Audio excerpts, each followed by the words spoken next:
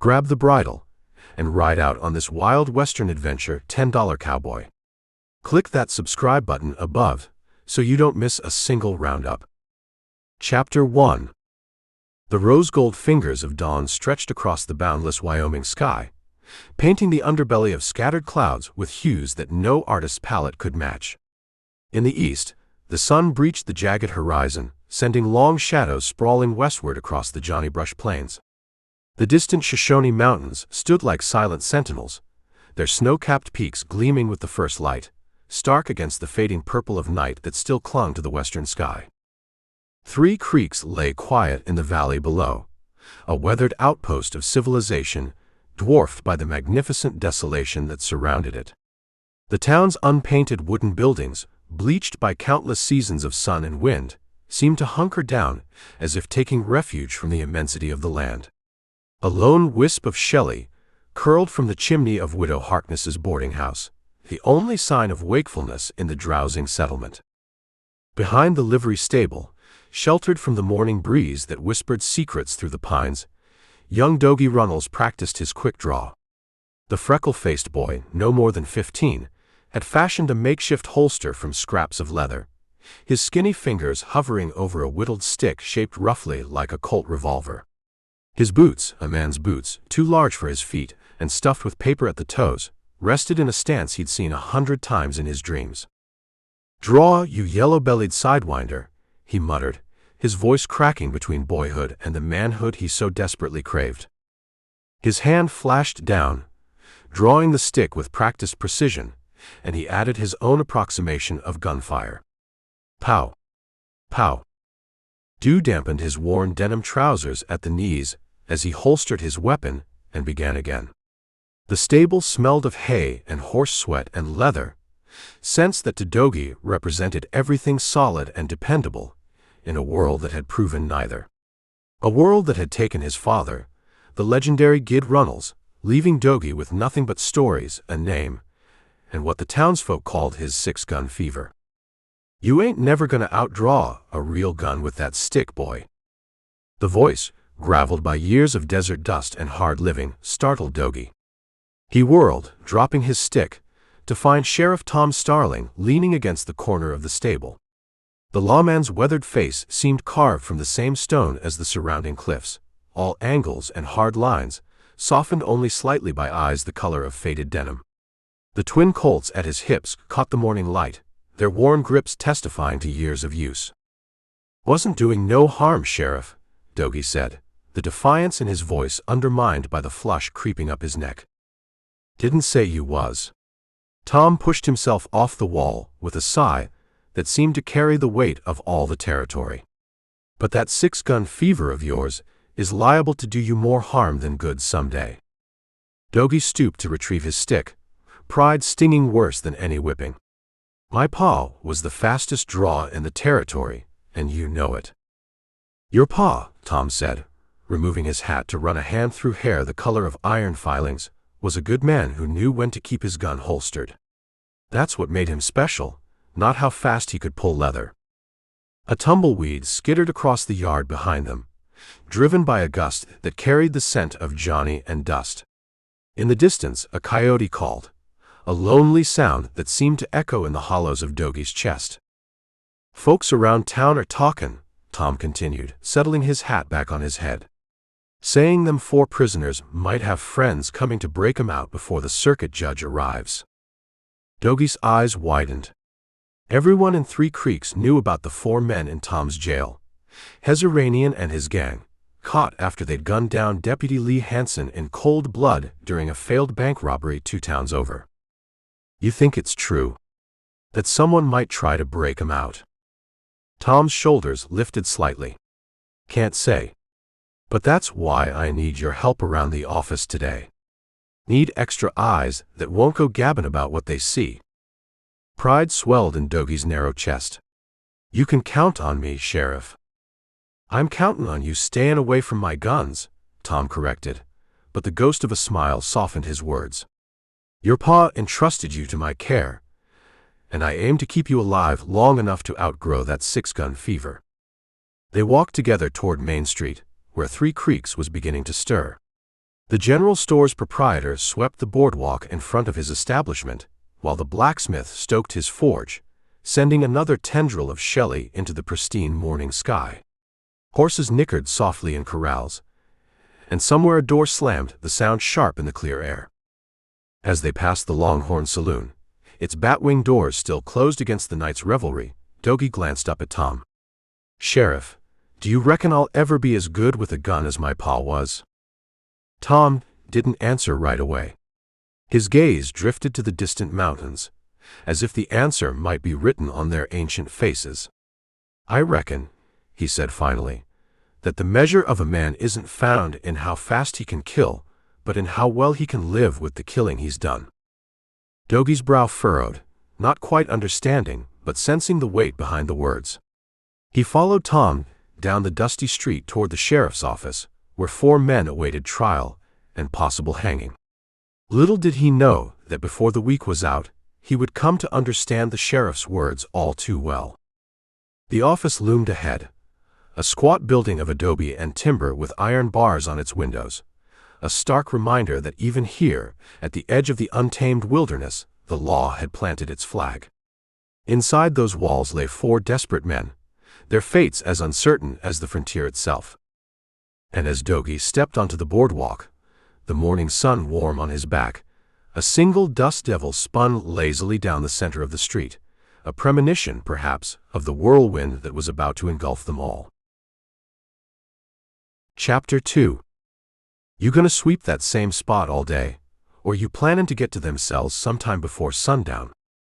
Sheriff Tom Starling's voice cut through Dougie's daydream, jerking the boy back to the cramped sheriff's office with its lingering sense of leather, gun oil, and the stale sweat of desperate men.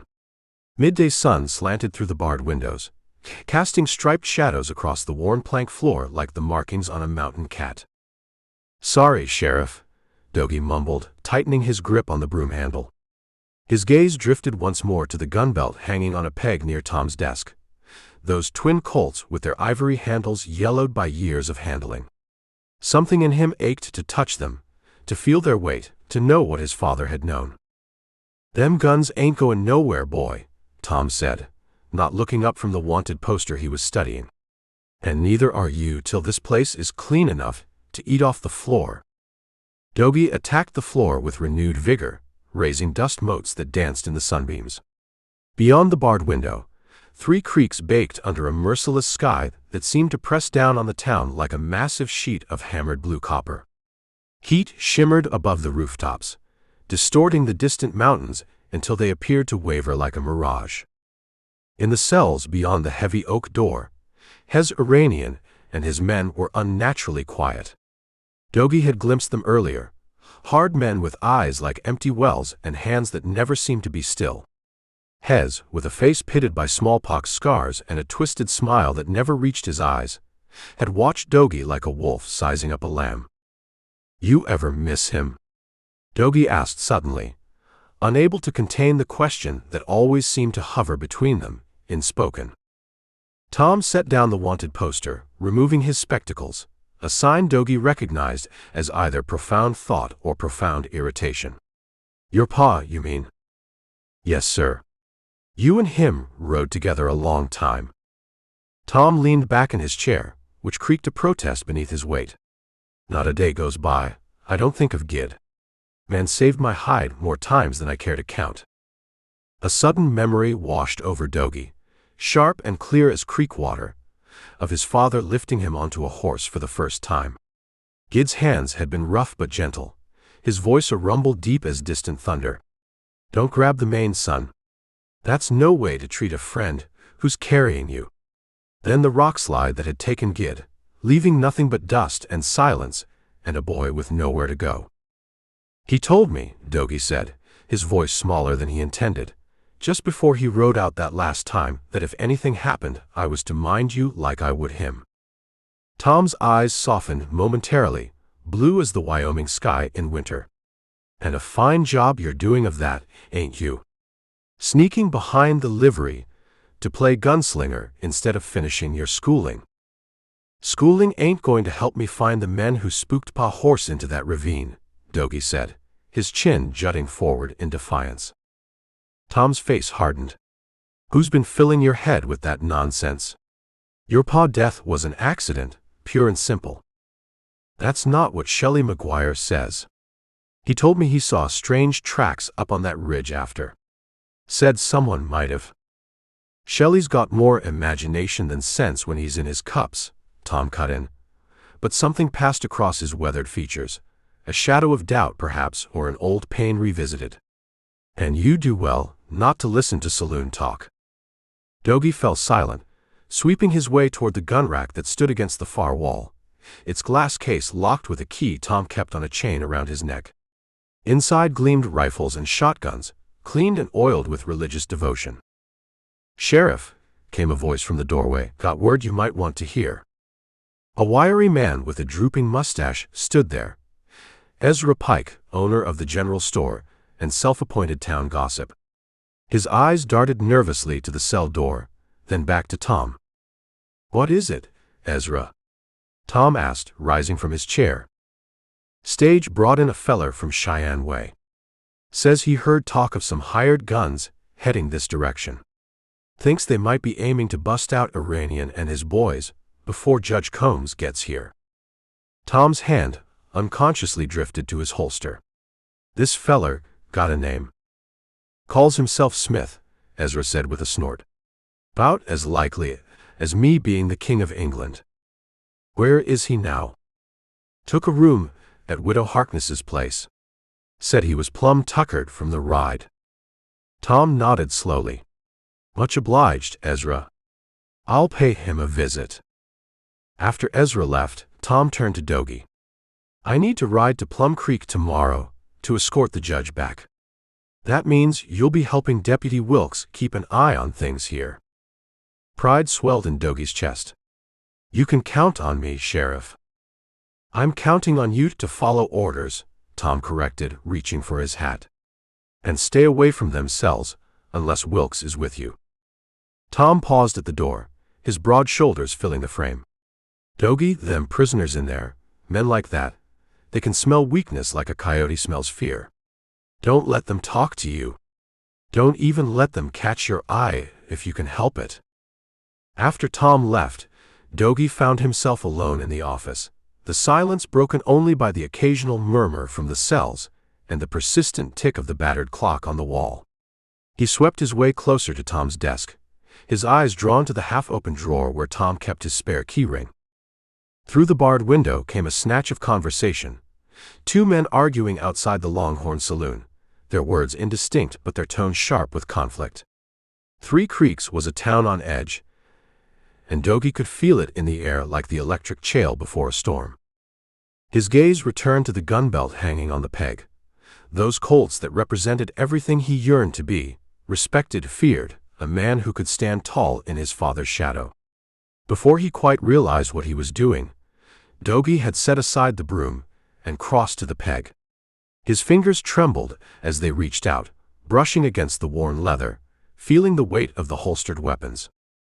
From behind the cell door came a low chuckle that froze the blood in his veins. "Go on, boy," rasped a voice he recognized as Hezaranian's. "Try 'em on for size. See if they fit a man or a mouse." Dogie snatched his hand back, as if the leather had burned him. He retreated to the broom, his face burning with shame and something else, a hot, reckless desire to prove himself that bubbled in his chest like creek water over stones. The cell door rattled suddenly, just once a testing shake, and Hez laughed again, a sound like gravel in a tin cup. Dogie's heart hammered against his ribs as he gripped the broom handle tight enough to whiten his knuckles, staring at the door that separated him from four killers who had nothing left to lose. Chapter 3. "He don't deserve to be here, Pa," Dogie whispered, his voice carried away by the evening breeze that sighed through the weathered crosses of Boot Hill Cemetery. Twilight had transformed the Wyoming sky into a canvas of fire and shadow, bleeding crimson and purple across the western horizon where the sun made its final stand against the encroaching night. The jagged silhouettes of distant peaks stood black and immutable against the fading light, like the teeth of some slumbering beast. Boot Hill occupied a lonesome rise just beyond the outskirts of Three Creeks, where the pine-scented wind had an unobstructed path across the graves of those who had lived and died by violence. Wooden markers leaned at odd angles, some carved with names, others bearing only crude crosses, silent testimony to the harsh justice of the frontier. Dogie knelt before a grave marked by a hand-carved wooden headstone. The inscription, weathered but still legible, read simply, Gideon Runnels, 1855–1881. He rode true. A spray of wild lupine, their vivid blue petals now fading to lavender in the dying light, lay at the base of the marker, Dogie's weekly offering. He came often to this place, speaking to the father he had lost, sharing secrets, seeking guidance that never came. Tom says your death was an accident, he continued, plucking absently at the sparse grass. But I know better. Shelley wouldn't lie about something like that. The weight of Tom's mistrust hung heavy on Dogie's shoulders. He had seen it in the sheriff's eyes earlier that day. The wariness, the constant watching, as if expecting Dogie to make a wrong move. It stung worse than any tongue-lashing, that silent judgment. I'll make you proud, Pa. I swear it. Dogie's voice cracked, betraying the emotion he struggled to master. I'll find out who did it, and I'll make them pay. A noble sentiment, young man. Very noble indeed. The voice, smooth as aged whiskey and just as intoxicating, startled Dogie to his feet. He whirled around, his hand instinctively reaching for a weapon he didn't possess. A tall figure stood several paces away, backlit by the crimson sunset. As he stepped forward, the fading light revealed a man of perhaps 40 years, dressed in a black frock coat and string tie that marked him as a stranger to Three Creeks' workaday attire. A diamond stickpin caught the last rays of sunlight, sending prisms dancing across his silk vest.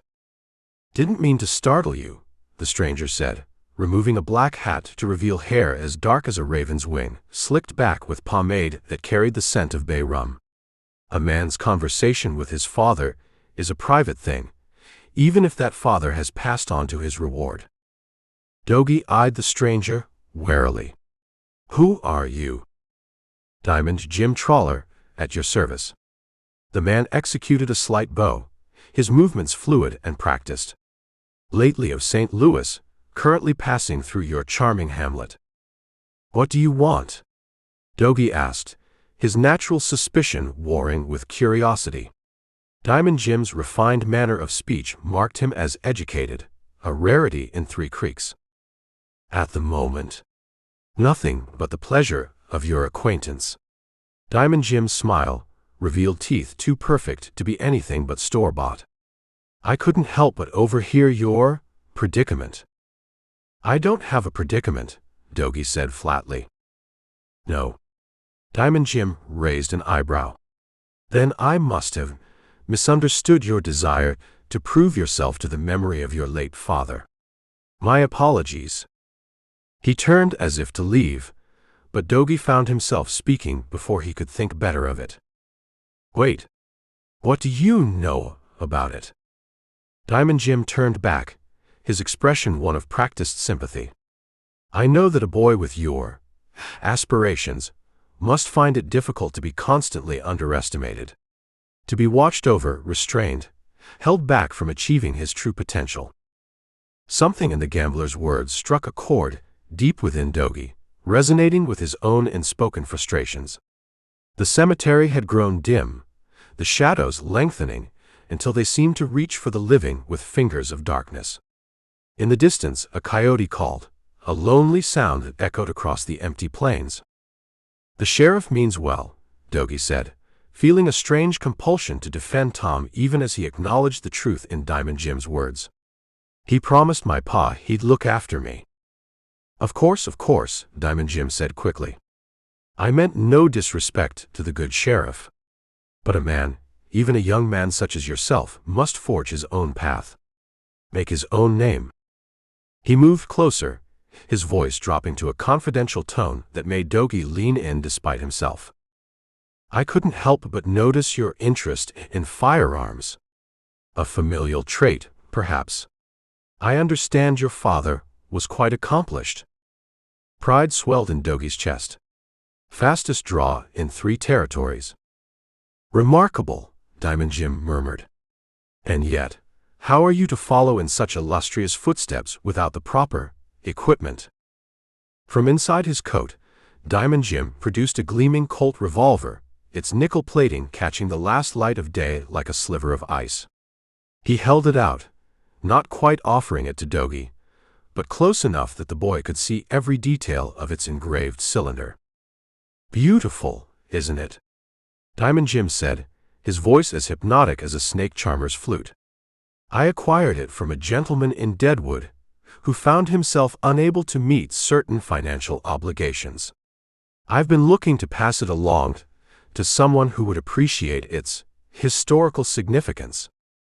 Doggy's fingers twitched with the desire to touch the weapon, to feel its weight, to know the power it represented.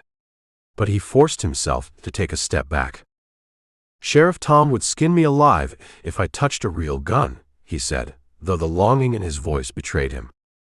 Diamond Jim's smile widened, showing those perfect teeth again. The sheriff need never know. That's the beauty of it. He slipped the gun back into his coat, but the image remained burned in Doggy's mind, that gleaming silver barrel, the perfect balance, the promise of respect it carried. Of course, Diamond Jim continued, his tone casual, such an item doesn't come without cost. I'm a businessman, after all, not a charity. I don't have any money, Doggy admitted, his heart sinking. Money? My dear boy, I have no interest in what little coins you might possess. Diamond Jim waved a hand dismissively, the gesture somehow both elegant and calculated. No, I require something far simpler. A favor, you might say. What kind of favor?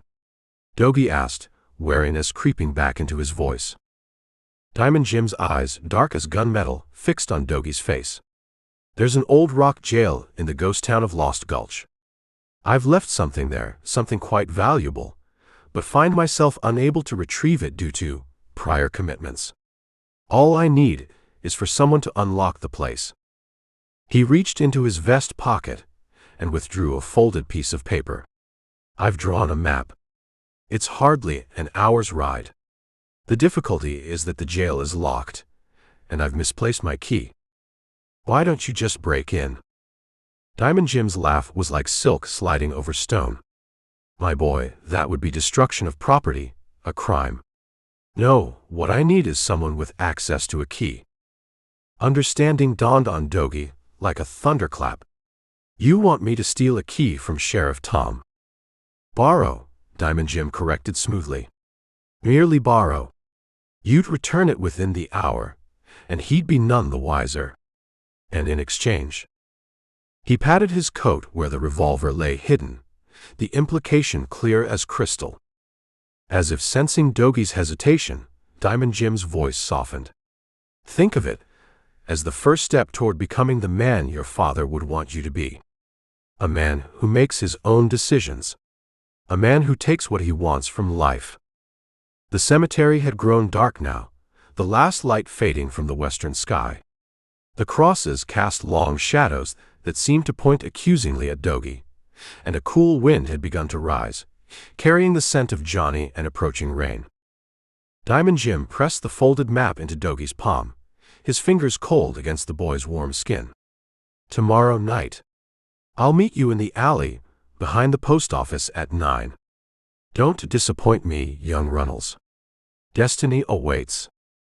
He turned and walked away, his black coat merging with the gathering darkness until he seemed to vanish like a ghost among the tombstones. Doggy stood frozen, the map clutched in his hand, while the wind whispered through the crosses of Boot Hill like the voices of the dead offering warnings he was too young to heed. Chapter 4. Heard anything more about those riders? Smith mentioned Tom. Judge Combs' voice, dry as the alkali dust that settled over 3 creeks in the summer, cut through the quiet murmur of the sheriff's office. Dusk had laid its heavy hand upon the small Wyoming town, pressing in through the single window of the office, painting the rough-hewn log walls in shades of deep violet and charcoal. A solitary kerosene lamp on Sheriff Tom Starling's desk cast flickering, elongated shadows that danced like specters with every draft that whispered through the chinks in the logs. Outside, the familiar sounds of 3 Creeks settling in for the night were muted. The boisterous laughter from the Longhorn Saloon seemed distant, the clatter of pans from Widow Harkness's boarding house softer than usual. Only the mournful howl of a coyote, far off on the Johnny Brush Flats, pierced the enveloping stillness, a lonely lament that seemed to echo the disquiet in the air. Dogie Runnels, perched on a 3-legged stool in the corner, ostensibly sweeping a patch of floor he'd already attended to thrice, strained his ears. He kept his head down, the brim of his oversized hat obscuring his eyes, hoping to appear engrossed in his chore. The rhythmic swish of his broom was a counterpoint to the low thrum of his own heartbeat, a betraying drum against his ribs. "Nary a whisper, Judge," Tom Starling replied, his voice a low rumble. The sheriff leaned back in his chair, the leather groaning in protest. He was a man carved from the rugged landscape itself, his face a roadmap of sun-baked lines and wind-edged crevices. "Sent young Wilkes out to scout the north trail towards Plum Creek. If there's trouble brewin', it'll likely come from that direction, if those Cheyenne rumors hold any water." Judge Combs, a spare man with a face like crumpled parchment and eyes that seemed to miss nothing, nodded slowly. "And you still plan to ride out to meet the stage tomorrow? Escort me proper?" "Wouldn't have it any other way," Tom affirmed. "Can't have the circuit judge arriving in 3 Creeks looking like he wrestled a badger and lost. Besides," his voice dropped slightly, "if there are hard cases about, best I meet him out on the trail than let him get too close to town or these prisoners." He gestured with his chin towards the heavy oak door that led to the cells. Dogie's breath caught. Tom was leaving. Tomorrow. The knowledge settled in his stomach like a cold stone. Diamond Jim Trawler's silken words from the previous evening echoed in his mind, a venomous whisper promising glory, promising a gun, promising the respect he craved. "Tomorrow night. I'll meet you in the alley behind the post office at 9. "Good," Judge Combs said, rising and stretching his stiff limbs. "A man appreciates the security. These Iranian boys and their ilk, they've got a reputation that precedes them. Nasty business, that killing of Deputy Hanson." "They'll answer for it," Tom stated, his tone flat but edged with steel. "Law's got a long reach in this territory, even if it takes a while to reel him in." The conversation drifted to the logistics of the upcoming trial, the need for witnesses, the possibility of a change of venue if local tempers ran too high. Dogie only half listened, his mind a maelstrom. The promise of that gleaming Colt, the one Trawler had flashed in the twilight of Boot Hill, was a burning ember in his thoughts. It represented everything he wasn't but desperately wanted to be: strong, capable, a man worthy of his father's legacy. Gid Runnels wouldn't have hesitated. Gid Runnels would have had the nerve. But this was stealing. Stealing from Tom Starling, the man who'd taken him in, the man who, for all his gruffness, had shown him more kindness than most. The thought soured the anticipation, leaving a bitter taste in Dogie's mouth. He remembered Tom's words. Your pa was a good man who knew when to keep his gun holstered. What would his pa think of him now, contemplating such a betrayal? The moral quandary gnawed at him, a relentless torment. The flickering lamplight seemed to magnify the turmoil in his young face, each shadow a doubt, each flicker a temptation. He could almost feel the weight of that promised 6-gun in his hand, the cold steel a stark contrast to the nervous sweat that slicked his palms. Trawler's logic had seemed so seductive in the graveyard's gloom. Merely borrow, he'd be none the wiser. But here, in the quiet sanctity of the sheriff's office, the words felt hollow, deceitful. Judge Combs finally took his leave, his footsteps echoing on the boardwalk before fading into the night. Tom walked him to the door, exchanging a few more low words before returning to his desk. He picked up a sheaf of wanted posters, but Dogie could tell his mind wasn't on them. The sheriff's gaze kept drifting to the cell door, a silent sentinel. Best you get on home, Dogie, Tom said, his voice softer now. "Day's done. And I reckon you've worn out that patch of floor." Dogie's heart leapt. This was his chance. Or his downfall. "Figured I might stay on a bit, Sheriff. Help Deputy Wilkes when he gets back. Keep you company, seein' as you'll be headin' out early." The lie felt clumsy on his tongue. Tom studied him for a long moment, his gaze unreadable in the dim light. Dogie felt a flush creep up his neck. Did Tom suspect? Could he see the deceit written plain on his face? "Suit yourself," Tom said finally, turning back to his papers. "But don't get underfoot. And if Wilkes ain't back by the time I turn in, you head home. That's an order." An hour crawled by, each tick of the wall clock amplifying Dogie's anxiety. The silence in the office grew heavier, broken only by the rustle of Tom's papers and the occasional unsettlingly quiet murmur from the cells. Dogie imagined Hezaranian in there, his scarred face grinning in the dark, sensing Dogie's weakness. Finally, Tom pushed back his chair with a sigh that seemed to carry the weight of the entire territory. "Reckon I'll try and get a few hours shut-eye before morning. Wilkes should be back soon enough. You lock up if he ain't, and then skedaddle." He unbuckled his gun belt, the familiar clink of metal loud in the stillness, and hung it on the peg by his cot in the small adjoining room. On the same peg, glinting dully in the lamplight, hung the ring of keys. The jail keys. Dogie's mouth went dry. His gaze was fixed on that ring, a collection of iron hoops and various-sized keys.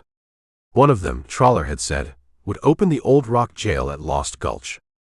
One of them was the price of his father's gun. Tom disappeared into the small room, the scrape of his cot audible. The rhythmic breathing that followed soon after told Dogie the sheriff was asleep, or at least attempting to be. Now. It had to be now. Dogie rose from his stool, his legs feeling like lead. Each step across the wooden floor seemed to thunder in the silence. He imagined Tom bolting upright, his eyes blazing. But the steady breathing continued. He reached the peg. His hand trembled so violently he could barely control it. The keys. So close. The largest was for the main cell block, another for the evidence locker, a smaller, older-looking one. Trawler had described it, a simple barrel key for an antique lock. His fingers brushed against the cold metal. The touch sent a jolt through him, a mixture of fear and illicit thrill. This was it. The point of no return. He thought of his father, of Tom's trust, of the promised colt. His conscience screamed, a silent, desperate protest. But Trawler's insidious voice, whispering of destiny and manhood, drowned it out. With a surge of desperate resolve, his heart pounding against his ribs like a trapped bird, Dogie's fingers closed around one of the smaller, rustier keys on the ring. It felt heavier than it should, freighted with the weight of his betrayal. He carefully, agonizingly worked it free from the main hoop. The metallic scrape, though tiny, sounded like a gunshot in the profound stillness of the office. He froze, listening, his breath held tight in his chest. Only the sheriff's even breathing answered. Clutching the stolen key, its jagged edges biting into his palm, Dogie backed away from the peg. He grabbed his hat, his movements stiff and unnatural. He reached the door, his hand fumbling for the latch. The darkness outside seemed to beckon, a welcoming shroud for his deceit.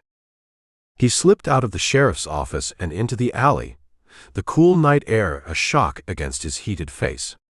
The moon, a pale sliver in the inky sky, offered little illumination. He hurried down the narrow Pajani, his boots scuffing softly on the packed earth, every shadow seeming to hide an accuser. The post office alley. 9 o'clock. Trawler would be waiting. And with him, the gun that Dogie had just sold his soul to possess. The wind, colder now, whipped around the corner of the building, carrying the scent of pine and distant rain. And for a fleeting, terrible moment it sounded like his father's disappointed sigh. But Dogie pushed the thought away, quickening his pace, the weight of the key in his pocket a tangible burden, pulling him deeper into the night. Chapter 5. The post office alley was a narrow slash between two silent buildings, a conduit for shadows and secrets. The faint, buttery glow of lantern light from Main Street barely penetrated its depths, leaving the far end lost in an impenetrable blackness. A discarded crate and a leaning stack of old newspapers were ghostly shapes in the gloom. The air hung cool and still, heavy with the resinous scent of pine drifting down from the slopes that cradled Three Creeks, mingled with the faint metallic tang of dust and something else, an undercurrent of decay perhaps from the refuse bins behind the mercantile. Dogie Runnels paused at the mouth of the alley, the stolen key a cold, hard lump in his trouser pocket. His heart still hammered a frantic rhythm against his ribs, a wild counterpoint to the chirping of crickets that seemed to amplify the silence. He peered into the murky Pajani, his eyes straining to pierce the darkness. Was Trawler there? Or had this all been some elaborate, cruel jest? A flicker of movement near the far end of the alley resolved itself into a darker shape detaching from the deeper shadows. "Took you long enough, young Runnels." Diamond Jim Trawler's voice, smooth and low, slithered out of the darkness. "I was beginning to think your courage had failed you." Dogie stepped into the alley, the gloom wrapping around him like a suffocating blanket. He could make out Trawler's tall silhouette, the glint of his diamond stickpin catching some stray mote of light. "I got it," Dogie said, his own voice sounding hoarse and unfamiliar to his ears. He fumbled in his pocket, his fingers clumsy, and produced the key. Trawler moved closer, and Dogie could smell the faint, cloying scent of bay rum that clung to the man. "Excellent." The gambler's hand, surprisingly cool, closed over Dogie's as he took the key. For a moment their fingers touched, and a shiver traced its way down Dogie's spine. "You've done well. Your father would be proud of such initiative." The mention of his father sent a fresh pang of guilt through Dogie, sharp and unexpected. He pushed it down. "The gun," he managed, the word feeling thick in his mouth. "Ah, yes. Your reward." Trawler chuckled, a dry, rustling sound. "A man of his word, that's Diamond Jim. However, the item in question is secured at Lost Gulch, with the very valuables this key will grant us access to." He patted the breast of his frock coat. "First, the business at hand. Then, your well-earned recompense. You understand, of course. Business before pleasure." Dogie's stomach clenched. This wasn't how it was supposed to be. He'd imagined the exchange happening here, the weight of the Colt in his hand, a tangible proof of his daring. "You said."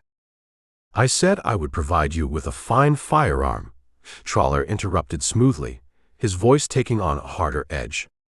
"And I shall. But first, this small errand must be completed. You wait here.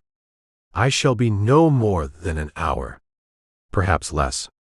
Then I will return this key to you, and you can slip it back onto the good sheriff's ring, none the wiser. After which, we shall discuss the finer points of your new acquisition." He gave the key a little toss and caught it. "An hour, boy. Keep to the shadows." Before Dogie could protest further, before he could voice the sudden, sickening suspicion that was beginning to coil in his gut, Trawler turned and melted into the deeper darkness at the far end of the alley. His footsteps made almost no sound on the packed earth. He was there one moment, a dark shape against the slightly less dark wall, and gone the next, as if the night itself had swallowed him. An hour. Dogie was left alone with the oppressive silence of the alley and the growing weight of his unease. The wind sighed through the narrow Pajani, rustling the old newspapers, making them sound like whispers of warning. He leaned against the cold brick wall of the post office, the rough texture pressing into his back. An hour. It seemed an eternity. He tried to picture the gleaming Colt, to hold on to the surge of pride he'd felt when Trawler had said his father would approve. But the image kept blurring, replaced by the memory of Sheriff Tom Starling's weary face, the trust in his eyes when he'd left Dogie in jail. The key. He had to get that key back. Minutes crawled by with agonizing slowness. From Main Street came the occasional burst of tinny piano music from the Longhorn, a brief shout, then silence again. Dougie found himself counting the seconds, then losing track, then starting over. Each creak of a distant shutter, each rustle in the weeds at the alley's edge, sent a jolt of alarm through him. He couldn't just stand here. The inactivity was maddening. He slipped out of the alley and made his way, sticking to the deepest shadows, back towards the sheriff's office. The single lamp still burned in the window, a lonely beacon in the sleeping town. He crept up to the window, careful to stay out of the direct line of sight, and peered in. The office was empty, just as he'd left it. The clock on the wall, its face dimly illuminated, showed that nearly 20 minutes had passed. Only 20. He imagined Trawler riding hard for Lost Gulch, the key in his possession. What valuables had he left there? And why did he need Dougie's help to retrieve them? The questions buzzed in his mind like angry hornets. Retreating to the alley, he resumed his vigil. The air grew colder. He pulled his thin jacket tighter around himself, shivering, though whether from the chill or from nerves he couldn't say. He thought about Tom, asleep in the back room, oblivious. What would Tom do if he found out? The thought was a cold knot of dread in Dougie's stomach. He wasn't just facing the loss of Tom's respect, this was a crime. Aiding a thief. He could go to jail himself. Another 15 minutes dragged past. Dougie paced the length of the alley, from the shadowed entrance to the impenetrable blackness at the other end, then back again. His boots crunched softly on unseen litter. He strained his ears for the sound of approaching hoofbeats, for any sign of Trawler's return. Nothing. Only the mournful sigh of the wind, and the distant lonely howl of a coyote, a sound that seemed to mock his foolishness. The clock in the sheriff's office. He had to check it again. Leaving the uncertain sanctuary of the alley, he once more crept towards the light. 45 minutes. The hour was almost up. Trawler should be on his way back by now, if he was a man of his word. Back in the alley, the waiting became unbearable. Each passing second stretched taut as a bowstring. The faint lantern glow from Main Street seemed to dim, the shadows deepening, pressing in on him. The scent of pine was sharper now, almost acrid, and the silence was broken only by the frantic thumping of his own heart. He pictured the key ring hanging on the peg, the empty space where the borrowed key should be. Tom might wake. He might check. The hour mark came and went, according to his mental calculation. Still no Trawler. Dougie's anxiety began to curdle into a sick certainty. He'd been duped. The smooth-talking gambler, with his diamond stickpin and his promises, had played him for a fool. There would be no gun. There would only be the theft of the key, a betrayal of Tom's trust, and the terrible looming consequences. He made another desperate trip to the sheriff's office window. The clock now showed nearly an hour and a half had passed since he'd given Trawler the key. Despair washed over him, cold and suffocating. Trawler wasn't coming back. Not with the key. What could he do? He couldn't confess to Tom. The shame would be too much to bear, let alone the punishment. He had to retrieve that key himself. But how? He didn't even know for sure where Trawler had gone, only that it was towards Lost Gulch. Exhaustion, both mental and physical, began to take its toll. The adrenaline that had fueled his earlier actions had long since burned away, leaving behind a bone-deep weariness. His eyelids felt heavy, his thoughts sluggish. He stumbled back towards the sheriff's office, not to the alley this time, but to the front door. He let himself in, the familiar scent of leather and gun oil offering a strange, painful comfort. The office was quiet, the lamplight casting long, steady shadows now. Tom's rhythmic breathing still came from the back room. Dougie sank onto the small cot near the desk, the one sometimes used for prisoners under short guard, or by Tom himself on long nights. He'd just rest his eyes for a minute, he told himself. Just a minute. He had to think, to make a plan. But the darkness behind his eyelids was too inviting, the silence too profound. The events of the night, the fear, the guilt, the crushing weight of his foolishness, all conspired to drag him down. His last conscious thought was of Diamond Jim Trawler's mocking smile, and the cold, hard feel of the key he would never get back. Then, despite his resolve, despite the impending doom that hung over him, Dougie Runnels slipped into an uneasy, dream-haunted sleep. The ticking clock on the wall marked the passing minutes, each one drawing him closer to a dawn he was not prepared to face. Chapter 6. A sliver of bone-white moon, sharp as a buffalo horn, had climbed high into the Wyoming sky, casting an eerie, spectral glow across the sleeping town of Three Creeks.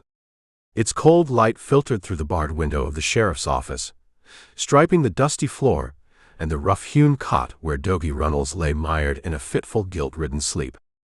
The usual night sounds of the frontier, the distant yelp of a coyote, the sigh of wind through the pines, the occasional rustle of some unseen creature in the alleys, were a muted chorus against the profound stillness of midnight.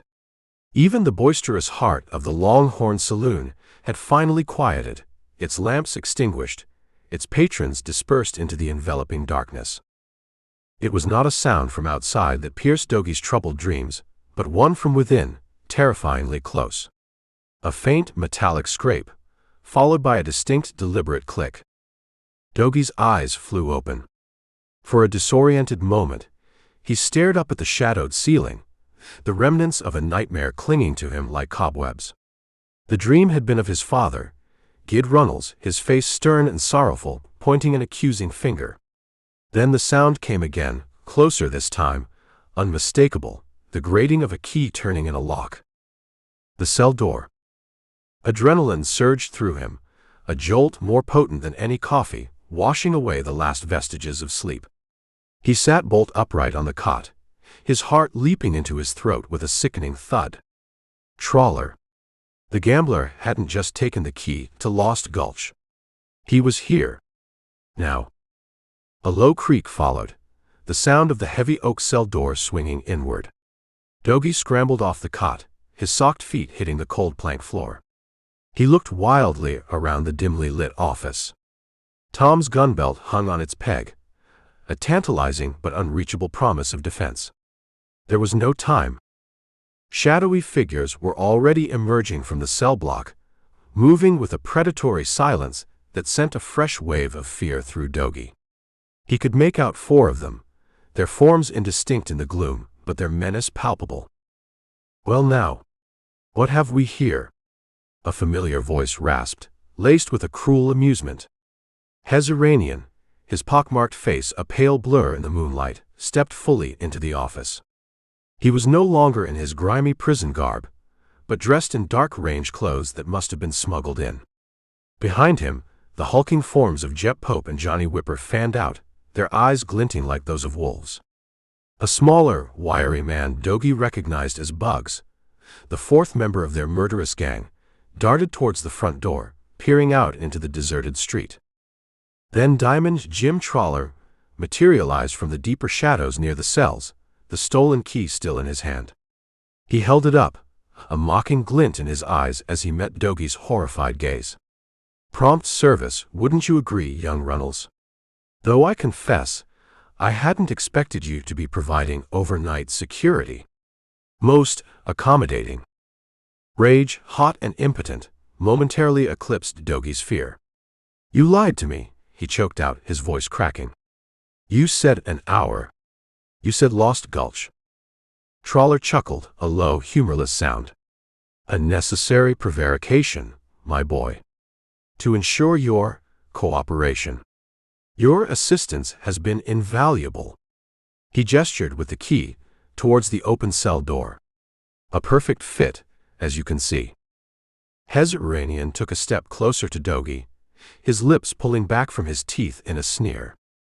"Looks like the sheriff's little lapdog has some bark after all." Dougie knew he was outmatched, outnumbered, unarmed.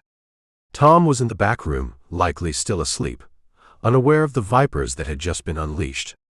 He had to do something, anything. He couldn't let them just walk out. The shame of his complicity, however unwilling, burned in his gut. "You ain't going nowhere," Dogie shouted, desperation making him reckless. He launched himself forward, not at the larger men, but at Trawler, the architect of this disaster. If he could get the key, if he could somehow sound an alarm. It was a fool's tale. Trawler, despite his refined appearance, moved with surprising speed. He sidestepped Dogie's clumsy rush, and as the boy stumbled past, a searing pain exploded at the base of his skull. The office tilted violently, the moonlight fracturing into 1,000 glittering shards. Dogie felt his knees buckle, a grunt of pain escaping him as he pitched forward. Trawler stood over him, the barrel of a heavy Colt revolver gleaming in his hand. He'd used the gun butt, not to kill, but to disable. "Spirited," Trawler commented, his voice devoid of its earlier silkiness, now flat and cold. "But ultimately, rather foolish." Through a haze of pain, Dogie saw Johnny Whipper moving towards Tom's room. "No," he tried to yell, but the word came out as a strangled gasp. "Don't worry about the sheriff, boy," Hezaranian growled, grabbing Dogie by the hair and yanking his head back. Pain lanced through his scalp. "We ain't got time for him. Got bigger fish to fry." Rough hands seized Dogie, hauling him to his feet. His head swam, and the office seemed to spin around him. He could taste blood, coppery and warm, in his mouth. Jep Hope, a man whose sheer size was intimidating, produced a length of rope and began to bind Dogie's wrists with brutal efficiency. "What are we gonna do with him, Hez?" Bugs whined from the doorway, his voice betraying a nervous tremor. "Can't just leave him here. He'll raise the whole damn town." "Trawler here's got a plan for our young friend," Hez said, a malicious grin spreading across his face. "Ain't that right, gambler?" Trawler, who was now calmly checking the loads in his revolver, nodded. "Indeed. He'll serve as a useful diversion. And perhaps a bargaining chip, should the need arise. Get the horses. We ride for Lost Gulch." Lost Gulch. The name echoed in Dogie's throbbing head. So that part hadn't been a lie. But it wasn't Trawler's valuables they were after. It was a hideout. And he, Dogie Runnels, had given them the key not just to their freedom, but to their sanctuary. The bitter irony was a fresh wave of nausea. He was dragged, stumbling and disoriented, out of the sheriff's office and into the cold night air. The moonlit street was deserted, the buildings on either side dark and silent sentinels. Several horses, already saddled, stood waiting in the shadows beside the office, held by Johnny Whipper. One of them was a sturdy-looking pack horse, its saddlebags bulging. Dogie struggled feebly against their grip, but it was useless. He was like a rabbit in the jaws of a wolf pack. They hoisted him unceremoniously onto the pack horse, throwing him face down across the animal's broad back like a sack of grain. The world tilted and swayed beneath him. Rough hands lashed his ankles together, then secured him to the saddle horn. "Make sure he's tight," Trawler ordered, his voice sharp. "We can't have him tumbling off and breaking his neck. Not yet, anyway." A wave of despair, black and suffocating, washed over Dogie. He had not only failed Tom, failed his father's memory, but he had actively aided these killers. His six-gun fever, his desperate yearning for a gun and the respect he thought it would bring, had led to this. The weight of his folly was a crushing burden. He heard the jingle of harness, the creak of leather, the low curses of the men as they mounted. Then with a lurch his horse moved forward, falling into line with the others. Dogie, jolting with every step, his head hanging down, watched the dust of Three Creeks Main Street recede beneath him. The town that had been his only home, the place where he dreamed of making his mark, was now a scene of his utter disgrace. The cold moonlight painted the departing riders and their captive in stark relief, casting long dancing shadows that stretched out behind them like accusing fingers as they rode out of town, leaving behind an empty jail and a betrayed trust, heading into the desolate moon-drenched wilderness towards the ghostly ruins of Lost Gulch. Chapter 7. The trail to Lost Gulch was less a path and more a scar etched into the rugged face of the Wyoming wilderness. It wound relentlessly upward, a treacherous ribbon of loose scree and unforgiving rock that snaked through a narrow canyon carved by some ancient forgotten river. Under the cold, indifferent gaze of a million stars, the high canyon walls, black and serrated, loomed on either side, pressing in, seeming to suck the very air from Dogi's lungs. Far to the west, the snow-capped peaks of the Shoshone Mountains floated like ghostly sentinels against the bruised purple of the pre-dawn sky, remote and unattainable. Dogi Runnels, still bound ignominiously to the pack-horse, felt every jolt, every jarring step of the beast, as if his own bones were grinding against the unforgiving stone of the trail. The throbbing in his head, where Trawler's gun butt had connected, had settled into a dull, persistent ache. His wrists and ankles were raw from the chafe of the ropes, and a deep chill had seeped into him, a chill that had little to do with the night air. Each breath was a ragged effort, tasting of dust and the bitter tang of his own fear. He hung inverted, the world a dizzying upside-down panorama of shifting rock and star-dusted sky. The rhythmic creak of saddle leather, the clink of bridles, the low guttural curses of the outlaws ahead of him, these sounds formed a grim cadence to his misery. Occasionally, a dislodged pebble would skitter down the canyon wall, the sound unnaturally loud in the vast echoing silence, a reminder of how precarious their Pajani was. Hez Iranian rode point, his dark silhouette a menacing blot against the starlight. Trawler rode beside him, surprisingly adept in the saddle for a city-bred gambler.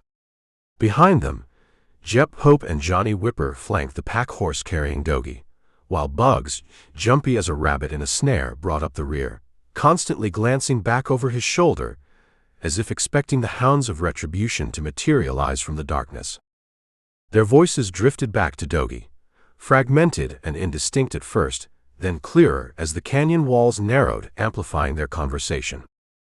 "Should be making good time to the old rock jail by sunup," Hez Iranian's voice, like gravel rolling in a tin can, cut through the night. "Hole up there, rest the horses. Then we figure our next move." The Yuba Road stage, Trawler's smoother tones interjected.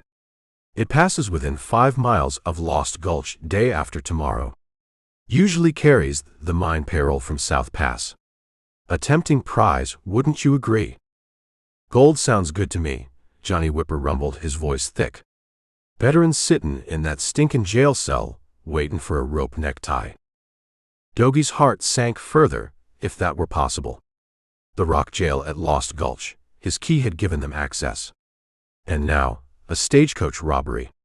This was escalating, spiraling out of his control into something far uglier than he could have imagined. He had pictured himself a hero, like his father. Instead, he was an unwilling accomplice to a band of hardened killers. The realization that Tom Starling would undoubtedly believe he, Dogi, had orchestrated this entire jailbreak, perhaps even been in league with Trawler from the start, was a fresh torment. The sheriff's trust, so grudgingly given, would be shattered beyond repair. The townsfolk of Three Creeks, who had always viewed his six-gun fever with a mixture of amusement and suspicion, would see their worst fears confirmed. He would be an outcast, a pariah. The name Runnels, once synonymous with bravery and skill, would be forever tarnished by his foolish actions. The weight of this shame was a physical ache, pressing down on him, making it hard to breathe. He remembered his father, Gid, not as the legendary gunslinger of saloon tales, but as the man who had taught him to ride. The memory surfaced with a startling clarity, a shaft of warm light in his current cold, dark despair. They had been on the high plains east of Three Creeks, the wind whipping through the tall grass, the sky a boundless blue. Dogi, barely 7 years old, had been terrified of the big sorrel gelding his father had lifted him onto. "Easy now, son," Gid's voice, deep and reassuring, had rumbled beside him. "This here horse, he ain't gonna hurt you. Just feel him. Feel his strength." You ain't fighting him, you're joining him. Become part of his movement. Dogie had clung to the saddle horn, his small hands white-knuckled, his body stiff with fear. The sorrel had sidestepped, and Dogie had yelped. Gid's calloused hand, surprisingly gentle, had rested on his shoulder. Don't fight the rhythm, Dogie. Lean with him. Anticipate. A good rider ain't just sittin' atop a horse, he's thinkin' with him. See where he's gonna put his feet before he does. That's the secret. Trust him, and he'll trust you. The memory was so vivid he could almost smell the scent of horse sweat and leather, feel the warmth of his father's hand. Gid hadn't just taught him to stay on a horse. He'd taught him about balance, about anticipation, about trust. Qualities Dogie had so spectacularly failed to demonstrate. But as the pack horse stumbled on a loose rock, sending a fresh jolt of pain through his battered body, another part of that memory surfaced. Gid, seeing Dogie's frustration after a particularly clumsy attempt to guide the sorrel, had crouched beside him. Fallen ain't the shame, son. It's stayin' down, that's the mark of a quitter. Every man gets thrown. It's getting back in the saddle that counts.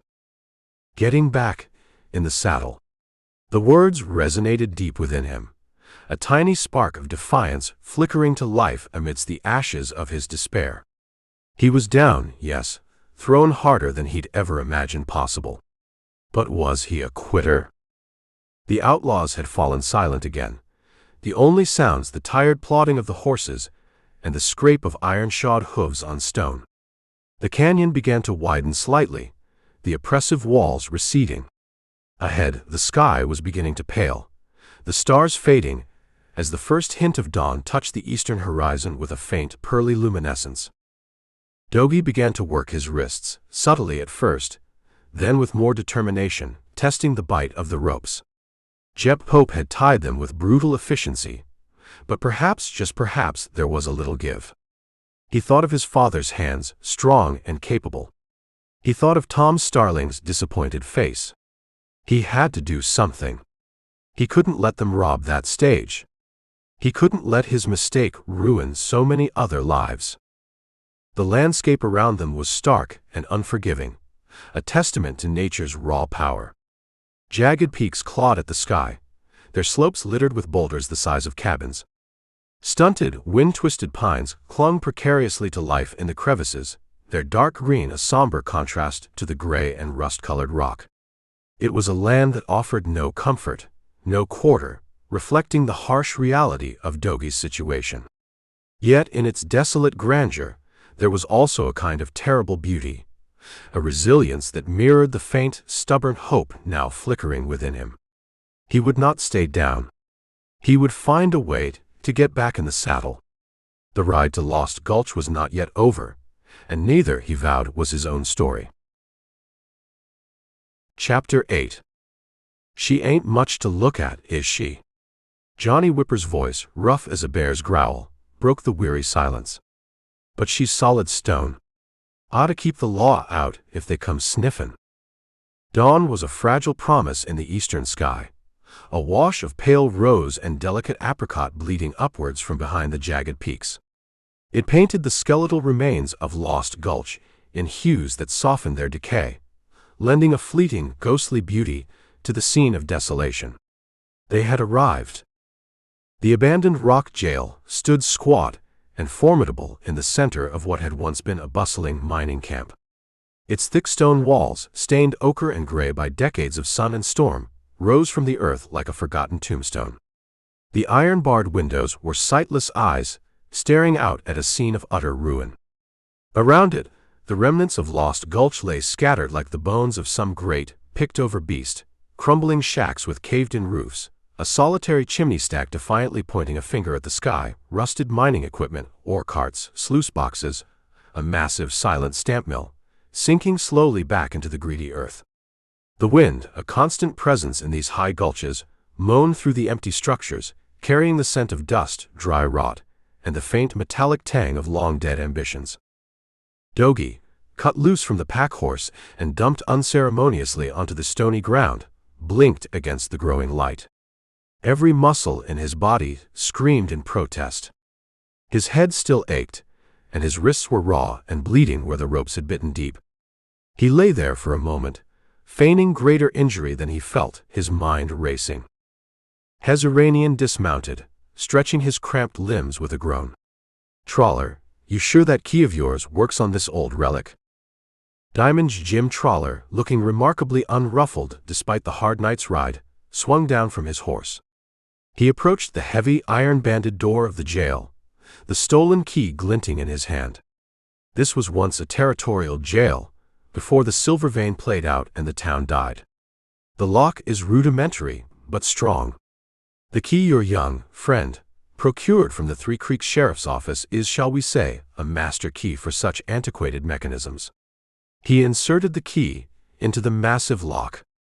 With a protesting screech of rusted metal, the tumblers turned. Trawler pushed the heavy door inward, revealing a dark, musty interior. "Home sweet home," Jetpope grunted, hauling saddlebags from his horse. Bugs, still skittish, peered into the gloomy depths of the jail as if expecting specters to emerge. Hez strode over to where Dogie lay. The outlaw leader's pockmarked face was grim in the dawn light. He nudged Dogie roughly with the toe of his boot. "All right, whelp. On your feet." Dogie groaned, making a show of struggling to rise. He allowed himself to be hauled upright, his gaze darting around, assessing, always assessing. The outlaws were preoccupied with unsaddling their weary mounts and exploring their new refuge. This was his chance, perhaps his only one, to understand his captors, to find a weakness. Hez's eyes, like chips of obsidian, raked over Dogie. "Heard tell you got a bad case of six-gun fever, boy. Figure you for one of them dime novel dreamers, thinking a gun makes a man." His hand shot out, patting Dogie's pockets with rough expertise. "Where you hidden it? Your little pop gun?" Dogie stood mute, meeting Hez's stare with as much defiance as he could muster, though inside a cold knot of fear tightened. Finding nothing, Hez sneered. "Nothin'. Just like I figured. All bluff and bluster, ain't ya? Bet you ain't never even fired a real Colt in your life." He laughed, a harsh, grating sound that echoed off the crumbling buildings. "Your pa, Gid Runnels, now there was a man who knew how to use iron. Shame his kid turned out to be such a disappointment." The words stung, a fresh lash on Dogie's already raw pride. He bit back a retort, remembering his father's advice about not fighting a current you couldn't beat. He needed them to underestimate him, to see him as nothing more than a scared, useless boy. He let his shoulders slump, his eyes fall to the dusty ground. I don't want no trouble," he mumbled. Hez seemed to lose interest, turning away with a grunt of contempt. "Get him inside. Tie him up good. Don't want him wanderin' off and gettin' any foolish ideas." Johnny Whipper, his face a mask of brutish indifference, grabbed Dogie's arm and shoved him towards the open jail door. The interior was even gloomier than it had appeared from outside, smelling of damp earth, decay, and the lingering despair of long-forgotten prisoners. Two small barred windows, high up on opposite walls, allowed only slivers of the nascent daylight to penetrate the oppressive darkness. Rusting manacles still hung from one wall, a grim reminder of the jail's original purpose. Dogie was pushed into a corner, and Johnny began to retie his wrists, this time behind his back. As the man fumbled with the ropes, Dogie focused, his mind sharp despite his weariness. He remembered a trick his father had shown him once, a way to create a little slack when being tied, by subtly flexing and expanding his wrists at the precise moment the knot was tightened. It was a long shot, but it was all he had. He tensed, then relaxed his muscles fractionally as Johnny pulled the ropes taut. The man tested the bonds, grunted in satisfaction, and then joined the others who were now rummaging through their saddlebags, pulling out jerky and hardtack. They seemed to forget Dogie for the moment, their attention focused on food and the relative security of their new hideout. He leaned his head back against the cold stone wall, feigning exhaustion and defeat, but his mind was alive, working furiously. He could feel a tiny bit of play in the ropes around his wrists. Not much, but perhaps enough. He thought of Lost Gulch. His father had told him stories about this place, back when Dogie was just a wide-eyed boy clinging to his every word. Gid Runnels had ridden through here in its heyday, when the saloons blazed with light all night, and the clang of the stamp mill was the heartbeat of a town drunk on silver dreams. It was a wild place, Dogie. Gid's voice echoed in his memory, a warm, comforting sound from a lifetime ago. Men came from all over, chasing that glitter. Some found fortunes, most found heartache. But for a while, Lost Gulch was the richest strike in the territory. They pulled silver out of these hills, like water from a well. Built the town practically overnight. Saloons, gambling dens, even an opera house, they said, though I reckon it was more boards and canvas than velvet and chandeliers. Dogie could almost see it, his father's words painting a vivid picture against the backdrop of the current desolation. He pictured the boardwalks thronged with miners, their faces grimy with toil and alight with hope. He heard the tinny pianos, the shouts of gamblers, the rumble of ore wagons. But the silver played out like it always does, Gid had continued, his voice tinged with a familiar melancholy. The heart just stopped beating. Folks drifted away, chasing the next rumor, the next strike. Left it all behind. Houses, tools, dreams, all just left to the wind and the coyotes. A ghost town, son. A reminder that nothing shiny lasts forever, unless you hold on to what truly matters. What truly mattered? Loyalty. Honor. Keeping your word. Things Dogie felt he had thrown away for the illusion of a gun. But Gid's stories of Lost Gulch, of its fleeting boom and inevitable bust, now fueled a different kind of determination in him. This place, a symbol of broken dreams and forgotten promises, would not be the end of his story. It would not be where he let Hezaranian and his gang further tarnish his father's legacy. He watched the outlaws through slitted eyelids. Trawler was examining a map by the faint light from one of the high windows. Hez and Jep Pope were conferring in low tones, occasionally glancing towards the door. Bugs was nervously gnawing on a piece of jerky, his eyes darting around. Johnny Whipper had settled near the doorway, his rifle across his knees, already half asleep. Dogie began to work on his bonds again, the slightest movement, a patient, persistent effort. The rough hemp bit into his already abraded skin, but he ignored the pain, focusing on Gid's face, on Tom Starling's imagined disappointment.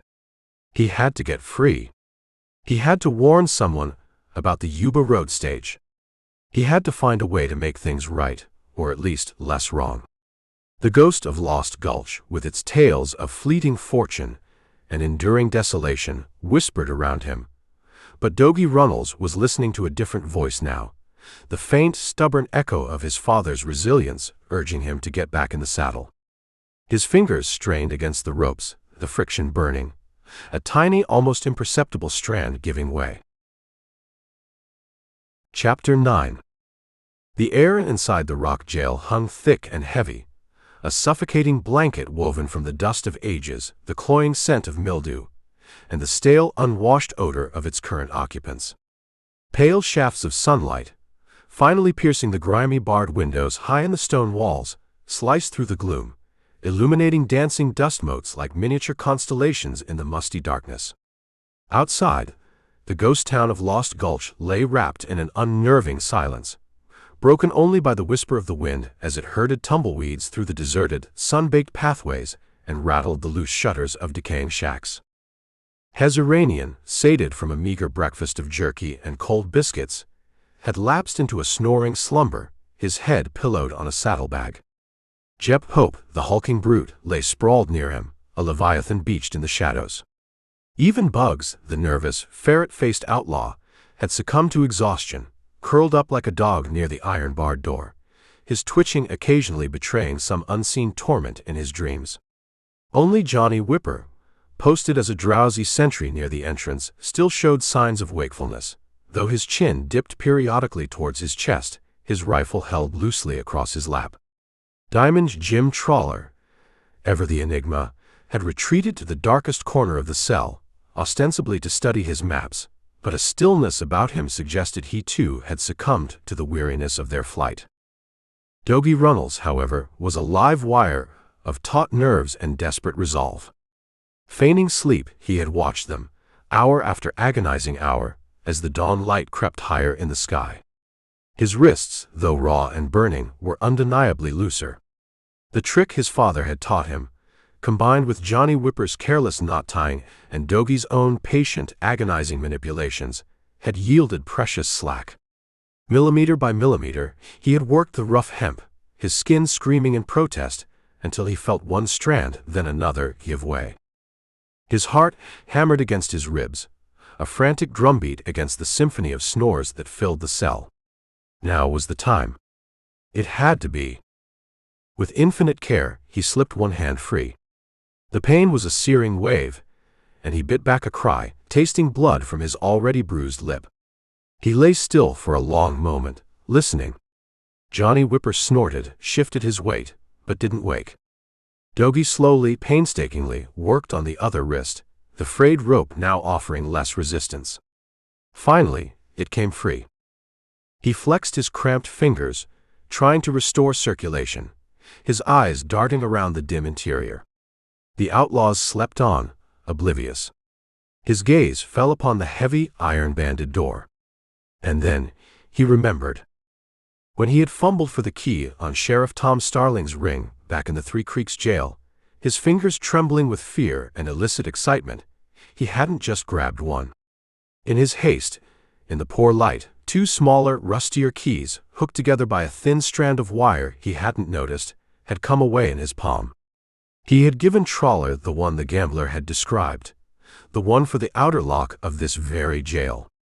The other, almost identical, he had shoved deep into his pocket in his panic, forgetting its existence, until, in the desperate, hopeless hours of his captivity, his searching fingers had rediscovered its cold, metallic promise. Could it be? A key for the inside of this ancient lock? Or a spare? It was a wild, improbable hope, but it was the only one he had. Moving with the stealth of a shadow, Dogie rose from his corner. His bare feet made no sound on the packed earth floor. He slid along the cold stone wall, his gaze fixed on the sleeping forms of his captors. Every creak of his own joints sounded like a thunderclap in his ears. He reached the door, his breath held tight in his chest. Johnny Whipper was only a few feet away, his breathing heavy and regular. Dogie's trembling fingers found the second key in his pocket. He brought it up to the massive iron lock plate on the inside of the door. His heart threatened to betray him, its frantic beat loud enough, he felt, to wake the dead, let alone these sleeping cutthroats. He inserted the key. It grated, resisted, then, with a prayer caught in his throat, it turned. A faint metallic thunk echoed in the stillness, the sound of the bolt sliding home. He didn't dare test it further. He could only pray it had engaged properly. Now for the horses. His vow to recapture these men, to somehow atone for his disastrous mistake, burned in his mind. It was a fool's errand, perhaps, for a boy armed with nothing but desperation and a stolen key, but the thought of his father's disappointed face, of Tom Starling's shattered trust, drove him onward. He slipped out of the rock jail, pulling the heavy door as shut as he dared without making a noise that might wake Johnny Whipper. The click of the outer latch catching was drowned by a sudden gust of wind that swirled dust around the deserted clearing. The morning sun, now clear of the eastern peaks, blazed down with an intensity that made him blink.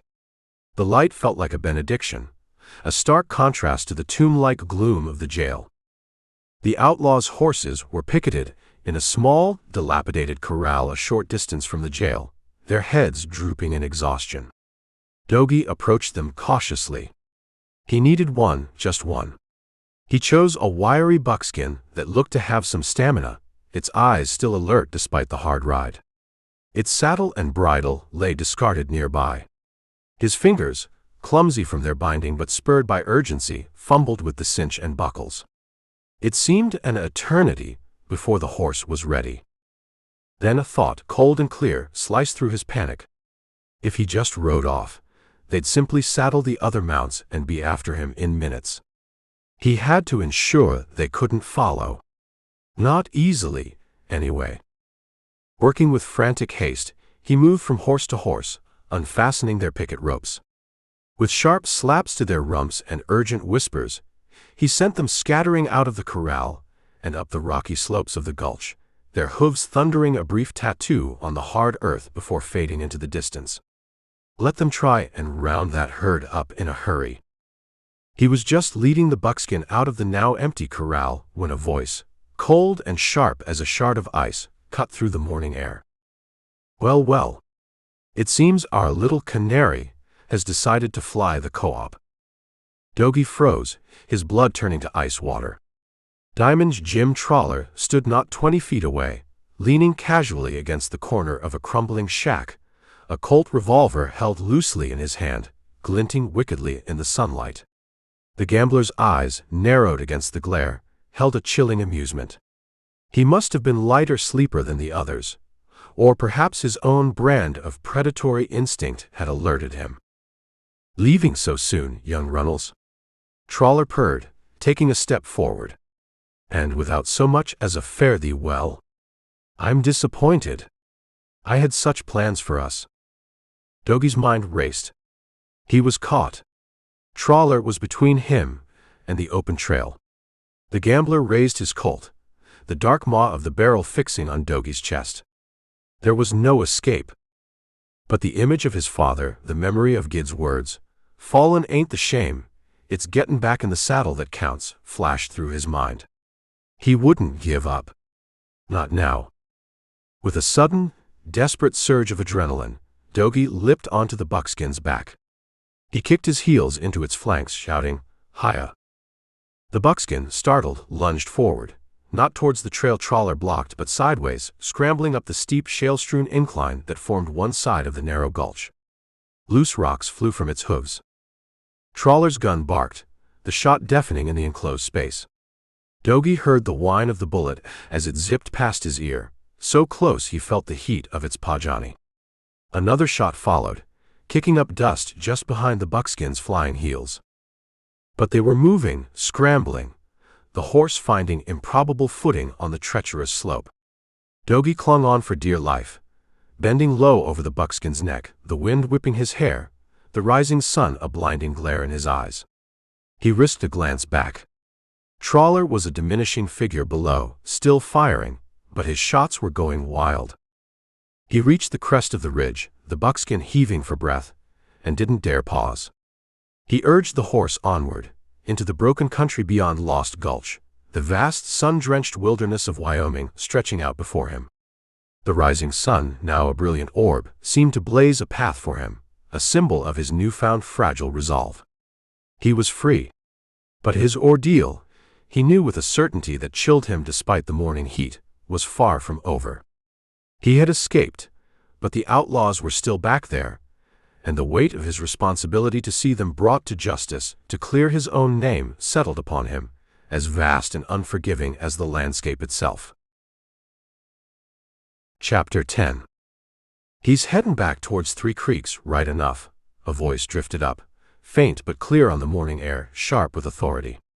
"Tracks are fresh. 4 riders, 1 pack horse. And they ain't wastin' no time." Dogie Runnels lay prone on a sun-baked, treeless ridge, the gritty rock pressing into his chest, the scent of dry earth and sparse hardy wildflowers filling his nostrils. The buckskin horse he'd escaped on was hidden further down the reverse slope, its reins dragging. He peered through a fringe of brittle, yellowed grass, his eyes narrowed against the brilliant morning sun that cast long, sharp shadows across the sprawling Johnny-brush plain below. The trail to Three Creeks, the very path he and the outlaws had traversed in the opposite direction only hours before, stretched like a discarded brown ribbon across the vast, undulating landscape. And there, moving steadily along that ribbon, was a lone rider. Even from this distance, Dogie recognized the set of the shoulders, the way the man sat his horse. Sheriff Tom Starling. A wave of conflicting emotions washed over Dogie, A surge of relief so potent it almost buckled him, followed immediately by a cold, sickening dread. Tom was on their trail. He must have discovered the empty jail, the missing prisoners. He would be coming for them. But he would also be coming for Dogie. The thought of facing Tom, of seeing the inevitable disappointment and contempt in the sheriff's eyes, was a torment worse than any physical pain he had endured. Disgrace. He couldn't face it. Not yet. Not until he'd done something, anything, to mitigate the disaster he had caused. Tom was alone. That was the first clear thought that cut through Dogie's turmoil. Why alone? Where was Deputy Wilkes? Where was the posse that should have been thundering at Hezaranian's heels? Had Tom ridden out ahead, too impatient, too driven by the betrayal to wait for backup? A desperate, reckless plan began to form in Dogie's mind, as stark and audacious as the landscape that surrounded him. Tom had guns. Twin Colts, worn and familiar, the kind of guns Gid Runnels himself had carried. If Dogie could somehow get his hands on those Colts. He wasn't a gunman, not really. Hezaranian's taunt still stung. Bet you ain't never even fired a real Colt in your life. And it was true. But his father's blood ran in his veins. And right now, he was driven by a desperation that transcended skill, a raw need to act, to redeem himself in some small way before facing Tom's judgment. He had to stop Tom from riding into Lost Gulch alone. The outlaws, especially Trawler, would be expecting pursuit. They'd be lying in wait.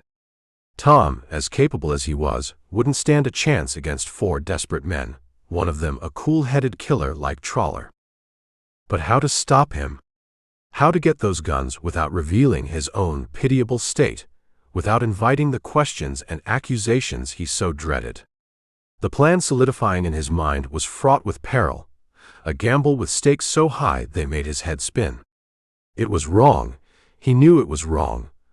Another layer of deceit piled upon the first. But the alternative, letting Tom ride into a trap, or facing him now, a confessed and wretched failure, was unthinkable. He scanned the terrain. The ridge sloped down towards the trail. About halfway down, a gnarled solitary juniper tree, its branches twisted by relentless winds, clung to the rocky soil.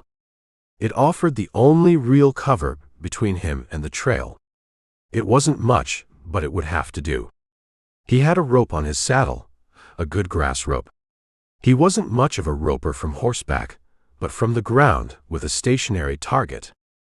The decision, once made, left no room for doubt, only a cold, hard resolve. Guilt gnawed at him, a bitter acid in his stomach. He was about to betray Tom Starling again, in a way that felt even more personal, more despicable than stealing a key. He was about to rob him of his weapons, his symbols of authority, the very tools of his trade. But the thought of those outlaws, of the Yuba Road stagecoach, of Trawler's mocking smile, hardened his heart.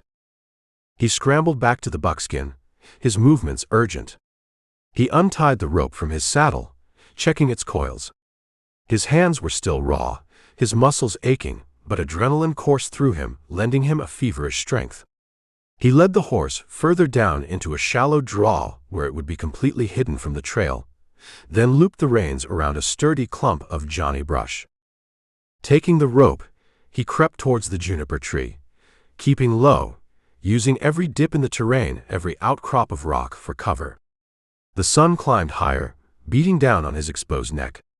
Sweat trickled into his eyes, stinging. He reached the juniper, its sparse, fragrant needles offering scant concealment. He crouched behind its gnarled trunk, peering out. Tom Starling was closer now, riding at a steady, ground-eating trot, his gaze fixed on the trail ahead, a man intent on his grim purpose. Dogie could see the worn wooden grips of the Colts in their holsters, rising and falling with the rhythm of the horse's gait. His heart hammered against his ribs. He had to time this perfectly. He fashioned a loop in the rope, his fingers surprisingly steady. He remembered his father's patient instruction, years ago, in the corral behind their small cabin. Not too big, son, or it'll slide right off. Not too small, or you won't catch anything but air. Feel the balance of it. Let it sing for you. Tom was almost abreast of the juniper now. Dogie could hear the creak of saddle leather, the soft thud of hooves on the dusty trail. He could see the lines of strain around Tom's eyes, the grim set of his jaw. This was a man driven by a cold anger, a man betrayed. And Dogie was about to betray him further. Now, he breathed, stepping out from behind the juniper. He swung the loop twice, a whistling arc in the still morning air, and let it fly. The rope snaked out, true and straight. Dogie had aimed for Tom's shoulders, hoping to pin his arms. The loop settled, not perfectly, but well enough, catching Tom around the chest and one arm, jerking him sideways in the saddle. Tom let out a startled yell, his horse shying violently. He fought for balance, his free hand instinctively going for his gun. But Dogie pulled hard on the rope, setting his heels into the rocky soil. The sheriff, caught off guard and half unseated, tumbled from the saddle, hitting the ground with a heavy thud that knocked the air from his lungs. Dogie didn't hesitate. He scrambled down the short slope, rope still in hand, as Tom lay there momentarily stunned. Before the sheriff could recover, before he could fully comprehend what had just happened, Dogie was upon him. He dropped the rope and lunged for the holstered Colts. Tom, dazed but already struggling to rise, saw the boy's desperate face, the wildness in his eyes. Dogie. What in the? There was no time for explanations, no time for the shame that threatened to engulf Dogie. He wrenched one Colt free, then the other. The weight of them in his hands was immense, unfamiliar, terrifyingly real. "I'm sorry, Tom," Dogie gasped, his voice raw with a mixture of guilt and frantic urgency. I gotta borrow these. There's no time. They'll kill you."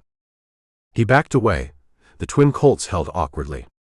Tom, still on the ground but fury now replacing the shock in his eyes, started to push himself up. "Dogie, you put those guns down. What in blazes has gotten into you?"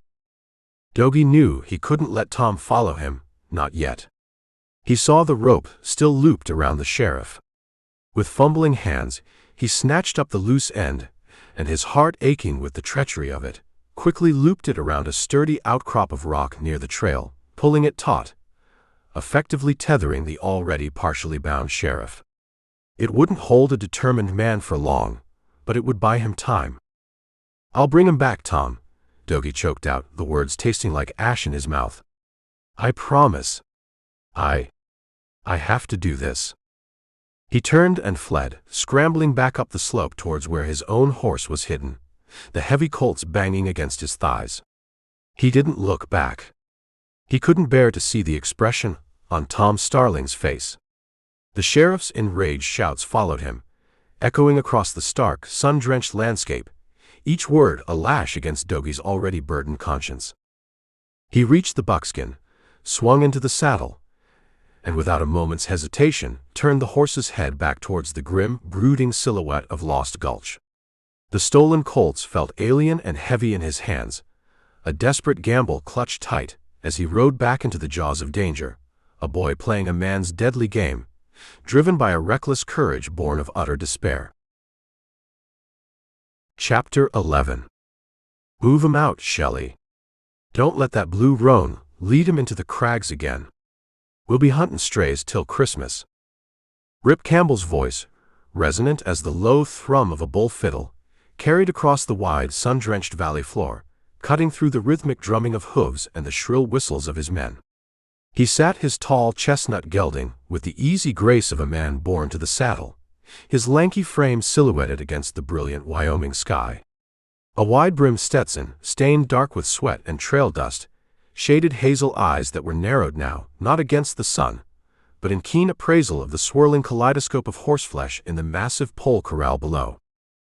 This was the heart of the Crazy Q Ranch, a sprawling spread of prime grazing land nestled like a green jewel in a rugged bowl of towering red rock crags and dense pine forests that climbed towards the distant hazy blue of the Shoshone foothills. Under the fierce blaze of the midday sun, the corral seemed to shimmer, a living tapestry woven from the vibrant colors of the herd, glossy blacks, fiery sorrels, creamy buckskins, ghostly grays, and the prized blue roans that were Rip's own unique breed. These were no ordinary mustangs. They were a carefully cultivated cross, blending the wild spirit and endurance of the native herds with the size and strength of thoroughbred lines, horses renowned throughout the territory for their speed, stamina, and uncanny intelligence. "He's got a mind of his own, that one, boss," Shelley McGuire shouted back, his voice cheerful despite the dust and heat. Shelley, wiry and weathered as an old leather strap, expertly maneuvered his cowpony, cutting off the rebellious roan stallion just as it made a bid for the open range. A cloud of golden dust billowed around him, momentarily obscuring man and horse. "Thinks he's king of this whole outfit." From the far side of the corral, a booming laugh echoed. "Entonces yo soy el rey de los tantos por seguirte, viejo humante." El Gordito, whose name, the little fat one, was a colossal understatement of his actual girth, sat his surprisingly nimble cutting horse like a monarch on a surprisingly small throne. His broad, sun-browned face, usually wreathed in a good-natured grin, was split now by a wide smile that flashed white teeth against his dark mustache. Despite his bulk, he moved with a dancer's agility, his riata a living extension of his arm, as he hazed a trio of skittish pintos towards the main herd. Rip allowed himself a rare smile. Shelley and El Gordito. They were more than just hired hands.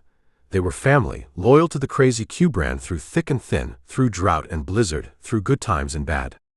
Shelley, with his endless supply of tall tales, and his uncanny ability to gentle even the wildest colt. El Gordito, with his booming laugh, his surprising deftness, and a loyalty as solid as the granite crags that ringed their valley. The air thrummed with the energy of the roundup.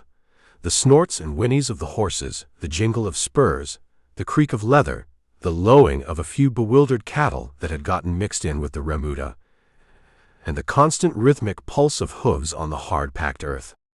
It was a symphony Rip Campbell knew by heart, a song of sweat and skill, of man and beast and the unforgiving, beautiful land they shared. These horses were his pride, his passion, the culmination of years of careful breeding and tireless work. He knew each one by name, by temperament, by the unique fire in its eyes. As the last of the stragglers were chivied into the main holding pen, Rip signaled for his men to dismount.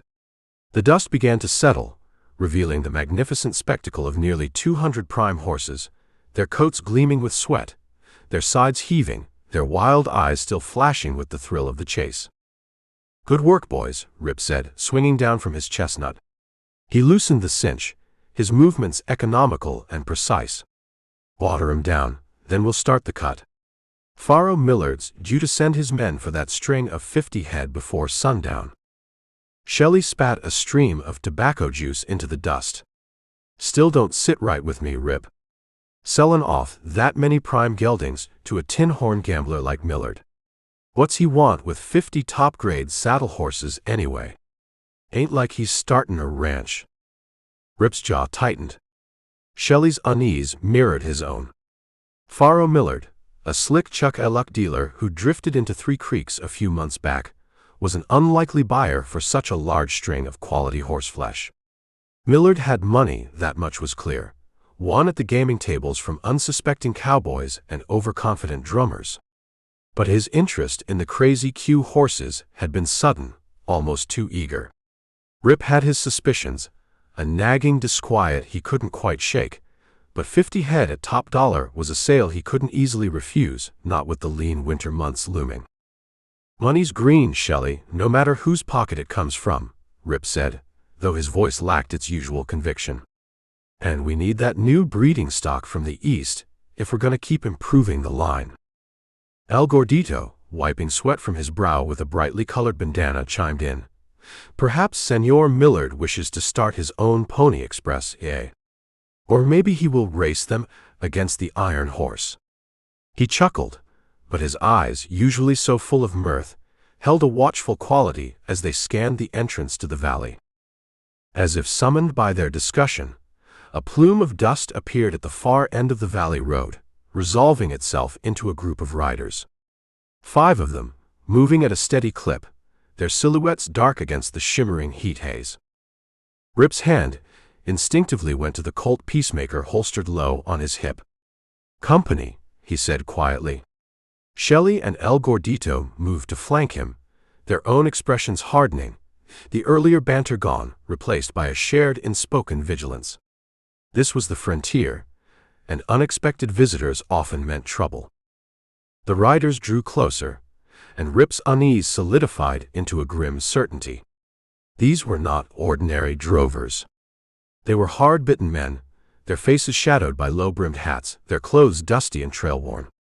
Each man was heavily armed, their gun belts johnny-jing with the weight of revolvers, and rifles were slung in saddle scabbards. They rode with a loose-limbed arrogance that bespoke a familiarity with violence. The leader, a man with a scarred face that looked like a badly healed burn and eyes as cold and flat as river stones, reined in his horse a few paces from Rip. A jagged white scar, puckered and ugly, ran from the corner of his left eye down to his jawline, giving his face a perpetual sneer. "Rip Campbell?" Scarface asked, his voice a rasp. He didn't offer a greeting, didn't touch the brim of his hat. "That's me," Rip replied, his voice even, his gaze steady. "You must be Millard's men." Scarface nodded curtly. "We're here for the horses. 50 head. Millard sent the gold." He gestured to a pair of heavy saddlebags on one of the pack mules they led. "Count 'em out when you're ready," Rip said, nodding towards the corral. "My men will give you a hand with the cut." Scarface's cold eyes flickered over Shelley and El Gordito, then lingered on Rip. "We can manage. Just point us to the ones Millard picked out." There was an insolence in the man's tone, a barely veiled contempt that set Rip's teeth on edge. These weren't just hired hands, they were gunmen, pure and simple. What in blazes did Faro Millard need with a crew like this, just to pick up a string of horses? "The geldings in the North Pen," Rip said, his voice like flint. "All broke, all sound. Take your pick of 50.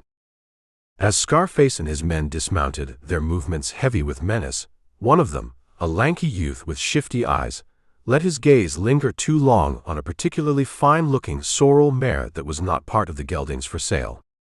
"That's a right purty piece of horseflesh," the youth drawled, reaching out a hand towards the mare's muzzle. Before anyone could react, there was a blur of motion, a silver streak arcing through the sunlit air. Thwack! A long-bladed throwing knife embedded itself deep into the top rail of the corral, mere inches from the youth's outstretched hand. The wood splintered, the knife quivering like a live thing. The youth snatched his hand back, as if he'd touched a hot stove, his face paling beneath its layer of grime. Scarface and his men whirled, hands dropping to their guns. El Gordito stood 20 feet away. Another identical knife now balanced delicately in his massive hand, his dark eyes no longer laughing but narrowed into dangerous slits. "Senor," he said, his voice a low, deadly purr, "the senorita, she is not for sale. And she does not appreciate uninvited attentions." The air crackled with tension, thick and heavy as a summer thunderstorm. For a long moment, no one moved, no one spoke. The only sound was the nervous stamping of the horses and the distant sigh of the wind in the pines. Rip Campbell didn't move a muscle, his gaze locked on Scarface, his hand hovering near his Colt. Chapter 12. A Circus. In 3 Creeks. Shelley McGuire's incredulous voice was tinged with the delight of a boy promised a peppermint stick. "You pullin' my leg, Gordito. Last time we had anything resembling a show in this town was when that fellow with the dancing bear got drunk and the bear started serving drinks at the Longhorn." El Gordito, his usually jovial face alight with mischief, spurred his horse alongside Rip's as they topped the rise overlooking the town. "No, mi amigo, it is true. See for yourself. El Cerso ha legado." He swept his arm out with a grand gesture, nearly unseating himself in his enthusiasm. Rip Campbell reined in his chestnut, a slow smile touching his lips as he surveyed the scene below. Three Creeks, usually a dusty workaday collection of weathered wooden buildings under the vast Wyoming sky, was transformed. A riot of colorful canvas tents, like giant, garish mushrooms, had sprouted at the edge of town near the cottonwoods that lined the creek. Brightly painted banners, snapping and fluttering in the afternoon breeze, proclaimed in bold if somewhat chipped lettering, Professor Phineas T. Faraday's Grand Union Circus and Congress of Curiosities.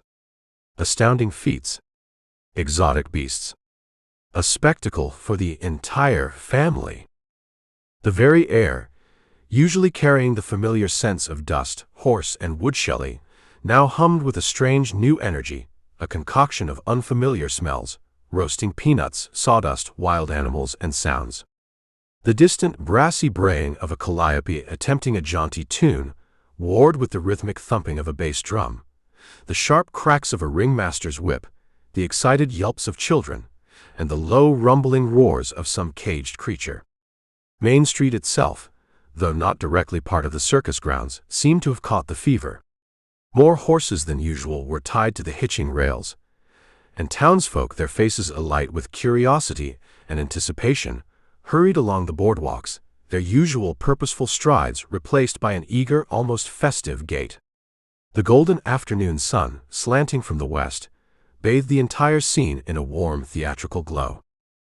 "Well, I'll be," Rip murmured, a rare note of wonder in his voice. A circus. It was a potent lure, a splash of impossible color and exotic excitement in the often monochromatic landscape of their hard-scrabble lives. "Reckon the boys have earned a bit of spectacle after that roundup." Shelley was already halfway down the slope. "Last one to the candy butcher's a rotten egg," he yelled back, his earlier tension with Scarface's crew seemingly forgotten in the face of this unexpected delight. Rip and El Gordito followed at a more measured pace, the big Mexican humming a lively fandango under his breath. As they rode down Main Street, the festive atmosphere was palpable. Even the stoic facade of the Mercantile seemed to have brightened, its windows reflecting the colorful chaos. Children, their faces sticky with pilfered sweets, darted between unmasons and odd fellows, their laughter echoing in the clear air. But beneath the surface gaiety, Rip sensed an undercurrent, a tension that had little to do with the usual Saturday night ebullience of a frontier town. He saw knots of men gathered outside the Longhorn Saloon, their voices low and serious, their gazes occasionally flicking towards the circus grounds with something other than simple curiosity. He recognized some of Scarface's hard-faced crew among them, their presence a discordant note in the otherwise cheerful symphony. His earlier unease about Faro Millard and the horse deal returned, sharp and insistent. "Something ain't right here, Gordito," Rip said quietly, his eyes scanning the street. "Too many hard cases for a town this size, even with a circus in town." El Gordito's smile faded. "See, Patron. I feel it too. Like a rattler in the woodpile. You do not see him, but you know he is there." Their attention was drawn to a commotion near a makeshift canvas enclosure set up across from the sheriff's office. A crowd had gathered around a brightly painted wagon, upon which stood a man with a booming voice and a vest even more flamboyant than the circus banners. He was a big man, fleshy, with a florid complexion and small shrewd eyes that darted over the assembled crowd. A green baize cloth covered a table before him, upon which 3 walnut shells and a pea danced under his nimble fingers. "Step right up, gentlemen, step right up," the man bellowed, his voice oiled with false bonhomie. "Test your eyes, test your luck. The hand is quicker than the eye. Where's the little pea? A wager, gentlemen, a simple wager." Rip's eyes narrowed. He recognized the man. It was Faro Millard. Not at a chuck-a-luck table today, but running a shell game, fleecing the gullible with practiced ease. So this was how the gambler spent his afternoons when he wasn't buying up prize horseflesh with suspicious-looking gunmen. As Rip watched, a young cowboy, his face flushed with drink and bravado, slapped a silver dollar down on the table, pointing confidently to one of the shells. Millard, with a theatrical flourish, lifted the shell. Empty. The cowboy's face fell, and Millard pocketed the coin with a smug chuckle. Rip dismounted, handing his reins to El Gordito. "Stay here. Keep an eye on things." He pushed his way through the small crowd, his expression unreadable. Millard, spotting Rip, gave a start, his jovial mask slipping for a fraction of a second before being quickly restored. "Well, well. If it isn't Mr. Campbell himself. Come to try your luck, rancher? Or perhaps you're looking for another horse trade?" His eyes held a knowing glint. "Not today, Millard," Rip said, his voice quiet but carrying an edge that made several onlookers step back. "Though I am curious. That string of geldings you bought, you putting them to the plow or starting a delivery service?" Millard laughed, a little too loudly. "A businessman has diverse interests, Campbell. Let's just say I have plans for them. Big plans." He gestured towards a crudely drawn target tacked to the side of his wagon, a Colt revolver suddenly appearing in his hand as if by magic. "Perhaps a friendly wager of a different sort. Test of skill. 10 paces, 5 shots. Winner takes, say, this entire layout." He swept his hand over the shell game paraphernalia. Rip's gaze was steady. He knew Millard fancied himself a gunman, had heard the saloon boasts. This was a challenge, plain and simple, delivered in front of a crowd. To back down now would be to lose face, and in this country, face was everything. "Stakes seem a little low for a man with such big plans, Millard," Rip said coolly. "But I reckon I can spare the time." The crowd murmured, pressing closer. Shelley, having procured a bag of sticky popcorn, materialized at Rip's elbow, his eyes wide. This was better than any circus show. They paced off the distance. The air grew still, the festive sounds of the circus seeming to recede. Rip drew his Colt, the familiar weight a comfort in his hand. He faced the target, a simple circle chalked on a weathered board. Millard stood beside him, a smirk playing on his fleshy lips. "Your pleasure, Campbell," Millard said, gesturing with his gun. Rip raised his Colt, sighted briefly, and fired. The shot was a single sharp crack. A hole appeared dead center in the chalk circle. He fired 4 more times, so rapidly the shots almost blended into one, each bullet striking within a hair's breadth of the first. It was a masterful display of speed and accuracy. A low whistle went through the crowd. Millard's smirk faltered. He raised his own gun, took careful aim, and fired. His first shot was wide, kicking up dust to the left of the target. His next 2 were closer, but still outside the central ring. His 4th shot nicked the edge of the circle. His final shot, fired with a frustrated jerk, missed the board entirely. Silence. Then Shelley let out a whoop. "Looks like the crazy Q just went into the gambling business, boys." Rip holstered his Colt, his expression unchanged. "The layout's mine, Millard. And maybe next time you want to buy horses, you send men who know one end of a horse from the other, not a pack of cutthroats who look like they'd rather slit your throat than pay your price." Millard's face was a mask of fury, his florid complexion deepening to a dangerous purple. "You'll regret this, Campbell," he hissed, his voice low and venomous. "No one makes a fool of Pharaoh Millard." "Seems to me you do a fair job of that yourself," Rip said calmly, turning to gather up the walnut shells and the greasy pea. He had no interest in the gambling layout itself, but the principle and the public humiliation of Millard was satisfaction enough. His distrust of the man had solidified into a certainty. Pharaoh Millard was a snake, and a dangerous one at that. As he turned to leave, his gaze fell upon a young woman standing at the edge of the crowd. She was watching him, her expression unreadable. She was tall, with hair the color of spun copper caught by the afternoon sun, and eyes a startling shade of green like new spring leaves. There was a refined quality about her, a grace in her bearing that seemed out of place in the dusty chaos of 3 Creeks, yet she possessed an undeniable strength, a resilience in the set of her jaw. Their eyes met for a fleeting instant, a spark of awareness passing between them, before she turned and was swallowed by the throng moving towards the main circus tents. Rip felt a strange tug, a flicker of curiosity, a memory of another time, another place quickly suppressed. He didn't know who she was, but the brief image of her, her vibrant hair and those startling green eyes lingered in his mind as he rejoined Shelley and El Gordito.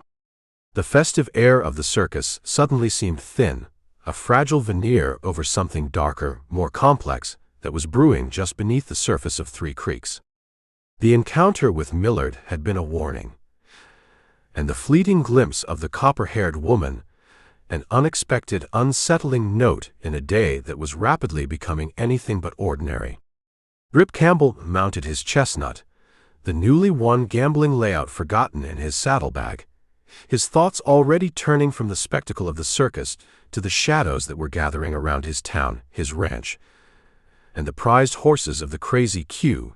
He settled his hat lower, his gaze sweeping the street, a silent promise in his eyes that whatever trouble Pharaoh Millard and his ilk intended, they would find him ready.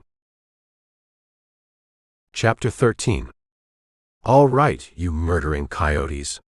Party's over. This is the law speakin', and I'm givin' you one chance to come out with your hands empty. Doggy Runnel's voice, raw and surprisingly steady despite the tremor in his hands, echoed across the sun-scorched desolation of Lost Gulch. The noonday sun beat down with a relentless, metallic glare, baking the crumbling stone walls of the rock jail and transforming the surrounding gulch into a bewildering maze of stark, bleached sunlight and deep, impenetrable shadows.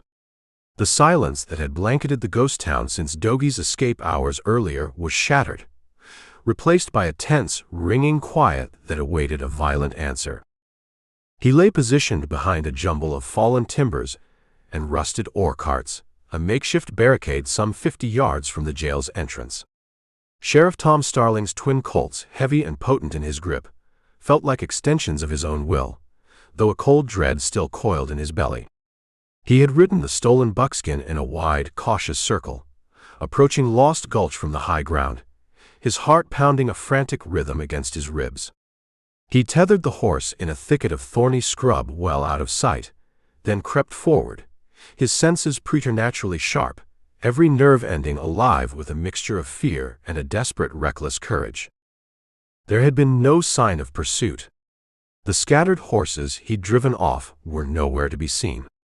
He could only assume Trawler and the others were still inside the rock jail, either sleeping off their night's exertions or, more likely, fuming at their predicament. He prayed the second key, the one he'd used to lock them in, had held. A muffled shout came from within the jail, followed by a string of curses that were chillingly clear in the still air. Who the hell is that? One of Starling's deputies? It was Hez Iranian's gravelly voice. Sounds more like a damn kid. Johnny Whipper's rougher tones answered. It's that Runnels brat. Trawler's voice, sharp with fury, cut through the others. He must have circled back. The little whelp locked us in. A sudden, furious banging erupted from inside the jail, the heavy oak door shuddering under the assault. Then, the unmistakable ear-splitting roar of a gunshot from within, followed by another, and another. Splinters flew from the outside of the door. They were trying to shoot the lock out. Doggy flattened himself further behind his barricade, the acrid scent of gunpowder already sharp in his nostrils. This was it. The moment he had ridden back for, the confrontation he both craved and dreaded. He raised one of Tom's Colts, its barrel surprisingly steady in his two-handed grip. He sighted down its length, his father's remembered words about breathing and trigger squeeze a faint whisper in his mind. Don't fight it, son. Let the gun become part of you. Squeeze, don't jerk. And always know what's behind your target. The firing from inside stopped abruptly. Doggy held his breath, listening. It's no good, Hez. Jep Hope's booming voice complained. This door's too thick. Wasting lead. There's gotta be another way out. Bugs whined, his voice laced with panic. Those back windows are barred tighter than a drum. Dogie decided to press his meager advantage. Hez Iranian. Trawler. You're trapped. Throw out your guns and come out slow. You got no chance. He tried to make his voice sound deeper, more authoritative than he felt. He was just a boy, playing a deadly game with men who killed for a living. A chilling laugh answered him, Trawler's silken tones dripping with contempt. Trapped are we, boy? You think one freckle-faced runaway with a stolen pistol can hold us? We'll be out of here before sundown, and when we are, you'll be the first one we pay a visit to. Give it up, Trawler. Dogie shouted back, his voice gaining a desperate edge. You can't win. Then, from a narrow arrow slit near the top of the jail wall, a puff of Shelley, and the simultaneous whine of a bullet ricocheting off a rusted ore cart inches from Dogie's head. He yelped, ducking instinctively, a searing pain suddenly lancing through his left shoulder. He cried out, dropping the Colt as he clutched at the wound. Blood, hot and slick, welled between his fingers. He'd been hit. The shock of it, the sudden, brutal reality of pain, almost made him pass out. For a moment, the sun-drenched gulch swam before his eyes, the stark shadows wavering. He could hear the outlaws jeering from inside the jail. Got the little sparrow, did I? Johnny Whipper crowed. Just winged him. Next one'll pluck his feathers proper. Fear, cold and sickening, threatened to overwhelm Dogie. He was alone, wounded, outgunned. What had he been thinking, coming back here? This wasn't heroism. It was suicide. He should run, get back to the buckskin, ride for 3 Creeks as fast as the horse could carry him, find Tom, confess everything. But then he saw his father's face in his mind's eye, stern but not condemning. He felt the phantom weight of Tom Starling's trust, betrayed but perhaps not irrevocably broken. He thought of the stagecoach on the Yuba Road, unsuspecting passengers riding towards a deadly ambush. No. He couldn't run. Not now. Gritting his teeth against the throbbing agony in his shoulder, Dogie fumbled for the fallen Colt. His sleeve was already soaked with blood, his vision blurring intermittently. He blinked hard, trying to focus. He retrieved the gun, his hand slick and unsteady. He switched it to his right hand, the one still uninjured, and picked up the second Colt with his left, though his grip was weak and his arm trembled from the pain. He had to make them believe he wasn't alone. He had to make them think twice about trying to break out. That all you got, Whipper? Dogie yelled, his voice strained but defiant. He fired one of the Colts towards the arrow slit, the shot going wide but kicking up a spray of stone dust near the opening. You call that shootin'? He fired again, then a third time, aiming at different points on the jail wall, trying to create the illusion of multiple assailants. The roar of the heavy-caliber revolvers echoed through the gulch, a desperate, defiant fusillade. He's still out there. Bugs shrieked from inside. Sounds like a whole damn posse. It's just the kid, you yellow-livered curs. Hez Iranian roared, but there was a new note of uncertainty in his voice. He can't keep that up for long. Somebody find something to pry these damn bars loose. Dogie knew he was running on borrowed time and dwindling ammunition. The pain in his shoulder was a relentless, fiery torment, and a wave of dizziness washed over him. He pressed his wounded shoulder hard against the rough timber of his barricade, trying to staunch the bleeding, trying to clear his head. He saw movement at one of the small barred windows on the side of the jail.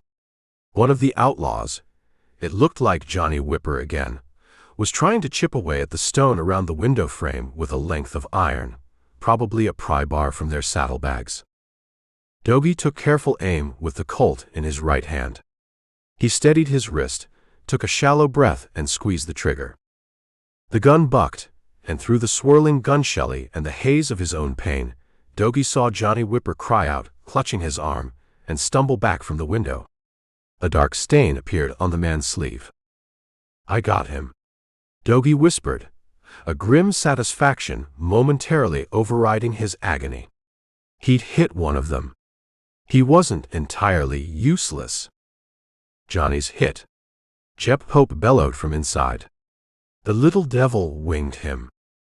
The firing from inside intensified, bullets thudding into the timbers around Dogie, whining off the rusted metal of the ore carts. He hunched lower, making himself as small a target as possible, firing back sporadically, conserving his precious bullets, trying to make each shot count. The sun beat down, the heat reflecting off the rocks until the gulch felt like a furnace. His throat was parched, his lips cracked. His vision kept blurring, and the edges of the world seemed to shimmer and fade. He knew he was losing a lot of blood. "Surrender, Iranian," he croaked, his voice barely a whisper now. "It's over. You can't get away." He didn't know if they could even hear him. He was fading, the strength seeping out of him with his blood. But he wouldn't give in. He would hold them here as long as he had a breath left in his body, a bullet left in his guns. He leaned against the barricade, the twin Colts still clutched in his hands, the sunlit desolation of Lost Gulch, a stark backdrop to his desperate, solitary stand. Chapter 14. He's headed for the old livery corral, the one back of Sutton's defunct freight office, Shelley reported, his voice a low rasp as he materialized from the deepening twilight shadows beside Rip. Moving like a man with secrets to keep, not just a gambler counting his ill-gotten gains. Rip nodded, his face grim. They were concealed in a dense thicket of chokecherry and wild plum that bordered a wooded gully, a stone's throw from the dilapidated corral on the outskirts of Three Creeks. The last vestiges of sunset bled crimson and violet along the western horizon, silhouetting the jagged peaks of the Shoshones in stark relief. A sliver of moon, pale and uncertain, was beginning to assert itself in the darkening sky. From the direction of the main town, carried on the cooling evening breeze, drifted the incongruous sounds of Professor Faraday's Grand Union Circus, the oom-pa of a brass band, the distant roar of a lion, bursts of manufactured laughter, a bizarre counterpoint to the tense, silent vigil Rip and his men were keeping. After the public confrontation with Faro Millard at the shell game, Rip's conviction that the gambler was involved in something far more sinister than petty swindles had solidified. He'd had Shelley and El Gordito keep a discreet watch on Millard, and their patience had paid off. As dusk settled, Millard had been seen leaving the Longhorn Saloon, not heading for his rented room, but skulking toward this deserted end of town.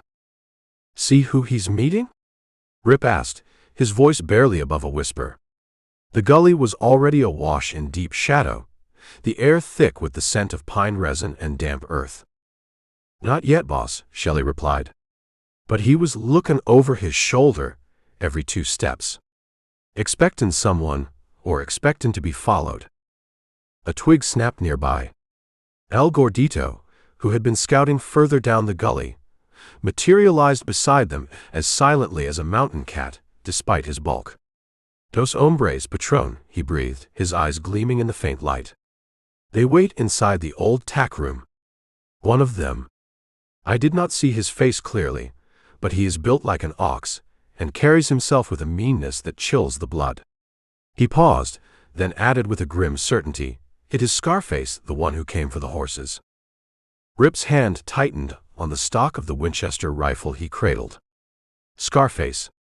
So Millard was tied in with that hard crew. The horse sale had been more than just a transaction. It had been a pretext, a blind.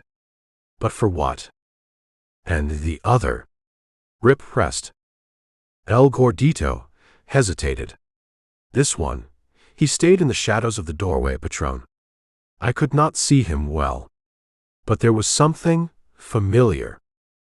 Before Rip could question him further, a lone figure emerged from the darkness surrounding the far side of the corral, moving with a furtive haste towards the dilapidated tack room. It was Faro Millard. He slipped inside, and for a moment all was quiet save for the distant, mocking gaiety of the circus music.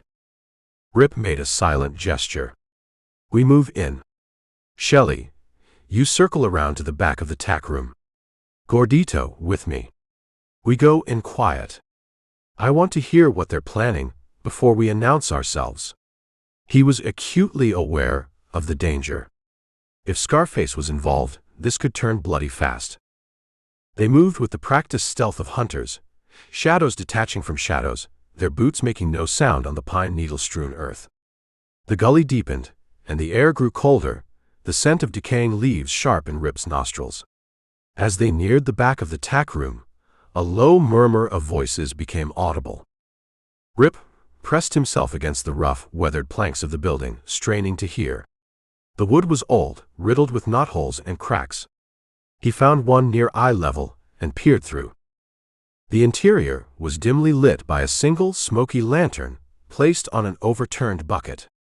He could see Faro Millard, his fleshy face animated as he spoke, gesturing emphatically. Opposite him stood Scarface, his brutal features set in a sullen scowl. And then Rip's blood ran cold. Lounging on a broken-down cot in the corner, half hidden in shadow but unmistakable in his arrogant posture, was a man Rip Campbell had thought long dead.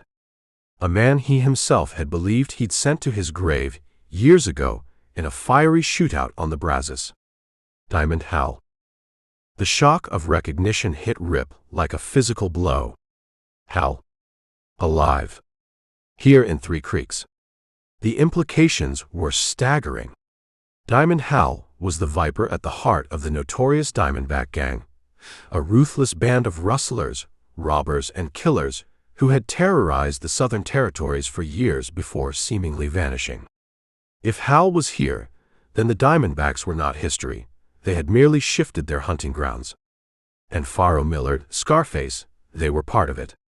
The horse deal, the 50 prime geldings, they weren't for racing or ranching, they were for outlaws, for fast getaways, for night raids.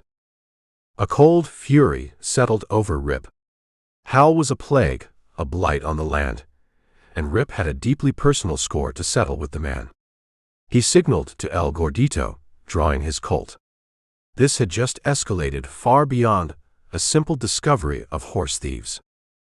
Just as he was about to make his move, a new sound intruded, the soft footfall of someone approaching from the direction of the main corral. Rip cursed silently.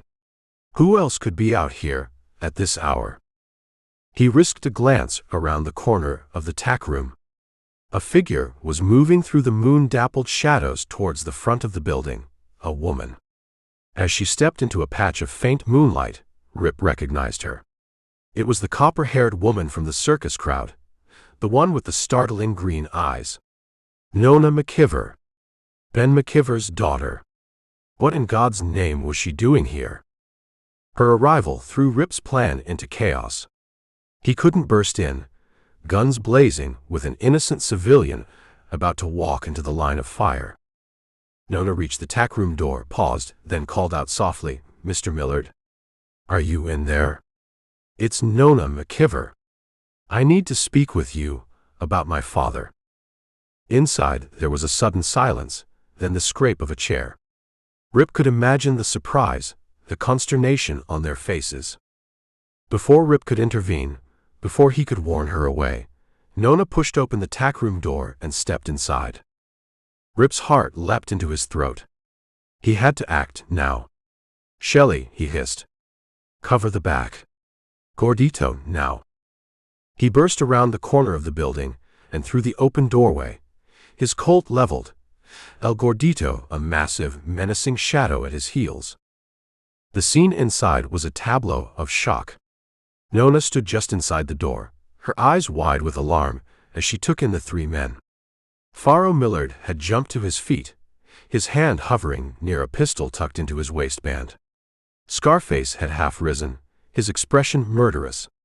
Diamond Hal, however, remained seated on the cot, a slow, cruel smile spreading across his face as he recognized Rip. "Well, well, Campbell," Hal drawled, his voice like silk sliding over gravel. "Fancy meeting you here. It's been a long time. I almost didn't recognize you without the smell of burning brush and desperation clinging to you." "Hal," Rip bit out, his voice tight with hatred. "I should have made sure you were dead." Many have tried, Hal said with a shrug. Nona looked from Rip to Hal, then back to Rip, her face a mask of confusion and dawning fear. Rip. What is this? What's going on? Who is this man? Then her eyes fixed on Hal, and a small gasp escaped her. You're the man who was with my father Bonanza at the train station in Cheyenne. You said you were his partner. Before Hal could reply, Scarface made his move. With a roar he lunged, not at Rip, but at Nona, grabbing her, trying to use her as a shield. Rip fired, a snapshot instinctively. The bullet caught Scarface high in the chest. The big man grunted, staggered back, his grip on Nona loosening, his eyes wide with surprise and sudden agony before he crashed to the floor. Faro Millard, seeing his chance, dived for the door. Rip swung his Colt towards him, but Hal was already moving, surprisingly fast for a man his size. He kicked over the lantern, plunging the tack room into near darkness, save for the faint moonlight filtering through the doorway. Get him! Rip yelled to El Gordito, who was already grappling with Hal in the sudden gloom. There was the sound of a heavy blow, a grunt of pain. Rip lunged after Millard, who had scrambled out the door and was disappearing into the darkness of the gully. Rip fired twice into the shadows where he'd last seen the gambler, but there was no answering cry, only the sound of receding footsteps. He whirled back to the tack room. El Gordito stood over a groaning figure on the floor, not Hal. He slipped away a Patron. Like an eel covered in grease. Went out the back, through Shelley's side, I think. Shelley appeared in the doorway, his face grim. He came out like a bat out of hell, Rip. Fired wild, then vanished into the trees before I could get a clear shot. Too dark. Diamond Hal and Faro Millard were gone. Escaped. Leaving behind the dead body of Scarface. Rip turned to Nona, who stood pale and trembling against the wall, her eyes fixed on Scarface's lifeless form. Are you all right, Miss McKeever? She didn't answer him directly. Her gaze lifted to his, no longer confused, but filled with a dawning, terrible accusation. You said Diamond Hal was dead. Years ago. You told my father that. You lied. Her voice was a shaken whisper, but it cut Rip deeper than any bullet. My father, he's been missing for 2 days. He trusted that man. He trusted you. The distant, jaunty music of the circus drifted into the sudden, heavy silence of the tack room, a mocking counterpoint to the fresh corpse on the floor, and the raw, bitter accusation in Nona McKeever's eyes. Rip Campbell looked from the dead outlaw to the woman whose trust he had just irrevocably lost, a cold frustration coiling in his gut. The shadow of the Diamondbacks had fallen not just on his ranch, but now, it seemed, on everything he held dear. Chapter 15. They're pushing him hard, Rip. Driving that bunch straight for the Broken Bluff cutoff. Another hour, and they'll have him across the river and onto Bar X Range before we can even think about heading him off. McGuire's words were clipped, his face illuminated by the dying embers of a hastily built cook fire, etched with frustration and weariness. The vast rolling plains beyond Three Creeks stretched out around them, an immense darkening canvas under a sky, slowly transitioning from the vibrant purples and golds of dusk to the deep indigo of full night. The distant, snow-dusted peaks of the Shoshone Mountains, which had earlier gleamed with an ethereal alpine glow, were now fading into somber silhouettes against the first scattering of stars. A cool evening breeze whispered through the tall buffalo grass, carrying the scent of dry earth and the faint, mournful lowing of distant cattle. Crazy Q cattle, Rip Campbell knew with a cold certainty, being driven where they didn't belong. Rip stared into the fire, the orange flames dancing in his hazel eyes, reflecting a grim determination. He, Shelley, and El Gordito had been riding the fence lines for 2 days straight, ever since the disastrous encounter in the tack room with Diamond Hal and Nona McKeever. The escape of Hal and Millard had left a bitter taste in Rip's mouth, a sense of unfinished business that gnawed at him. Nona's accusation, her shattered trust, had been a blow more personal, more deeply felt than he cared to admit. He had tried to explain, to warn her further about Hal and her father's perilous association, but she had been beyond listening, her grief and disillusionment a wall between them. And now this. A new threat, closer to home, striking at the very heart of the crazy Q. For weeks there had been minor irritations. A cut fence here, a few head of steers mysteriously vanished there. Annoyances Rip had attributed to common rustlers, or the harsh realities of ranching in a territory where boundaries were often ill-defined, and respect for a neighbor's property even more so. But this was different. This was organized. This was brazen. "It's Colton, damn his hide," Rip said, his voice a low growl. He picked up a stick and jabbed it into the fire, sending a shower of sparks into the darkness. "Vance Colton and his Bar X crew. He's been eyeing our water rights on the Sweetwater Fork since he bought out the old Henderson spread last spring." Vance Colton. The name itself seemed to carry a chill. Colton was a newer arrival in the territory, a ruthless cattleman from down Texas way, with a reputation for expanding his holdings by any means necessary.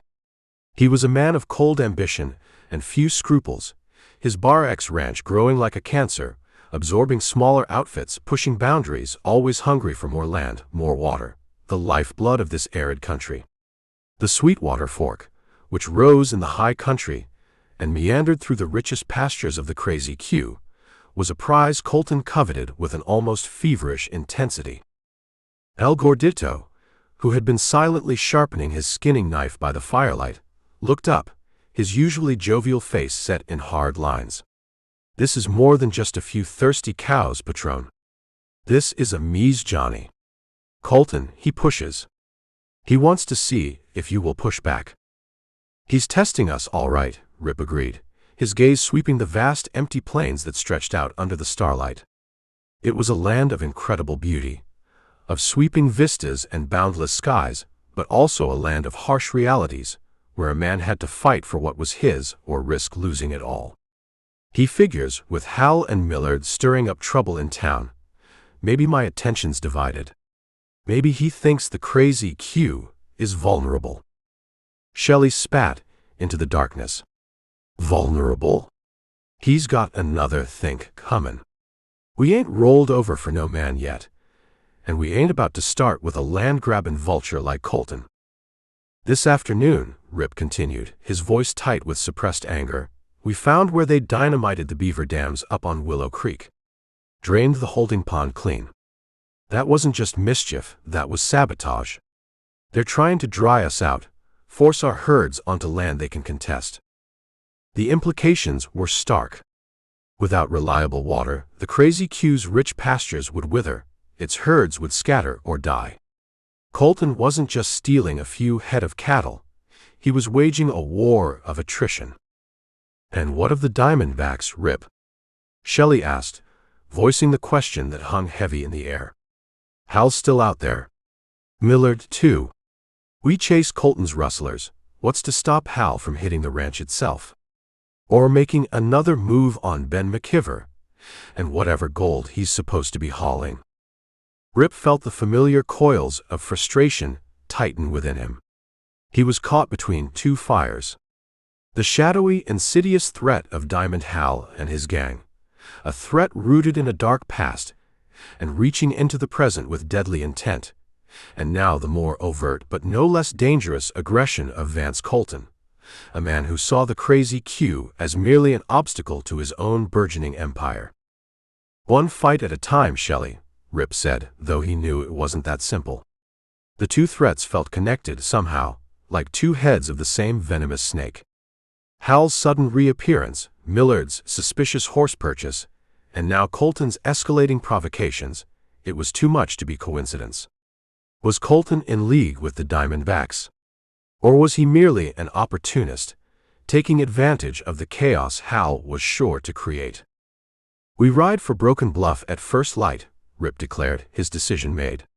"We'll cut them off, retrieve those steers, and send a Mies Johnny of our own back to Colton. The crazy Q doesn't break easy. He looked at his two companions, their faces illuminated by the flickering firelight, their expressions mirroring his own grim resolve. "It'll be a long night, and a longer day tomorrow." El Gordito tested the edge of his knife with his thumb, a glint of cold steel in his eyes. "Perhaps these Bar-X hombres, they have never seen what happens when you poke a sleeping grizzly with a sharp stick, eh, Patron?" Rip's lips curved into a humorless smile.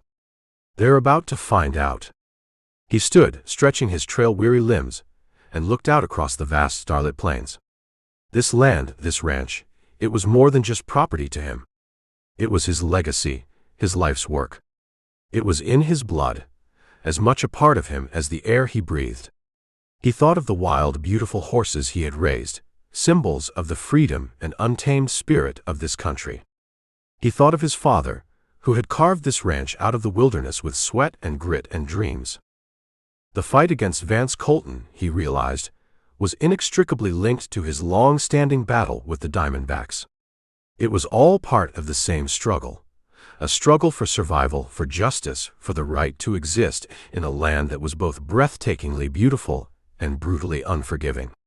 It was a fight against the encroaching darkness, whether it came in the guise of a ruthless cattle baron or a shadowy outlaw gang.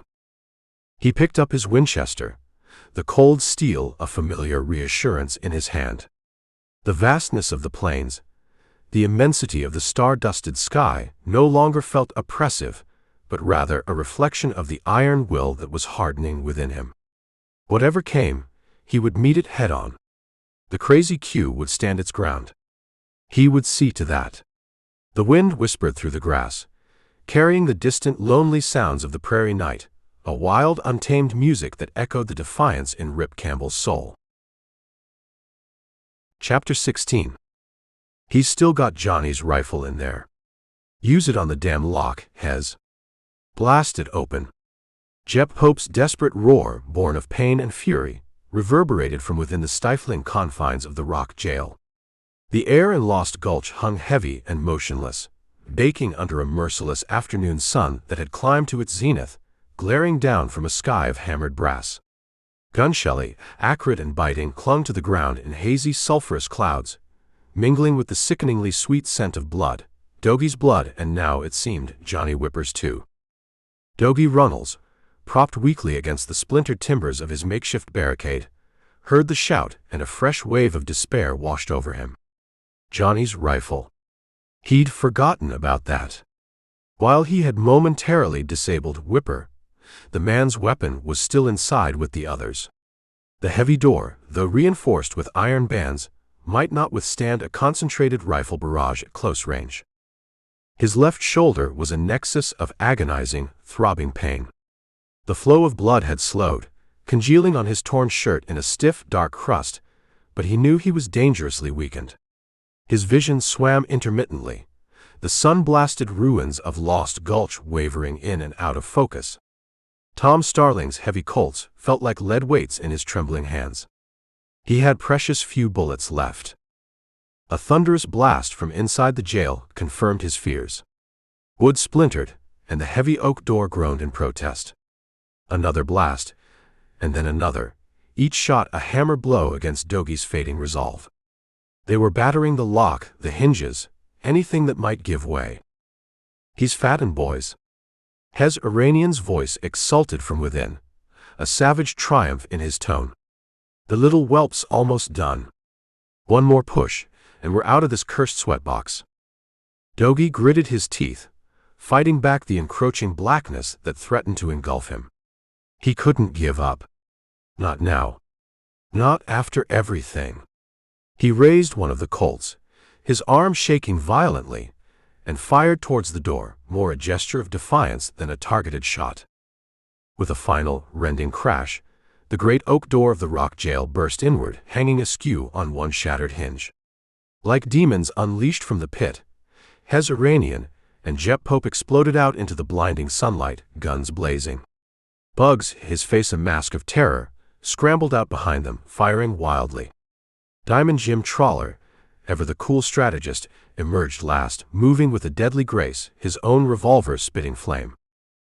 Dogie, exposed and outnumbered, felt a cold certainty of his own imminent demise. He squeezed the trigger of the Colt in his right hand, then the one in his left, the shots roaring in defiance. He saw Jep Hope stumble, clutching his leg with a howl of pain, but the others came on, a relentless, murderous tide. Bullets whined past Dogie's head, thudding into the timbers around him, kicking up spurts of dust at his feet. He was fumbling to reload, his fingers slick with his own blood, his vision a blur, when a new sound cut through the cacophony of gunfire. The unmistakable, authoritative roar of a Winchester rifle, fired from the high ground overlooking the gulch. Hez Iranian, who had been chowing straight for Dogie's barricade, suddenly cried out, a choked, gurgling sound, and pitched forward onto his face, his gun flying from his grasp. He lay still, a dark stain blossoming on his back. What in the... Jep Hope, momentarily forgetting his wounded leg, stared wildly around. Another rifle shot, and Bugs, who had been trying to circle around Dogie's flank, yelped like a kicked cur and crumpled to the ground, his pistol skittering away into the dust. Then a figure appeared on the ridge above them, a man as solid and unyielding as the ancient rock itself, Sheriff Tom Starling. He stood tall against the blazing sky, his Winchester smoking in his hands, his face a grim mask of righteous fury. Trawler. Tom's voice boomed across the gulch, a voice that promised retribution. Your murdering days are done. Diamond Jim Trawler, who had taken cover behind a crumbling stone wall, whirled to face this new, unexpected threat. His usual composure was gone, replaced by a snarl of feral rage.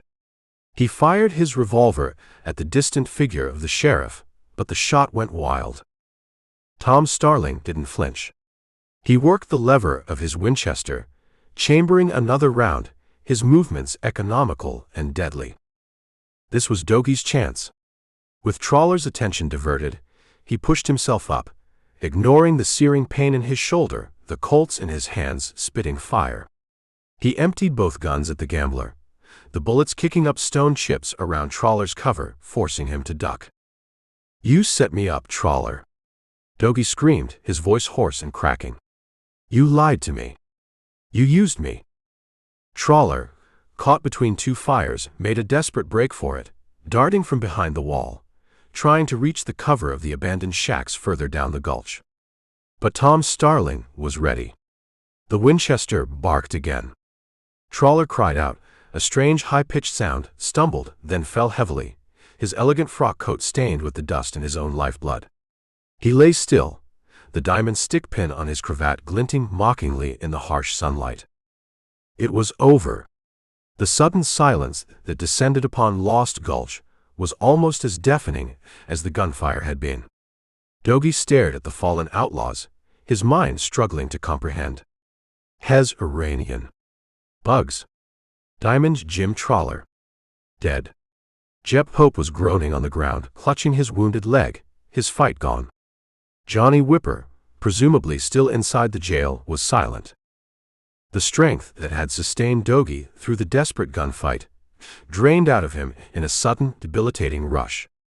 The twin Colts slipped from his nerveless fingers. The sun-drenched gulch began to spin around him, the stark shadows and brilliant light merging into a dizzying vortex. He swayed on his feet, then crumpled to the ground, the world dissolving into a merciful blackness. When he came to, Tom Starling was kneeling beside him, his weathered face etched with a concern Dogie had never seen there before. The sheriff was expertly bandaging Dogie's wounded shoulder with a strip of cloth torn from his own shirt. Easy now, son, Tom said, his voice surprisingly gentle. You took a nasty hit, but it looks like the bullet went clean through. You're gonna be all right. Dogie stared up at him, his vision still blurry, his mind foggy. Tom. I'm sorry, he whispered, the words catching in his throat. The key. I stole it. It's all my fault. Tom finished tying off the bandage, then met Dogie's gaze.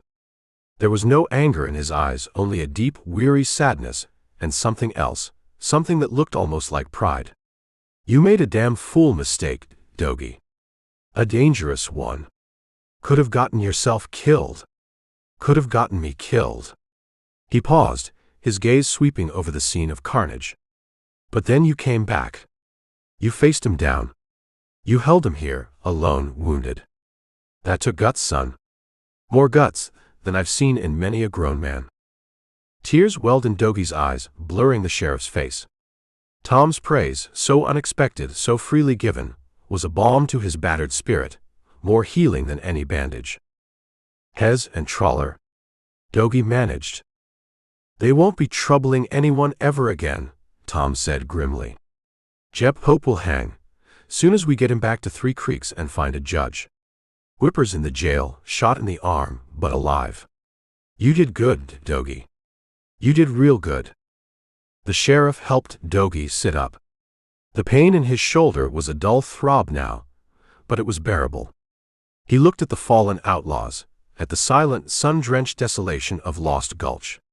It felt like a lifetime ago that he had stood on Boot Hill, dreaming of six-gun glory.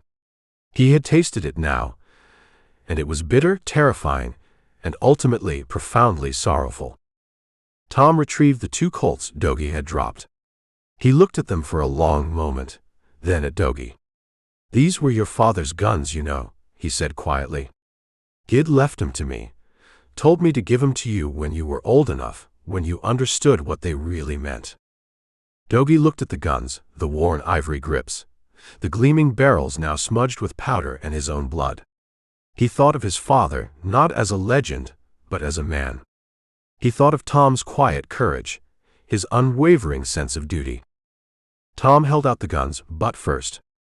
"Reckon you earned 'em today, Dougie. Not because you killed, but because you found the courage to stand for what's right, even when you were scared spitless, even when it was your own mistake you were trying to fix." Dougie reached out a trembling hand and took the Colts. They felt different now, heavier, imbued with a meaning he was only just beginning to understand.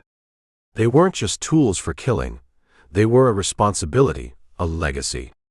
The sun, beginning its slow descent towards the western peaks, bathed Lost Gulch in a warm golden light, and for the first time in what felt like an eternity, Dougie Runnels felt a glimmer of hope, a quiet sense that perhaps, just perhaps, he might one day become a man his father and Tom Starling could truly be proud of.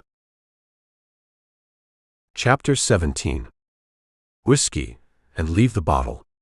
Rip Campbell's voice was low and gravel-edged, cutting through the boisterous din of the Longhorn Saloon. He tossed a silver dollar onto the scarred, beer-sticky surface of the bar, the coin spinning briefly before settling with a decisive clink. The Longhorn, Three Creeks' premier, and largely only purveyor of strong drink and dubious entertainment, was a microcosm of the frontier itself, loud, smoky, and pulsing with a raw, untamed energy. The air, thick enough to slice with a bowie knife, was a miasma of cheap cigar shelly, stale beer, unwashed bodies, and the faint lingering scent of gunpowder that seemed to cling to the very timbers of the place. Antlered heads of deer and elk, their glass eyes staring with a perpetual, dusty surprise, adorned the rough-hewn log walls, interspersed with faded wanted posters and advertisements for patent medicines promising cures for everything from consumption to lovesickness. Flickering kerosene lanterns, suspended from the low, shelly-blackened rafters, cast a ruddy, uncertain glow over the crowded room, painting the faces of the patrons in shades of amber and shadow. Outside, the Wyoming night was alive with the incessant, sawing hum of crickets and the distant, mournful howl of a coyote, sounds that barely penetrated the saloon's cacophony. Rip leaned against the bar, his shoulders slumped with a weariness that went deeper than mere physical exhaustion. The encounter with Vance Colton's rustlers 2 days prior had been brutal and swift. They had recovered the crazy Q steers, but not without cost. El Gordito had taken a nasty graze from a ricocheting bullet, and one of Colton's men had been left dead on the plains, a stark Mies Johnny delivered and received. The simmering war with the Bar X was far from over. And then there was Diamond Hal. The Outlaws' escape, Nona McKiver's cold accusation, Bonanza's continued worrying absence. These thoughts churned in Rip's mind, a bitter, unresolved brew. He poured a generous measure of rye into a grimy glass, the amber liquid catching the lamplight. He needed answers, and he needed them soon. The saloon was packed. Cowboys fresh off the trail, their pockets jingling with new wages, rubbed shoulders with taciturn prospectors nursing their dreams and their drinks. A few of Professor Faraday's circus performers, their grease paint incompletely scrubbed, added a splash of incongruous color to the otherwise drab assembly, their loud laughter and exaggerated gestures drawing curious stares. In a far corner, a tinny piano, manned by a listless musician with a drooping mustache, hammered out a mournful ballad that was largely ignored. Rip took a slow sip of the whiskey, its fiery bite doing little to soothe the disquiet in his soul. He was a man accustomed to solitude, to the clean air and wide-open spaces of the crazy queue.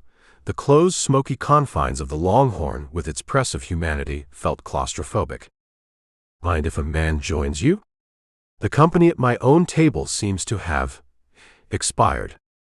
The voice was quiet, pitched low to be heard over the surrounding din, yet it possessed a curious carrying quality, a dry, almost academic precision. Rip turned his head slowly.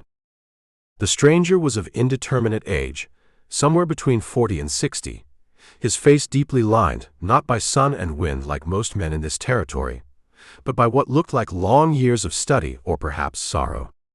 He was dressed in dark, sober clothes that, while not new, were clean and well-mended, a stark contrast to the flamboyant attire of the circus folk or the rough garb of the cowboys. His eyes, pale gray and surprisingly intense, seemed to absorb everything, missing nothing. He held a half-empty glass in one hand, and there was a weariness about him, a sense of quiet tragedy. Rip grunted a non-committal assent, pushing the bottle slightly towards the newcomer. The man nodded his thanks, refilled his own glass with a sparing measure, and leaned against the bar beside Rip. For a long moment they drank in silence, two solitary figures in a sea of boisterous revelry. Rip studied the stranger out of the corner of his eye. He wasn't a rancher, not a prospector, certainly not a gambler or a gunman. A preacher, perhaps. Or a schoolmaster down on his luck. "You're Rip Campbell of the Crazy Q," the stranger said finally, not as a question, but as a statement of fact. His voice was soft, yet it cut through Rip's preoccupation. Rip turned to face him more fully. "And you are a traveler. A student of human nature, you might say. And once, a long time ago, I knew a man named Gid Runnels." Rip's head came up sharply. Gid Runnels. Dogie's father. A legendary name in these parts.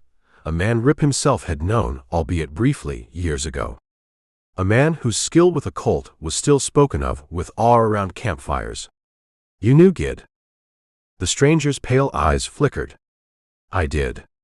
Rode with him for a season, before he settled in this territory. Before he met his end in that rock slide." He took a slow sip of his whiskey. "A good man, Gid. Straight shooter, in every sense of the word. Loyal to a fault. Perhaps too loyal in the end." There was a subtle emphasis on the last words that caught Rip's attention. "What do you mean by that?" The stranger swirled the whiskey in his glass, his gaze distant, focused on something beyond the smoky confines of the Longhorn. Gid had a partner, back then. Before he came to Wyoming. A man he trusted implicitly. A man who, I believe, ultimately betrayed that trust. A cold premonition touched Rip. "This partner, he have a name?" "He went by many names," the stranger said, his voice dropping even lower, forcing Rip to lean closer. "But the one Gid knew him by, the one that might still echo in these parts, was Hal. Diamond Hal." Rip felt the muscles in his jaw tighten. Hal. Always Hal. The name was a venomous thread, weaving its way through his past, poisoning his present. "Hal is no friend of Gid Runnels' memory," Rip said, his voice hard. "And no friend of mine." "So I have gathered," the stranger murmured. "It seems Mr. Hal has a talent for outliving his associates and his enmities." His gaze sharpened, fixing on Rip with an unnerving intensity. "He's here, isn't he?" In this territory. I've heard the whispers. Seen the shadows he casts. He's here, Rip confirmed, the words flat, devoid of emotion. And he's not alone, the stranger continued, his voice a low, insistent hum. He has allies. Men like this, Pharaoh Millard, who is more than just a common grifter. And he's interested in more than just your fine horses, Mr. Campbell. He's interested in gold. Ben McKiver's gold. Rip's head was spinning. How did this stranger know so much? About Hal, about Millard, about Bonanza's rumored gold strike. Who are you? Rip demanded, his hand moving unconsciously closer to the Colt at his hip. And how do you know all this? The stranger offered a faint, melancholy smile. Let's just say, I have an abiding interest in seeing Diamond Hal receive his final reckoning. And Gid Runnell's memory cleared of any shadow that man might have cast upon it. He leaned closer, his voice barely audible now above the saloon's roar. There's a secret from Gid's past, Mr. Campbell. Something Hal was involved in. Something that led to Gid leaving the Southern Territories under a cloud. Something that might explain Hal's particular interest in this region, and perhaps even in McKiver's gold. What secret? Rip pressed, his curiosity now a burning coal. But the stranger shook his head. Not here. Not now. Too many ears, too many eyes. He pushed himself away from the bar, placing his empty glass down with a quiet finality. But be warned, Mr. Campbell. The Diamondback plot is larger, more deeply rooted than you imagine. Hal is not a man to be underestimated. He plays a long game. He turned to leave, then paused, his pale eyes meeting Rip's one last time. Gid Runnell saved my life once. I'm merely trying to repay an old debt, in my own small way. Watch your back, Campbell.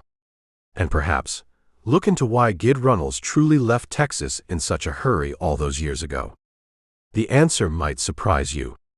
And it might just give you the leverage you need against Diamond Hal. And then, as silently and enigmatically as he had appeared, the stranger was gone, melting into the shifting throng of the saloon, disappearing as if he were a figment of the Shelley-filled air itself. Rip stared after him, a dozen questions burning on his tongue. He made a move to follow, to demand more answers, but the man had vanished utterly. He was left with a gnawing unease, a sense of deepening intrigue, and a new urgent line of inquiry. Gid Runnels past. A secret tied to Hal. He downed the rest of his whiskey in one fiery gulp, the liquor doing nothing to dispel the chill that had settled deep in his bones. The raucous laughter and tinny piano music of the Longhorn suddenly seemed a world away. He was alone again, with more questions than answers, the stranger's cryptic warning echoing in his mind. He pushed himself away from the bar, his course set. He would find out what Gid Runnels had been running from. He would uncover the truth behind Hal's connection to this land. And he would bring the full weight of the Diamondback's treachery crashing down around them. The fight had just become even more personal. Chapter 18. The trail was a mere ribbon of mottled sunlight and shadow, winding its way through a dense cathedral-like forest of lodgepole pine. The air, cool and crisp even at midday, was redolent with the sharp, clean scent of resin and damp earth. Sunlight, filtering through the high, interlocking canopy, cast dappled patterns on the needle-strewn ground, shifting and reforming with every whisper of the wind that sighed through the towering trees. It was a place of profound solitude, where the silence was broken only by the chatter of a hidden squirrel, the distant tap-tap-tapping of a woodpecker, or the soft thud of Nona McKiver's mare's hooves on the forest floor. Nona rode with a quiet determination, her slender frame erect in the saddle, her green eyes the color of moss agate in the filtered light, constantly scanning the trail ahead, searching for any sign, any track that might lead her to her father. Ben McKiver, a man whose optimism and wanderlust were as boundless as the Wyoming sky, had been missing for 3 days now. He had last been seen in the company of Diamond Hal, The man Rip Campbell insisted was a dangerous outlaw. The man Nona had initially believed to be her father's trusted new partner. Rip's accusation, delivered over the dead body of Scarface in that squalid tack room, had initially felt like a cruel lie, a desperate attempt to excuse his own violent actions. But a seed of doubt, insidious and persistent, had taken root. Her father, for all his prospecting savvy and boundless enthusiasm, possessed a trusting nature that sometimes bordered on naivete. He saw the good in people, often to his own detriment. And Diamond Hal, with his smooth talk and air of frontier experience, had certainly played the part of a reliable associate well.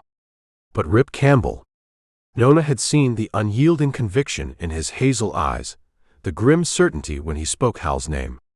It was a look that resonated with a harsh truth, a truth she was increasingly, reluctantly beginning to accept. She had left Three Creeks at dawn, telling no one of her intentions except for a brief, non-committal note left for the proprietor of the boarding house. The official search, led by a skeptical Deputy Wilkes, Sheriff Starling being away, escorting young Dogie Runnels back after some trouble at Lost Gulch, had yielded nothing but vague rumors and dead ends. Nona knew her father. He was not a man to disappear without a word unless something was terribly wrong. The local talk in Three Creeks was that Ben had struck it rich again, a new vein of gold even more promising than his last, and had simply gone off to celebrate or to secure his claim in Cheyenne or even further afield. But Nona knew the patterns of his enthusiasm. He would have told her. A fresh wave of anxiety washed over her. Hal's face, smiling and confident as he'd stood beside her father at the Cheyenne train station, now seemed a sinister mask. She pushed her mare, a sturdy little grulla, onward, following a faint set of tracks that might have been made by her father's familiar buckboard, or might just be another false hope leading deeper into the silent, indifferent wilderness. She had heard a rumor in a hushed conversation at the general store. A lone prospector, matching Bonanza's description, had been seen heading towards the old, played-out claims in the Wolf Creek Canyon area, reportedly with a companion. Wolf Creek Canyon was a wild, remote place, far from any traveled road. The solitude of the forest, which at first had felt oppressive, now seemed to amplify her resolve. Here, away from the pitying glances and hushed whispers of Three Creeks, she could think clearly. She was her father's daughter, after all. She possessed her own measure of his resilience, his stubborn refusal to give up. Rounding a bend where the trail dipped towards a shallow, fast-flowing stream, Nona pulled up sharply. A man lay huddled at the base of a large ponderosa. His garish circus costume, faded green satin and tarnished gold braid, a shocking splash of unnatural color against the muted tones of the forest.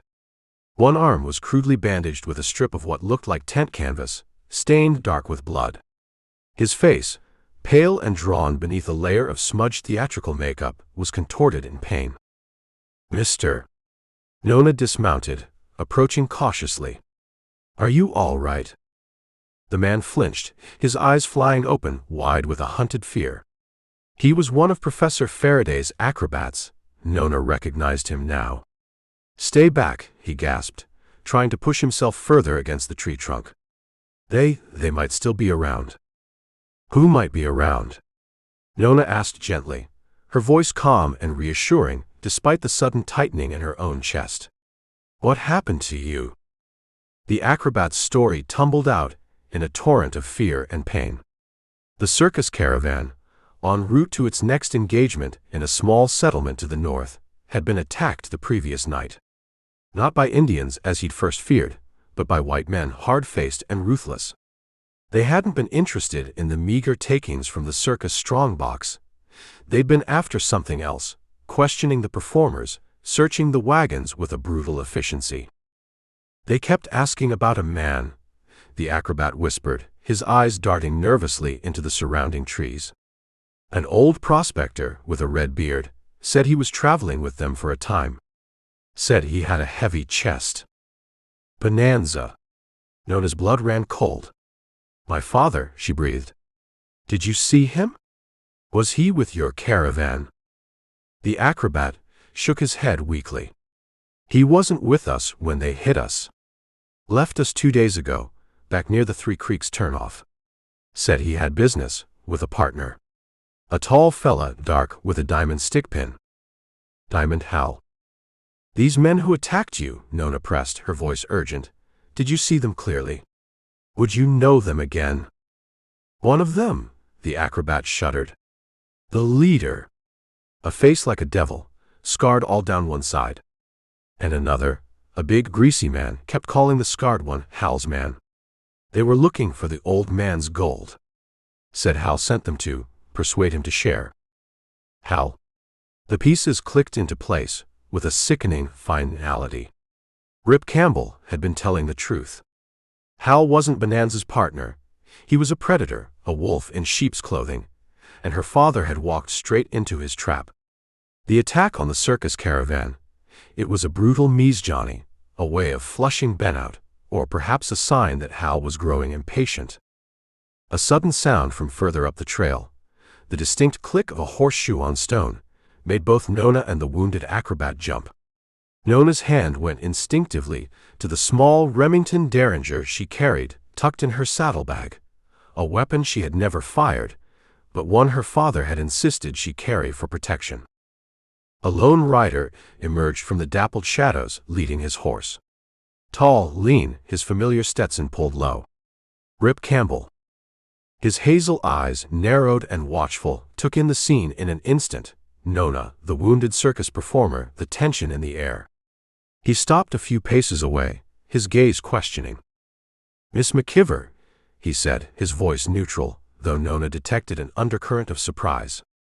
Didn't expect to find you this far off the beaten path. Before Nona could reply, the wounded acrobat, recognizing Rip from the confrontation with Pharaoh Millard in Three Creeks, cried out, It's him. He's one of 'em. He was with Millard. Nona stepped between them. No, he's not one of them, she said, her voice firmer than she felt. She looked at Rip, the accusation she had hurled at him in the tack room still a raw wound between them. Yet now, a different understanding was dawning. This man, his circus troupe was attacked last night. By men looking for my father. Men working for Diamond Hal. Rip's expression didn't change, but Nona saw a flicker of something in his eyes, confirmation, perhaps, or a deepening of the grim resolve she had seen there before. Your father, Miss McKiver, Rip said quietly, his gaze holding hers. Do you have any idea where he might be? Nona's composure, so carefully maintained, began to crumble. The fear she had held at bay for days threatened to overwhelm her. I don't know, she whispered, her voice trembling. He trusted Hal. He thought. Oh, Rip, I was so wrong. You tried to tell me. The admission hung in the air, heavy with unspoken regret. Rip dismounted, his movements slow, deliberate. He walked towards her, stopping a few feet away. The animosity that had defined their last encounter seemed to have dissipated, replaced by a shared anxiety, a common purpose. Hal is a sidewinder, Nona, Rip said, his voice unexpectedly gentle, using her first name for the first time. He preys on trust. It's not your fault for believing your father, or for wanting to believe the best of men. He paused, then added, We need to find Bonanza. Before Hal does. Chapter 19. Heard anything from that circus fellow, Nona? The one you patched up back in the woods? Did he say which way Hal's men were likely to scatter after they rousted his wagons? Rip Campbell kept his voice low, pitched for Nona McKiver's ears alone as they rode side by side, the steady rhythm of their horses' hooves a soft counterpoint to the sigh of the wind through the sparse pines. They had been on the trail for the better part of a day, a strange, uneasy quartet, Rip, Nona, and Rip's two loyal hands, Shelley McGuire and El Gordito. After Nona's encounter with the wounded circus performer, and her subsequent reluctant acceptance of Rip's help, they had combined their efforts. The acrobat, his fears somewhat assuaged by Nona's ministrations, and the formidable presence of Rip and his men, had managed to recall a snatch of overheard conversation between his attackers, something about a rendezvous point at the Pony, and a train that was crucial to their plans. He thought they meant Yellow Pony Station, Nona replied, her gaze sweeping the rugged, moon-drenched landscape that unfolded before them. The trail they followed was little more than a game track, winding through a broken country of steep arroyos and a thorny scrub that clawed at their chaps. It's a stop on the new spur line that runs north to the mining camps. He said Hal's men were expecting someone, or something, to arrive there by rail. Bonanza, Rip said grimly. And his gold. Hal's playing him like a trout on a line, leading him right to where he wants him. Yellow Pony Station. It was a good 2 days' hard ride from Three Creeks, a raw, fledgling settlement that had sprung up around the newly laid tracks of the expanding railroad. If Ben McKiver was indeed heading there, and if Hal was orchestrating his movements, then time was of the essence. The Yellow Pony Station, when they finally reached it late the following night, was a chaotic smear of light and noise against the vast, dark canvas of the Wyoming prairie. A ramshackle wooden platform, hastily constructed and already bearing the scars of rough use, stood beside the gleaming twin ribbons of steel that disappeared into the darkness in either direction. A sputtering, underpowered locomotive, its single headlight cutting a bright, unwavering beam through the star-dusted night, hissed and panted on the siding like some great iron beast impatient to be on its way. Porters, their faces indistinct in the flickering lantern light, wrestled with baggage carts piled high with trunks and crates.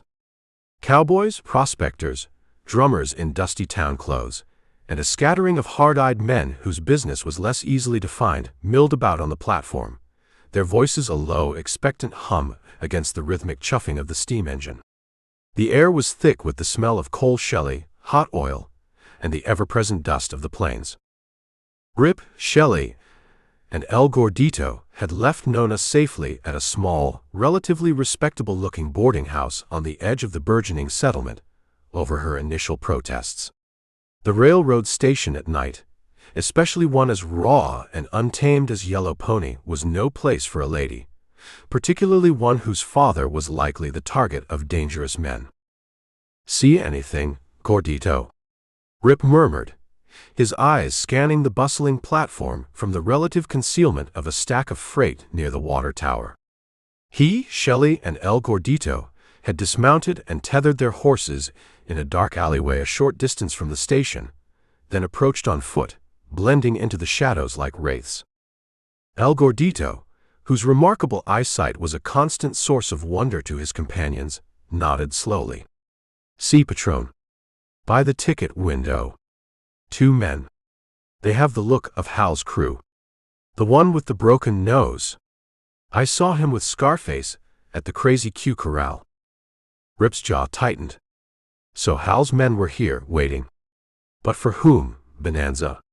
Or were they expecting Hal himself to arrive on this train?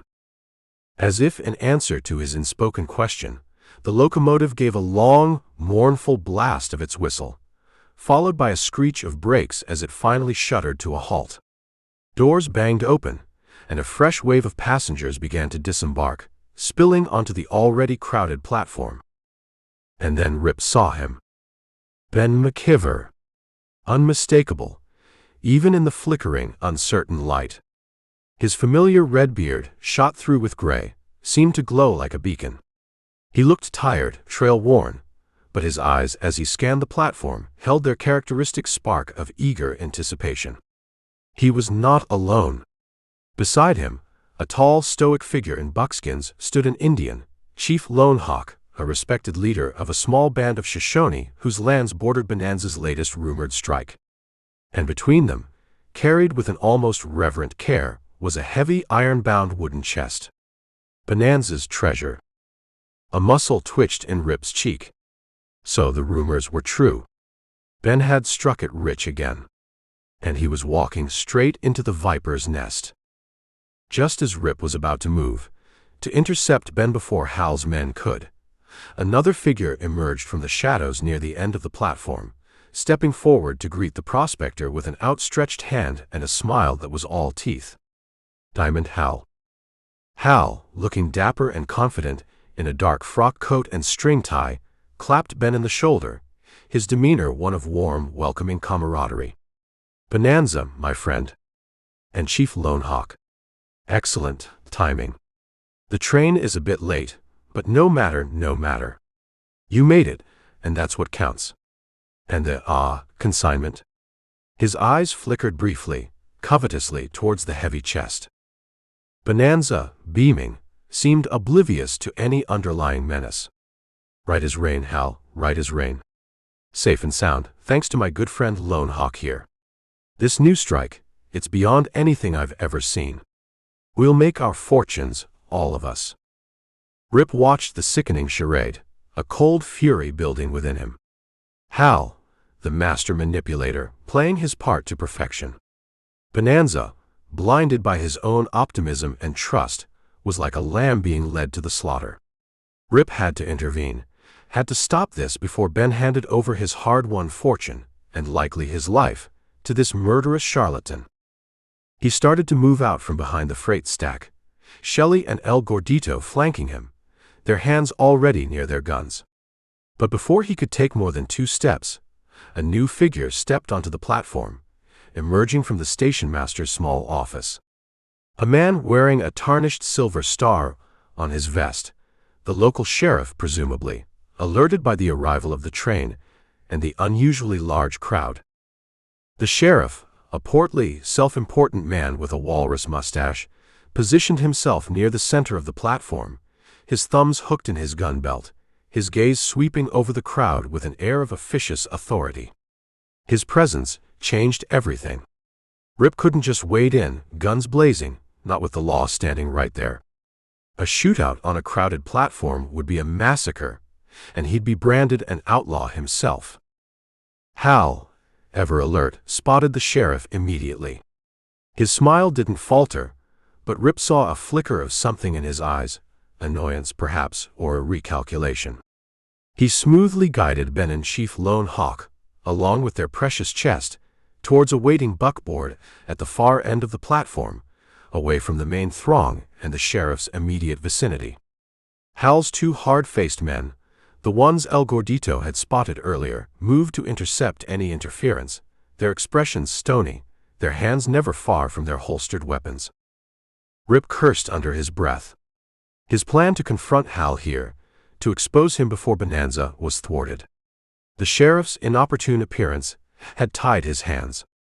He exchanged a frustrated glance with Shelley and El Gordito. They were outnumbered, outmaneuvered for the moment. Hal was loading the chest onto the buckboard, still chatting amiably with Bonanza, who seemed blissfully unaware of the danger coiling around him like a striking rattler. Chief Lone Hawk, however, stood a little apart, his dark eyes narrowed, watchful, his stoic expression unreadable. Did the Shoshone chief sense the treachery that Rip Campbell saw so clearly? The train gave another blast of its whistle, a signal of its imminent departure. Steam hissed, and the great iron wheels began to slowly, ponderously turn. The crowd on the platform started to thin as passengers reboarded or dispersed into the burgeoning settlement of Yellow Pony. Chapter 20. "All right, Professor, here's the layout," Rip Campbell stated, his voice calm but carrying an undeniable authority that brooked no argument. He leaned over a makeshift table, 2 barrels and a plank, in the dim pre-dawn light of the circus's main cook tent. Opposite him, Professor Phineas T. Faraday, his usual flamboyant bombast somewhat deflated by a sleepless night, and the lingering terror of his troop's recent brush with Diamond Hal's men, listened with a worried frown. The air in the tent was thick with the smell of stale coffee, sawdust, and the faint, musky odor of exotic animals. Outside, the circus grounds in Yellow Pony were slowly stirring to life, a riot of yet muted color and nascent sound under a sky just beginning to blush with the first hint of dawn. Canvas tents, their vibrant hues still subdued in the gray light, flapped gently in the cool morning breeze, and the ominous barred shape of the bear cage loomed near the edge of the encampment like a forgotten relic of some primal dream. "You want me to parade Ben McKiver and his treasure chest," through the center of Yellow Pony. Professor Faraday sputtered, his jowls quivering. With that madman Hal and his cutthroats undoubtedly watching our every move. Campbell, are you trying to get us all killed? Rip's hazel eyes, steely in the flickering lantern light, met the professor's. I'm trying to catch a den of snakes, Faraday. And sometimes, the best way to do that is to offer them a very tempting piece of bait. He gestured to a crudely drawn map of Yellow Pony spread on the plank. Hal wants that gold. He thinks Bennis an easy mark. We're going to let him believe that. We're going to make it look like Bennis parading his newfound wealth, making a spectacle of himself, before depositing it in the Wells Fargo office for safekeeping. Shelley McGuire, leaning against a tent pole with his arms crossed, drawled, "Sounds like a right fine shindig, Professor. Folks in these parts ain't seen a real gold parade since the Pikes Peak rush." El Gordito, who had been quietly observing from the shadows, added with a low chuckle, "And who does not love a parade, EA? Especially one with the promise of such shine." Professor Faraday, however, remained unconvinced. "But the risk, Campbell. My performers, my animals, this is a peaceful enterprise. We are purveyors of joy and wonder, not targets for desperados." "Your peaceful enterprise was already targeted, Professor," Rip reminded him grimly. "And your man was wounded. Hal isn't going to leave you alone just because you wish him to. He knows Ben was traveling with you. He'll assume you know something about the gold's whereabouts. Right now, you're a loose end he'll be looking to tie up." Rip's voice softened slightly. "But if you help us, if you play your part, we can draw Hal into a trap of our making on our terms. And then you and your circus can move on, with the gratitude of this town, and a tidy sum for your troubles." He slid a small, but not insignificant pouch of coins across the plank. The professor eyed the pouch, his fear warring with his ingrained cupidity. "And Bonanza? Does he agree to this dangerous charade?" "Bonanza," Rip said, a wry twist to his lips, "is a natural showman. He'll relish the chance to flaunt his success. He's already agreed, on the condition that Chief Lone Hawk and a contingent of his braves ride as his honor guard. And on the condition that the chest itself," Rip tapped the map near the hastily sketched outline of the Wells Fargo office, "is locked up tight. What Hal doesn't know is that the real gold won't be in that chest during the parade." A slow understanding dawned on Faraday's face. "A decoy?" "A very convincing one," Rip confirmed. "The chest will be heavy enough, filled with rocks from the creek bed. Hal will see what he expects to see. He'll assume the gold is vulnerable, either during the parade or later, at the Wells Fargo.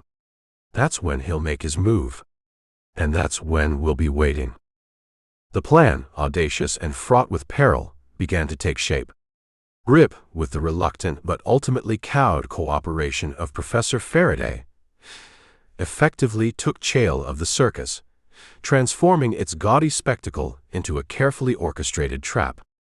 Ben McKiver, his initial bewilderment at Rip's sudden protectiveness giving way to a childlike enthusiasm for the idea of a grand procession, threw himself into the preparations with gusto, polishing the iron bands on his treasure chest and recruiting Chief Lone Hawk's stern-faced warriors to add an air of formidable authenticity to his entourage.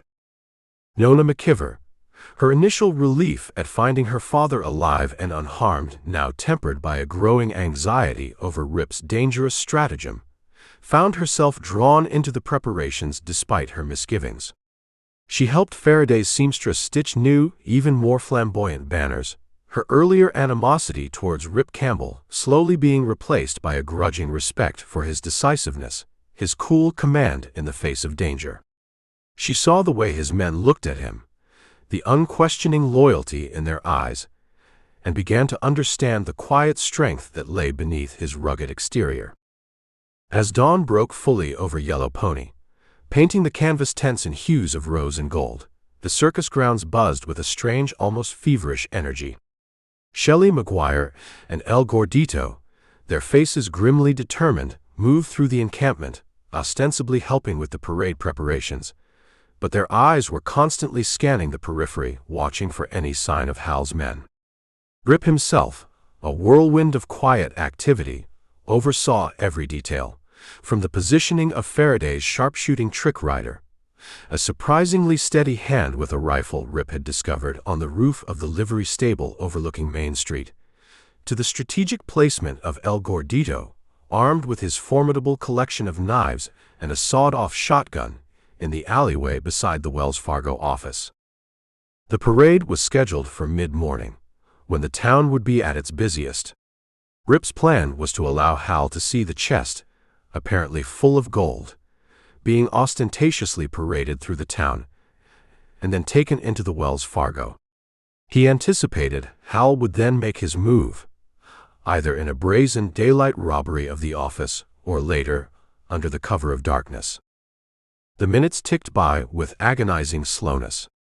The festive sounds of the circus tuning up, the blare of trumpets, the rumble of drums, the excited chatter of performers, did little to dispel the underlying tension that gripped Rip and his small makeshift army. Every unfamiliar face in the growing crowd of townspeople, every shadow that seemed a little too deep, was a potential threat. Then, just as Ben McKiver, resplendent in a new buckskin jacket and flanked by the stoic Lone Hawk, was about to mount the gaily decorated wagon that would carry him and his decoy treasure chest, chaos erupted. Not from the circus grounds, as Rip had anticipated, but from the far end of Main Street. A volley of gunshots, sharp and distinct, shattered the morning air. Screams followed, and the sudden, terrified neighing of horses. What in the... Shelley McGuire, perched atop the ticket wagon, strained to see. Rip's head snapped up, his eyes narrowed. That wasn't part of the plan. A rider, his face contorted in panic, galloped wildly down Main Street from the direction of the gunfire, shouting, "Outlaws! They're hittin' the general store. Diamondbacks."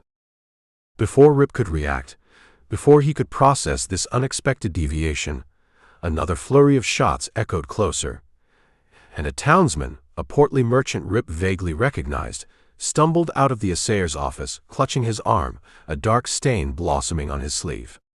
He staggered a few steps, then collapsed onto the dusty boardwalk. The Diamondbacks hadn't waited for the parade. They hadn't waited for the Wells Fargo. They had launched a brazen, premature raid on the town itself, sowing terror and confusion, perhaps as a diversion, perhaps because their own desperate timetable had forced their hand.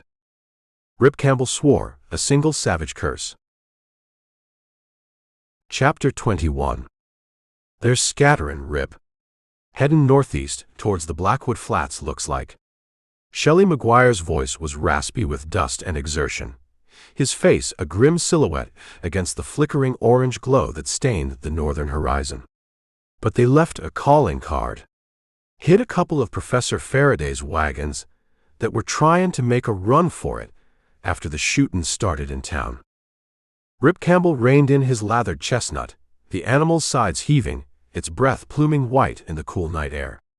He, Shelley, and El Gordito had thundered out of Yellow Pony in pursuit of the Diamondbacks the moment the initial chaos of the raid had subsided, leaving Nona McKiver and a hastily organized group of armed townsmen to tend to the wounded and secure the Wells Fargo office.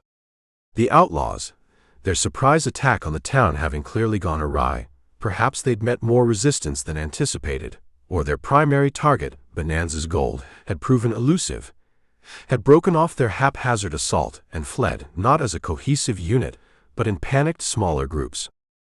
Now, under a cold, indifferent moon, Rip found himself on a desolate volcanic ridge overlooking a vast shadowy expanse of broken country.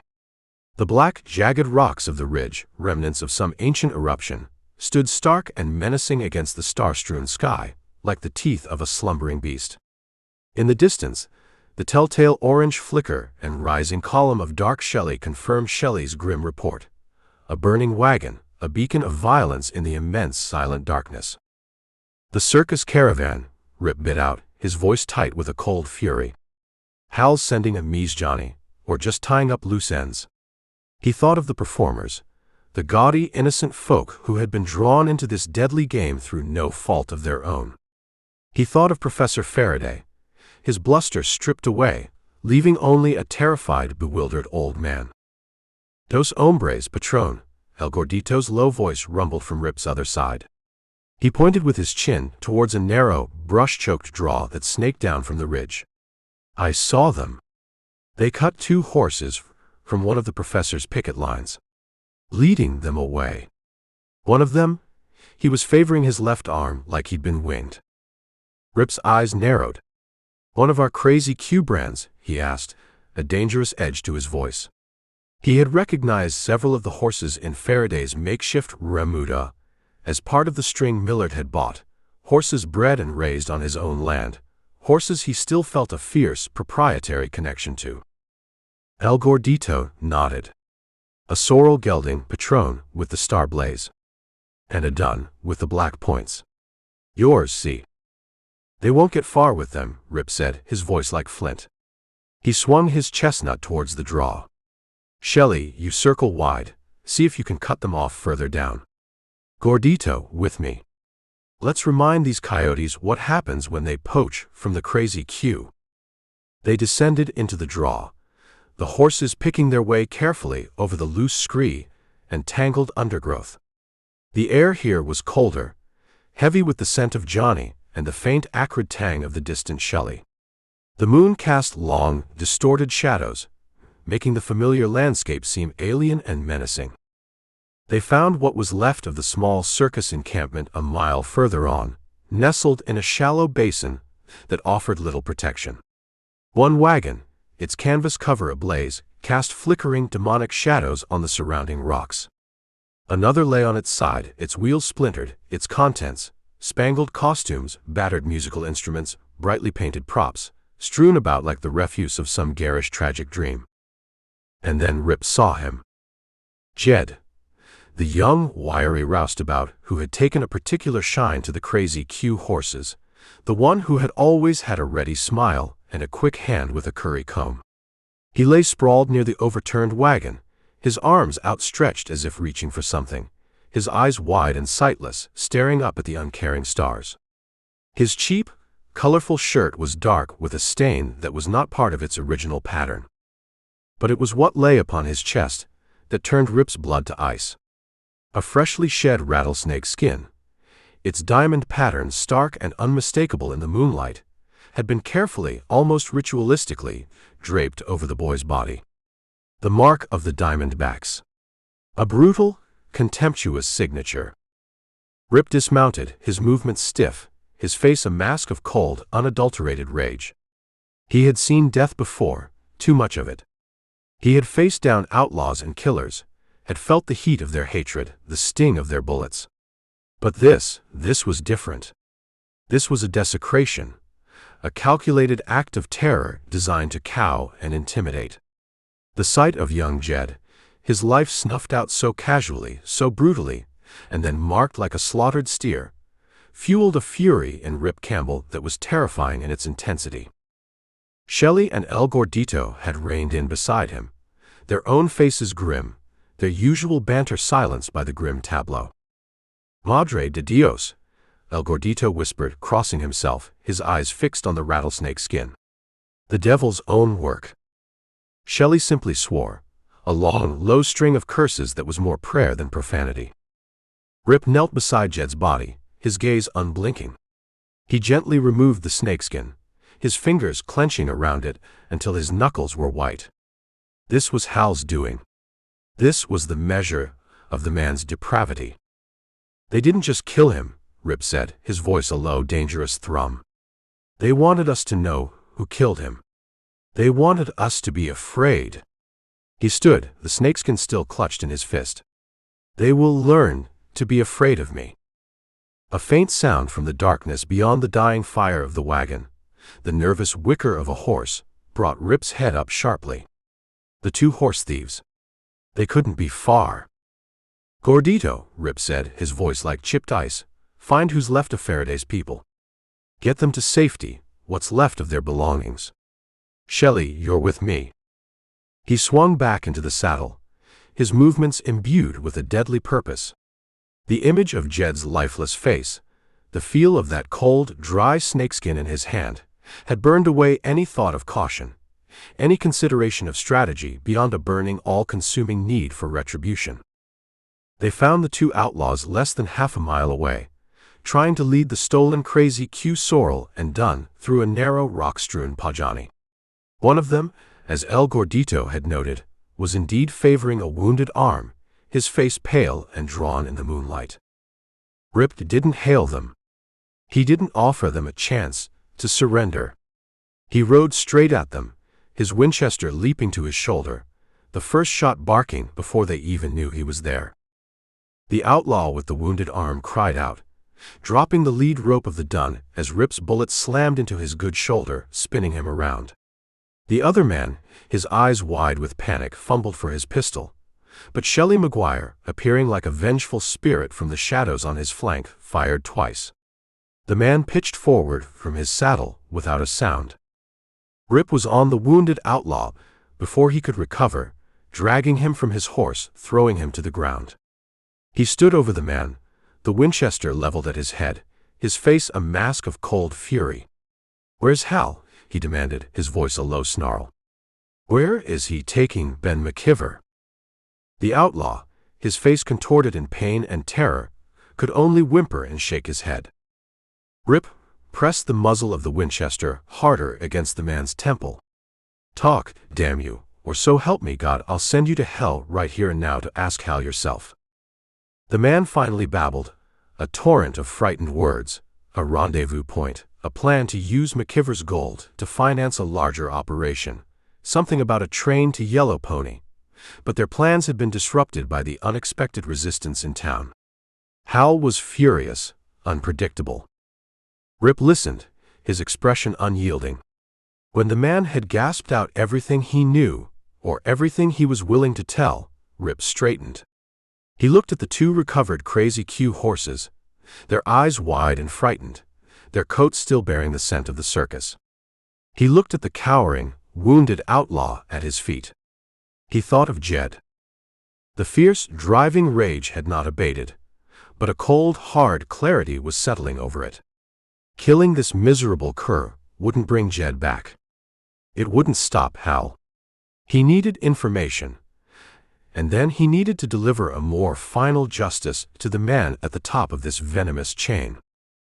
He gestured with his rifle to Shelley. "Tie him up. We'll take him back to Yellow Pony. Maybe the sheriff there can make him remember a few more details." He turned his gaze back towards the distant, flickering glow of Yellow Pony, his jaw set.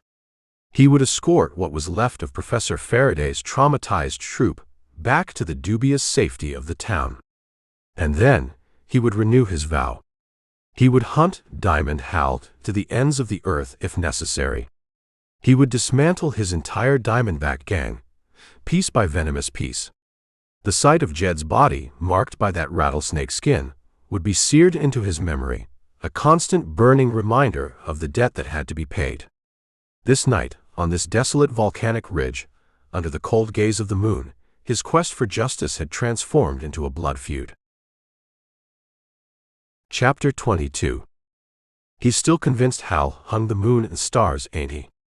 Shelley Maguire muttered, carefully spooning sugar into his steaming mug of coffee. His voice was a low rumble, barely audible above the clatter of cutlery and the murmur of conversation that filled the Yellow Pony Hotel's surprisingly bustling dining room. "Either Ben McKiver's the luckiest damn fool in Wyoming Territory, or he's got a guardian angel working overtime." Rip Campbell didn't reply, his gaze fixed on a table across the room. The morning sun, still struggling to burn through a thick blanket of mist that had rolled in off the plains during the night, cast a pale, diffused light through the dining room's streaked windows, lending an almost ethereal quality to the scene.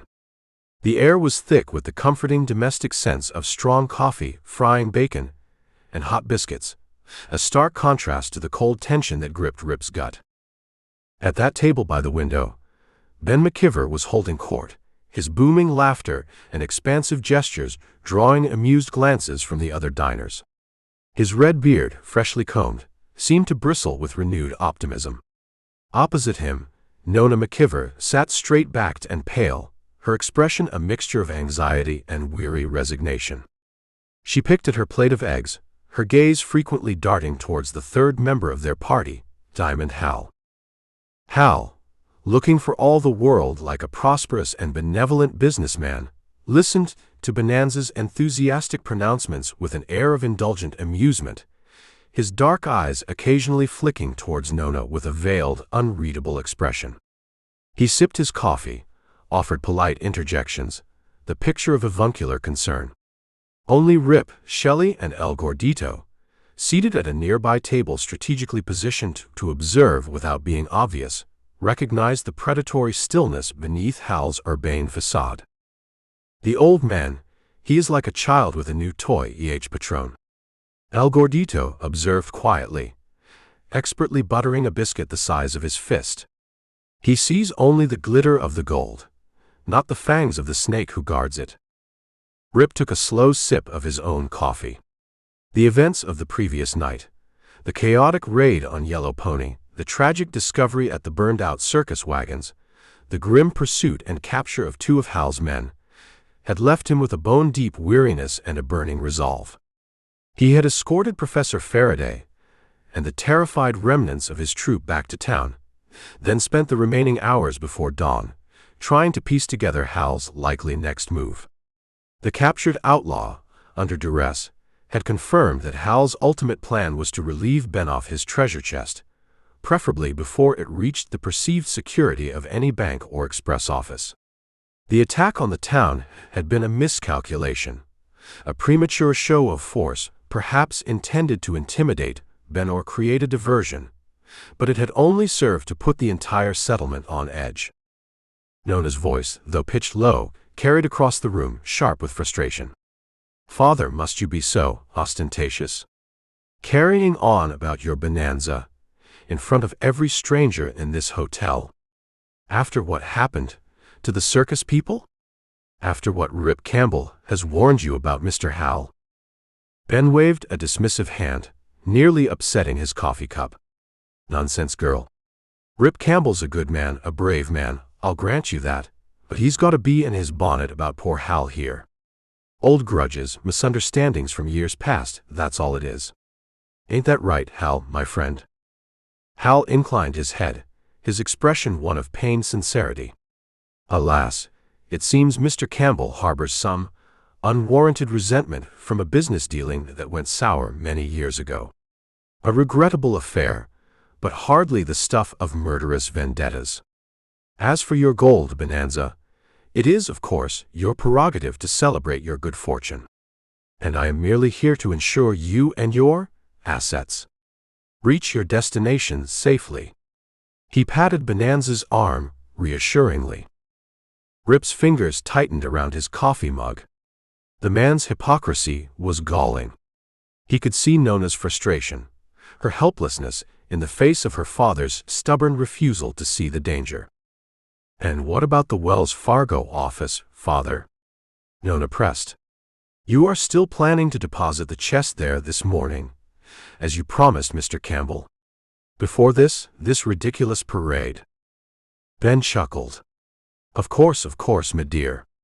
Wouldn't want all that lovely glitter just lying around for any light-fingered varmint to snatch, now would we? After we've shown the good folk of Yellow Pony what a real Wyoming gold strike looks like, that chest goes straight into the Wells Fargo vault. Safe as houses. Hal here has even offered to provide a couple of his own trustworthy men to help guard it, just until the official transfer is made. Can't be too careful, eh? Rip's ears perked up. Hal's own trustworthy men. So that was the play. Hal intended to have his own men inside the Wells Fargo, or at least in a position to control the chest once it was delivered. The parade, the public deposit, it was all a charade to lull Bonanza, and perhaps the town, into a false sense of security. Hal would make his move when the gold was supposedly at its most vulnerable, during the transfer, or perhaps even stage a mock robbery where his own men, posing as heroes, would rescue the chest, only to disappear with it later. The Yellow Pony sheriff, the same portly, self-important man Rip had seen on the station platform the night before, entered the dining room, his gaze sweeping officiously over the patrons. He spotted Hal and Ben and ambled over to their table, eager to associate himself with the town's most prominent and presumably wealthiest new arrivals. "Mornin', Mr. McKiver." "Mr. Hal," the sheriff boomed, his voice a little too loud. "Hope you slept well after all the excitement last night. Nasty business, that raid. But rest assured, my deputies and I have the situation well in hand. Yellow Pony is a law-abiding town, yes sir." He puffed out his chest. "Heard tell you're plannin' a bit of a celebration today, Mr. McKiver." "A parade, is it? Splendid idea. Splendid. Good for civic pride." Hal exchanged a quick, almost imperceptible glance with Bonanza, a glance that Rip, with his heightened senses, did not miss. It was a look of shared, subtle amusement, of mutual understanding. The sheriff's presence, far from being a deterrent, seemed to be playing right into Hal's hands, lending an air of legitimacy, of official sanction to their plans. Rip knew his own strategy was complicated by the sheriff's well-meaning but ultimately naive interference. He couldn't simply accuse Hal openly, not without concrete proof that would stand up to official scrutiny. His word against Hal's, especially with Ben so thoroughly duped, wouldn't be enough.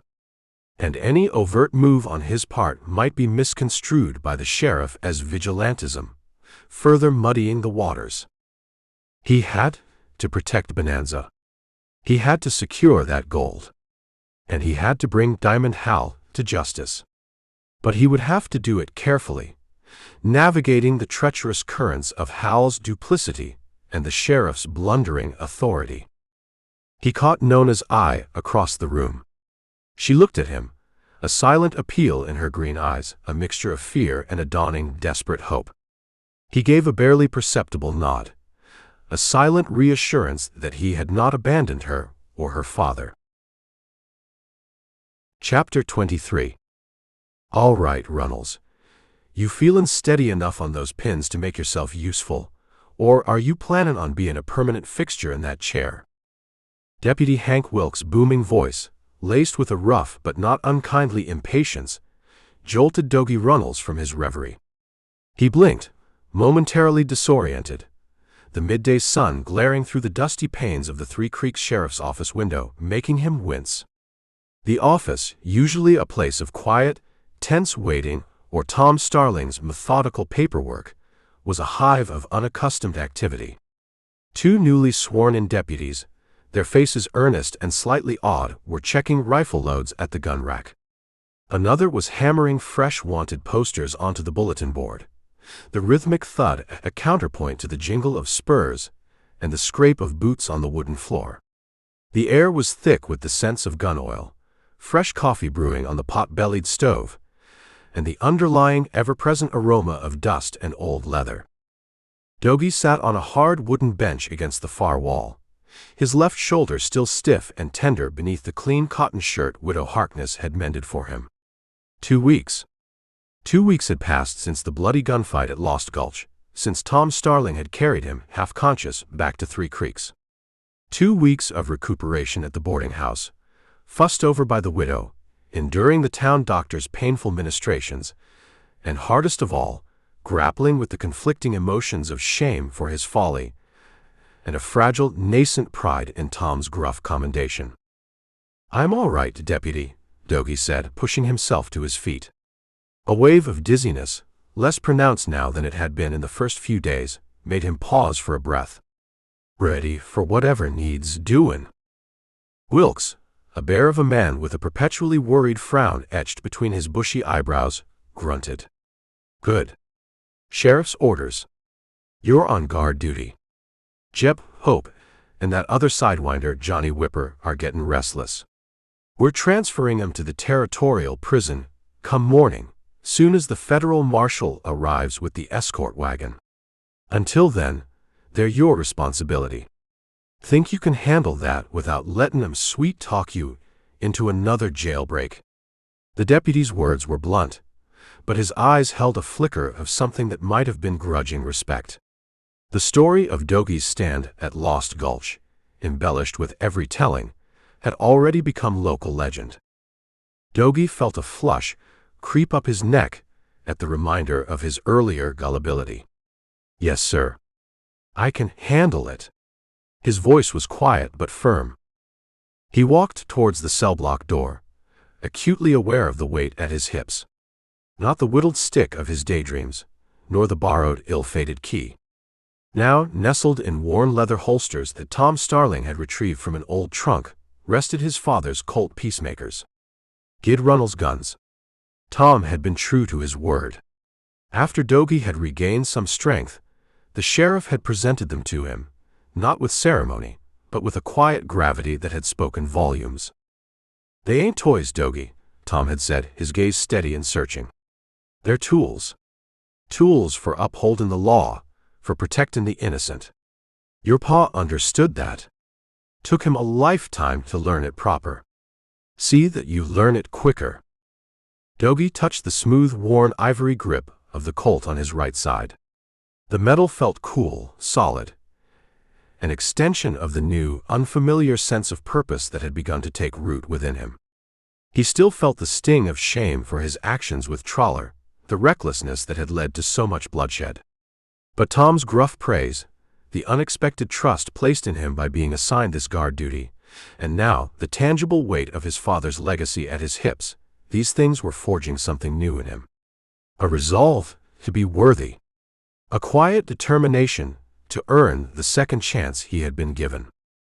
He took up his post outside the cell door, his back to the wall, his eyes scanning the bustling office, then returning to the heavy oak panel that separated him from the two remaining outlaws of Hez Iranian's gang.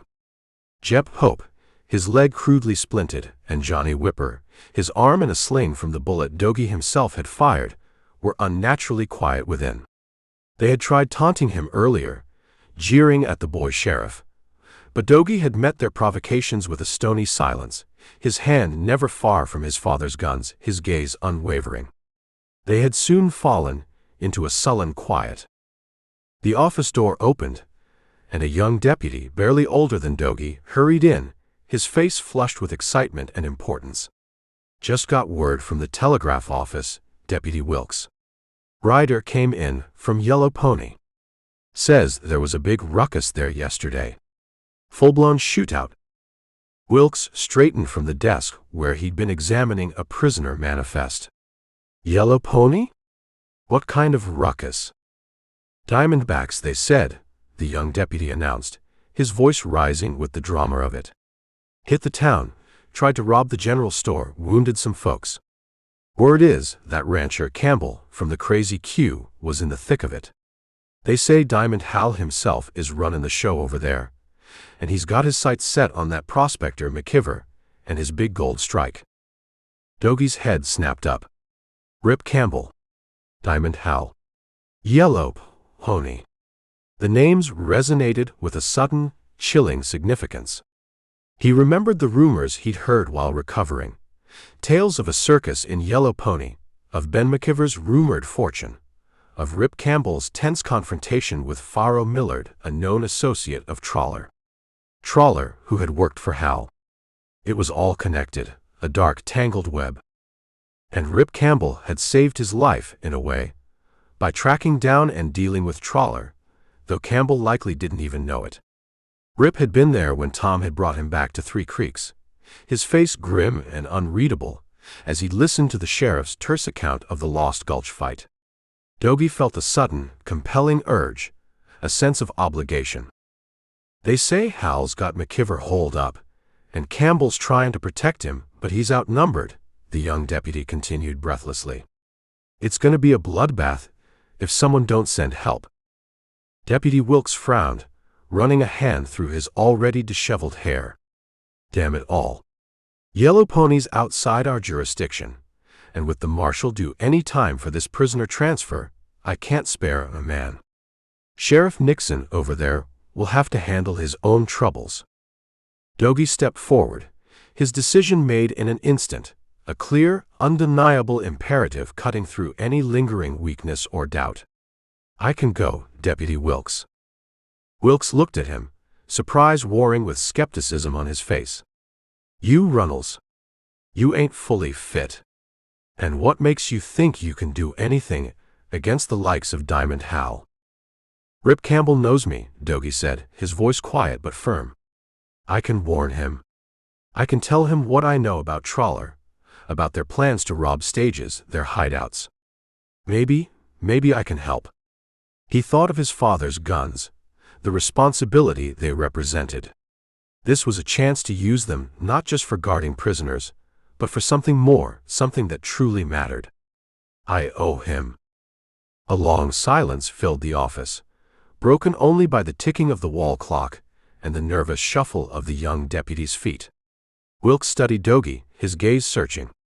He saw not the reckless boy who had been duped by a smooth-talking gambler, but a young man with a newfound steel in his spine, a quiet determination in his eyes. He saw, perhaps, a faint echo of Gid Runnels. Finally, Wilkes gave a curt nod. "All right, Runnels. Saddle the fastest horse in the livery. But you ride careful. And you ain't goin' in there, guns a-blazin', understand? You deliver your Johnny to Campbell or Sheriff Nixon, then you make yourself scarce. We don't need another damn hero gettin' himself shot up." Chapter 24. Strike up the band, Professor. Let the good people of Yellow Pony see what a real Ben looks like. We ain't had a proper celebration in this town since never. Ben McKiver's voice, booming with an infectious enthusiasm that even the recent Diamondback raid couldn't entirely dampen, fairly vibrated with excitement. He stood, resplendent, in a new fringed buckskin jacket Nona had hastily purchased for him from the Mercantile, beside a gleaming, brightly painted Concord coach that Professor Faraday, with surprising resourcefulness, had requisitioned from a startled but ultimately compliant stage line agent. The coach, its leather thoroughbraces freshly oiled, its brass fittings polished to a high shine, was festooned with colorful circus streamers and banners that fluttered gaily in the bright morning sunlight. Its four matched dapple gray horses, their manes braided with ribbons, snorted and stamped impatiently, eager to be off. Yellow Pony's dusty Main Street, still bearing the scars of the previous day's chaotic gunfight, a few fresh bullet holes in storefronts, a lingering tension in the air, was nonetheless alive with an almost feverish anticipation. The promise of a parade, spearheaded by the town's newest celebrity prospector and his legendary treasure chest, had proven an irresistible lure. Townsfolk, their faces a mixture of avid curiosity and lingering apprehension, lined the boardwalks. Children, momentarily forgetting yesterday's terror, chased each other in excited circles, their shrill cries adding to the general cacophony. Professor Faraday's circus band, looking somewhat depleted but gamely determined, struck up a brassy if slightly off-key rendition of Buffalo Gals, the sound echoing off the false-fronted buildings. Rip Campbell, sitting his chestnut gelding beside the coach, watched the scene with a grim, calculating gaze. The festive pageantry, the air of manufactured gaiety, was a thin veneer over the deadly stakes of the game he was playing. He had spent the pre-dawn hours convincing Ben and a still skeptical Sheriff Nixon that this parade was the best way to publicly affirm Bonanza's claim and ensure the safe transport of his treasure to the Wells Fargo office. It was a high-risk gamble, designed to draw Diamond Hal out to force his hand on Rip's terms. At Rip's insistence, the treasure chest, now conspicuously displayed on the coach's sturdy luggage rack, and flanked by the stoic chief Lone Hawk and two of his most formidable-looking braves, was filled not with Bonanza's gold, but with carefully selected rocks from the bed of the Yellow Pony Creek. The real gold, a smaller but still substantial cache of nuggets and dust that Ben had prudently kept separate, was hidden in a far less conspicuous location, tucked away beneath a false bottom in Professor Faraday's bear cage, a place so rank and uninviting that Rip wagered even the most determined thief would think twice before investigating too closely. Shelley McGuire and El Gordito, their faces set in lines of watchful readiness, were strategically positioned further down Main Street, near the intersection leading to the Wells Fargo office. Shelley, armed with his Winchester, and looking for all the world like a bored spectator whittling a piece of wood, had a clear view of the rooftops opposite the express office.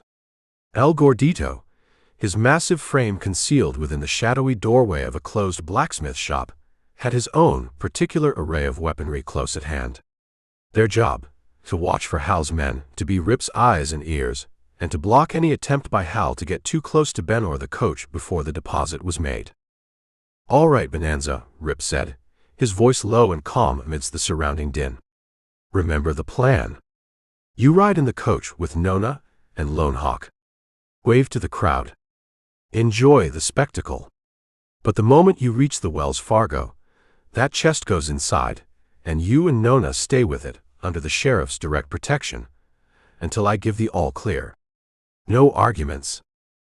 Bonanza, his eyes shining, clapped Rip on the shoulder. "Don't you worry your head about a thing, Campbell. Me and Nona will be safe as kittens in a yarn basket. This is gonna be a day Yellow Pony won't soon forget." He helped Nona into the coach, his earlier anxieties seemingly vanished in the excitement of the moment. Nona, her face pale, but her expression resolute, met Rip's gaze over her father's shoulder, a silent acknowledgement of the danger they were all courting, a fragile trust still flickering in her green eyes. The parade began.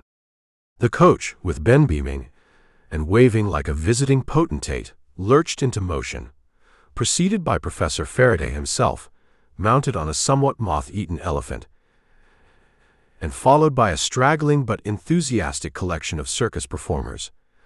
A juggler tossing brightly colored balls, a painted clown on stilts, a surprisingly agile strongman flexing his prodigious muscles.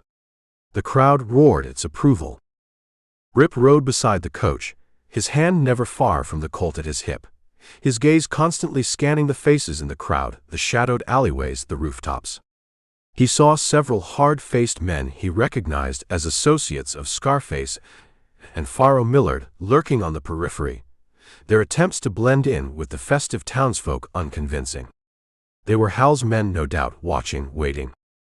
As the procession neared the Wells Fargo office, Diamond Hal himself stepped out from the doorway of the Yellow Pony Hotel, his expression one of urbane confidence, a possessive glint in his eye as he watched the coach approach. He moved to intercept it, his intention clearly to join Bonanza, to insinuate himself further into the prospector's trust, perhaps even to assist with the unloading of the treasure. This was the moment Rip had been waiting for. He kneed his chestnut forward, subtly angling his horse to block Hal's path to the coach door. "Mornin', Hal," Rip said, his voice deceptively casual. "Enjoyin' the festivities?" Hal smiled, didn't quite reach his eyes. "Campbell. Always a pleasure. Just ensuring my friend Ben and his property are well taken care of. A man of his newfound station attracts certain undesirable elements." He made a move to step around Rip's horse. "I reckon Bonanza's got all the protection he needs right now," Rip said, his horse effectively barring Hal's way. The coach rumbled to a halt directly in front of the Wells Fargo office. Sheriff Nixon, puffing with importance, bustled forward to supervise the unloading of the chest. Hal's eyes narrowed, a flicker of cold anger replacing his feigned affability. "You're playing a dangerous game, Campbell. Interfering in matters that don't concern you." "Funny," Rip retorted, his voice dropping to a steely rasp. "I was about to say the same thing to you. Last I heard, grave robbing wasn't considered polite society even in Wyoming." Before Hal could reply, before the simmering tension between the two men could explode into open conflict, a rifle cracked from the rooftop of the hotel opposite the Wells Fargo. Rip reacted instantly, shoving Bonanza, who was just stepping down from the coach, hard towards the open door of the express office. "Get down," he roared. Chief Lone Hawk, his face a mask of granite, simultaneously pulled Nona from the coach, shielding her with his own body as another shot rang out, whining past Rip's head and thudding into the wooden frame of the coach. Chaos erupted. The crowd screamed, scattering in panic. The circus band dissolved into a terrified, discordant blare of dropped instruments. Rip saw one of Hal's men on the hotel rooftop, a rifleman, coolly taking aim for another shot. There was no time to think, no time for anything but instinct. Rip drew his Colt and fired, a single deliberate shot. The rifleman on the rooftop cried out, clutching his chest, his rifle clattering onto the boardwalk below as he pitched forward, then toppled into the street. Nona, who had witnessed the entire brutal exchange, stared at Rip, her face a mask of horror and disbelief. You killed him," she whispered, her voice trembling. She looked from the dead rifleman to Diamond Hal, who, in the ensuing chaos, had taken a step back, his face a mask of cold fury, but also, Rip thought, a flicker of something else, frustrated calculation. Hal hadn't ordered this, not yet. This was a premature move by an overzealous underling, or perhaps a deliberate attempt by someone else to sow further confusion. "He was trying to kill your father, Nona," Rip said, his voice harsh, the Shelley from his Colt still acrid in the air. "But, Hal." Nona gestured helplessly towards Diamond Hal, who was now being approached by the flustered and confused Sheriff Nixon. "He wouldn't. He's father's partner." "Nona, can you hear me? Are you in there?" Rip Campbell's voice, urgent and low, cut through the oppressive stillness of the old harness shed. The air inside was thick with the smell of mildewed leather, dried sweat, and the faint cloying scent of decay. Sunlight, fractured by grimy, cobweb-laced windowpanes, cast feeble, dusty stripes across the dirt floor, barely illuminating the jumble of broken harnesses, discarded saddles, and rusting iron tools that cluttered the small, dilapidated structure. The shed stood isolated, tucked away in a dense copse of willow and cottonwood near the creek that ran behind Yellow Pony's Wells Fargo office, a place of forgotten things and now, it seemed, a place of sinister intent. A muffled sob followed by a desperate, "Rip, is that you? Help me," answered him. "Nona." Rip's heart, already pounding from the frantic search, leapt into his throat. After the shootout on Main Street, in the ensuing chaos, as Sheriff Nixon had blustered and dithered, Nona McKiver had vanished. One moment she was there, staring in horror at the dead rifleman, her face a mask of accusation. The next, she was gone, swallowed by the panicked crowd. Rip, his gut churning with a new, terrible fear, had realized with sickening certainty that Hal, or one of his men, must have snatched her, using the confusion of the parade's violent end as cover. Shelley and El Gordito had fanned out, their search grim and urgent, while Rip, following a hunch born of Hal's reptilian cunning, had focused on the deserted areas around the Wells Fargo, the most likely target for the Diamondbacks' next move. He found the shed door barred from the outside with a heavy timber. With a savage kick, he sent the timber flying. The door creaked open, revealing Nona huddled in the far corner, her wrists bound with a rawhide thong, her green eyes wide with a mixture of terror and dawning relief. Her copper hair was disheveled, and there was a smudge of dirt on her cheek, but otherwise she appeared unharmed. "Thank God," Rip breathed, rushing to her side, his knife already out to sever her bonds. "Are you hurt? Who did this?" "Faro Millard," Nona gasped, rubbing her chafed wrists as the rawhide fell away. He grabbed me during the shooting. Said Mr. Hal wanted to ensure my cooperation. That my father would be more amenable if I was with them." Her voice trembled, but her eyes flashed with a spark of her father's resilient spirit. "They dragged me here. Millard said they're going to rob the Wells Fargo. They're waiting for the chest to be less guarded. They think your men, Shelley and El Gordito, are the only real threat." Rip's mind raced. So Hal was making his move on the decoy chest after all, and using Nona as leverage. The cold, calculating audacity of it fueled Rip's already simmering rage. "Millard. Is he still out there?" Nona nodded towards the back of the shed, where a small, grime-encrusted window overlooked the wooded creek bank. He went down to the creek with 2 others. "They're watching the Wells Fargo from there. Waiting for a signal," he said. The creek. It offered a concealed approach to the rear of the express office, away from the prying eyes of Main Street and the blundering ministrations of Sheriff Nixon. Rip peered through the dirty window. The creek gurgled peacefully nearby, its waters glinting like liquid silver under the noonday sun. The air, thick with the scent of pine from the surrounding woods and the damp earth of the creek bank, was deceptively tranquil. But Rip knew that tranquility was about to be shattered.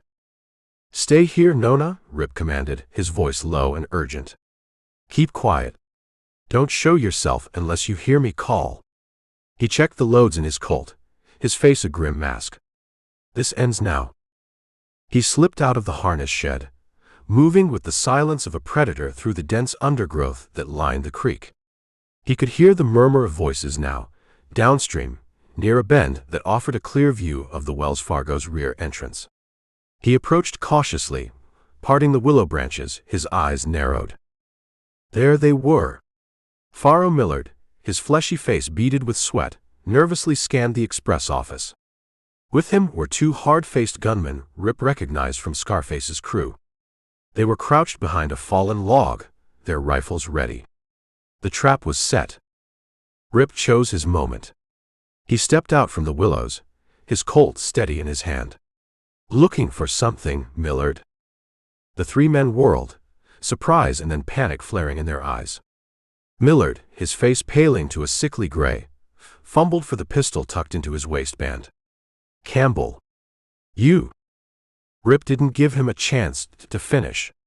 His Colt bucked, the shot echoing flatly in the enclosed space of the creek gully.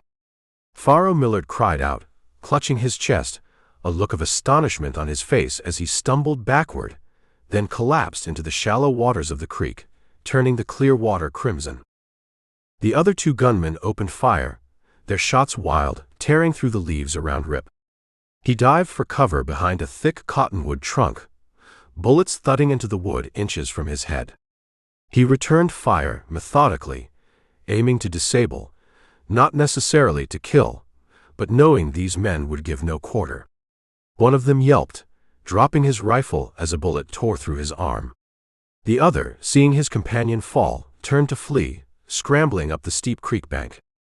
Suddenly, from the direction of the Wells Fargo came the sound of more gunfire, a fusillade of shots, shouts, and then El Gordito's booming roar, "Number pasaran, bandidos." Shelley and El Gordito were engaging other members of Hal's crew, the ones assigned to the frontal assault. The remaining gunman near Rip, seeing his escape route cut off by the sounds of the fight behind him, turned back with a desperate, cornered animal snarl, raising his pistol.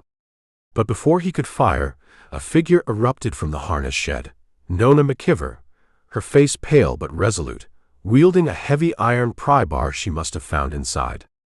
With a cry that was more fury than fear, she brought the pry bar down on the gunman's outstretched arm. There was a sickening crack, and the man screamed, his pistol flying from his nerveless fingers. Rip stared for a fraction of a second, astonished by Nona's unexpected, fierce intervention. Then, a movement from the fallen log where Millard lay caught his eye. Not Millard. Diamond Hal. Hal rose from behind the log where he must have been concealed, waiting for Millard's signal. He had discarded his frock coat. His face was a mask of pure, murderous rage. In his hand he didn't hold a gun, but something far more sinister, a coiled rattlesnake skin, the same kind that had been left on young Jed's body. Before Rip could react, Hal lunged, moving with a speed that belied his size. He threw himself at Rip, not with fists or a gun, but with the snakeskin, whipping it around Rip's throat, pulling it brutally tight. Rip clawed at the constricting band, a choking gasp tearing from his lungs. The rough, dry scales bit into his flesh. Black spots danced before his eyes. Hal's face, contorted with hatred, loomed over him. "You meddling fool, Campbell." Hal hissed, his voice a venomous rasp. "You've cost me everything. I'll see you in hell for this." Rip struggled, his vision blurring, his lungs screaming for air. He could feel his strength ebbing. This was it. He was going to die here, strangled by this madman, in this tranquil, sun-dappled gully. Then, through the red haze of his agony, he saw Nona. She stood frozen for a heartbeat, her eyes wide with terror, the iron pry bar still clutched in her hand. Then, with a cry of pure, unadulterated fury, she swung it again, not at Hal's arm but at his head. The blow connected with a sickening thud. Hal grunted, his grip on the snakeskin momentarily loosening. It was just enough. Rip, gasping for breath, twisted, breaking free. He stumbled back, drawing his Colt, his hand shaking but his aim true. Hal, dazed but still on his feet, lunged again. Rip fired. The bullet struck Hal in the shoulder, spinning him around. He staggered, a look of shocked disbelief on his face, then collapsed against the creek bank, clutching his bleeding shoulder, his eyes still blazing with impotent rage. He was down, but not dead. Rip leaned against the cottonwood, gasping for air, the raw imprint of the snakeskin burning on his throat. Shelley and El Gordito appeared at the top of the creek bank, dragging two more disarmed and sullen-looking diamondbacks with them. "All secure, Patron," El Gordito announced, though his grin was somewhat strained. "A few of them tried to make a run for it when they heard the shooting back here, but they did not count on running into a very angry Mexican with a scattergun."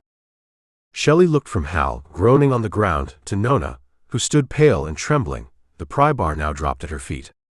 "Looks like you had your own hands full, Rip. And Miss McKiver, reckon you ain't just a pretty face after all." Nona didn't seem to hear him. She was staring at Hal, then at Rip, her expression unreadable. Rip pushed himself upright. He walked over to where the decoy treasure chest, which Millard's men had evidently managed to drag from the Wells Fargo office before being intercepted, lay half submerged in the creek, its heavy, rock-filled interior now exposed where it had broken open. "The gold," he said, his voice still hoarse. "It's secure." Chapter 25. "All right, Campbell, that's enough. Drop the gun. You and your men are under arrest for robbery, disturbing the peace, and general mayhem." Sheriff Buford T. Nixon's voice, already prone to a self-important bellow, was now amplified by a mixture of fear, outrage, and a dawning erroneous conviction. He stood, his portly frame puffed up like an indignant toad, at the edge of the wooded creek bank, his deputy, a gangly youth with wide, frightened eyes, hovering nervously behind him. They had arrived, predictably late, drawn by the sound of the prolonged gunfire, to find Rip Campbell standing over a wounded Diamond Hal, Nona McKiver looking pale but defiant, and the remnants of Hal's gang either dead, wounded, or securely tied up by Shelley McGuire and El Gordito.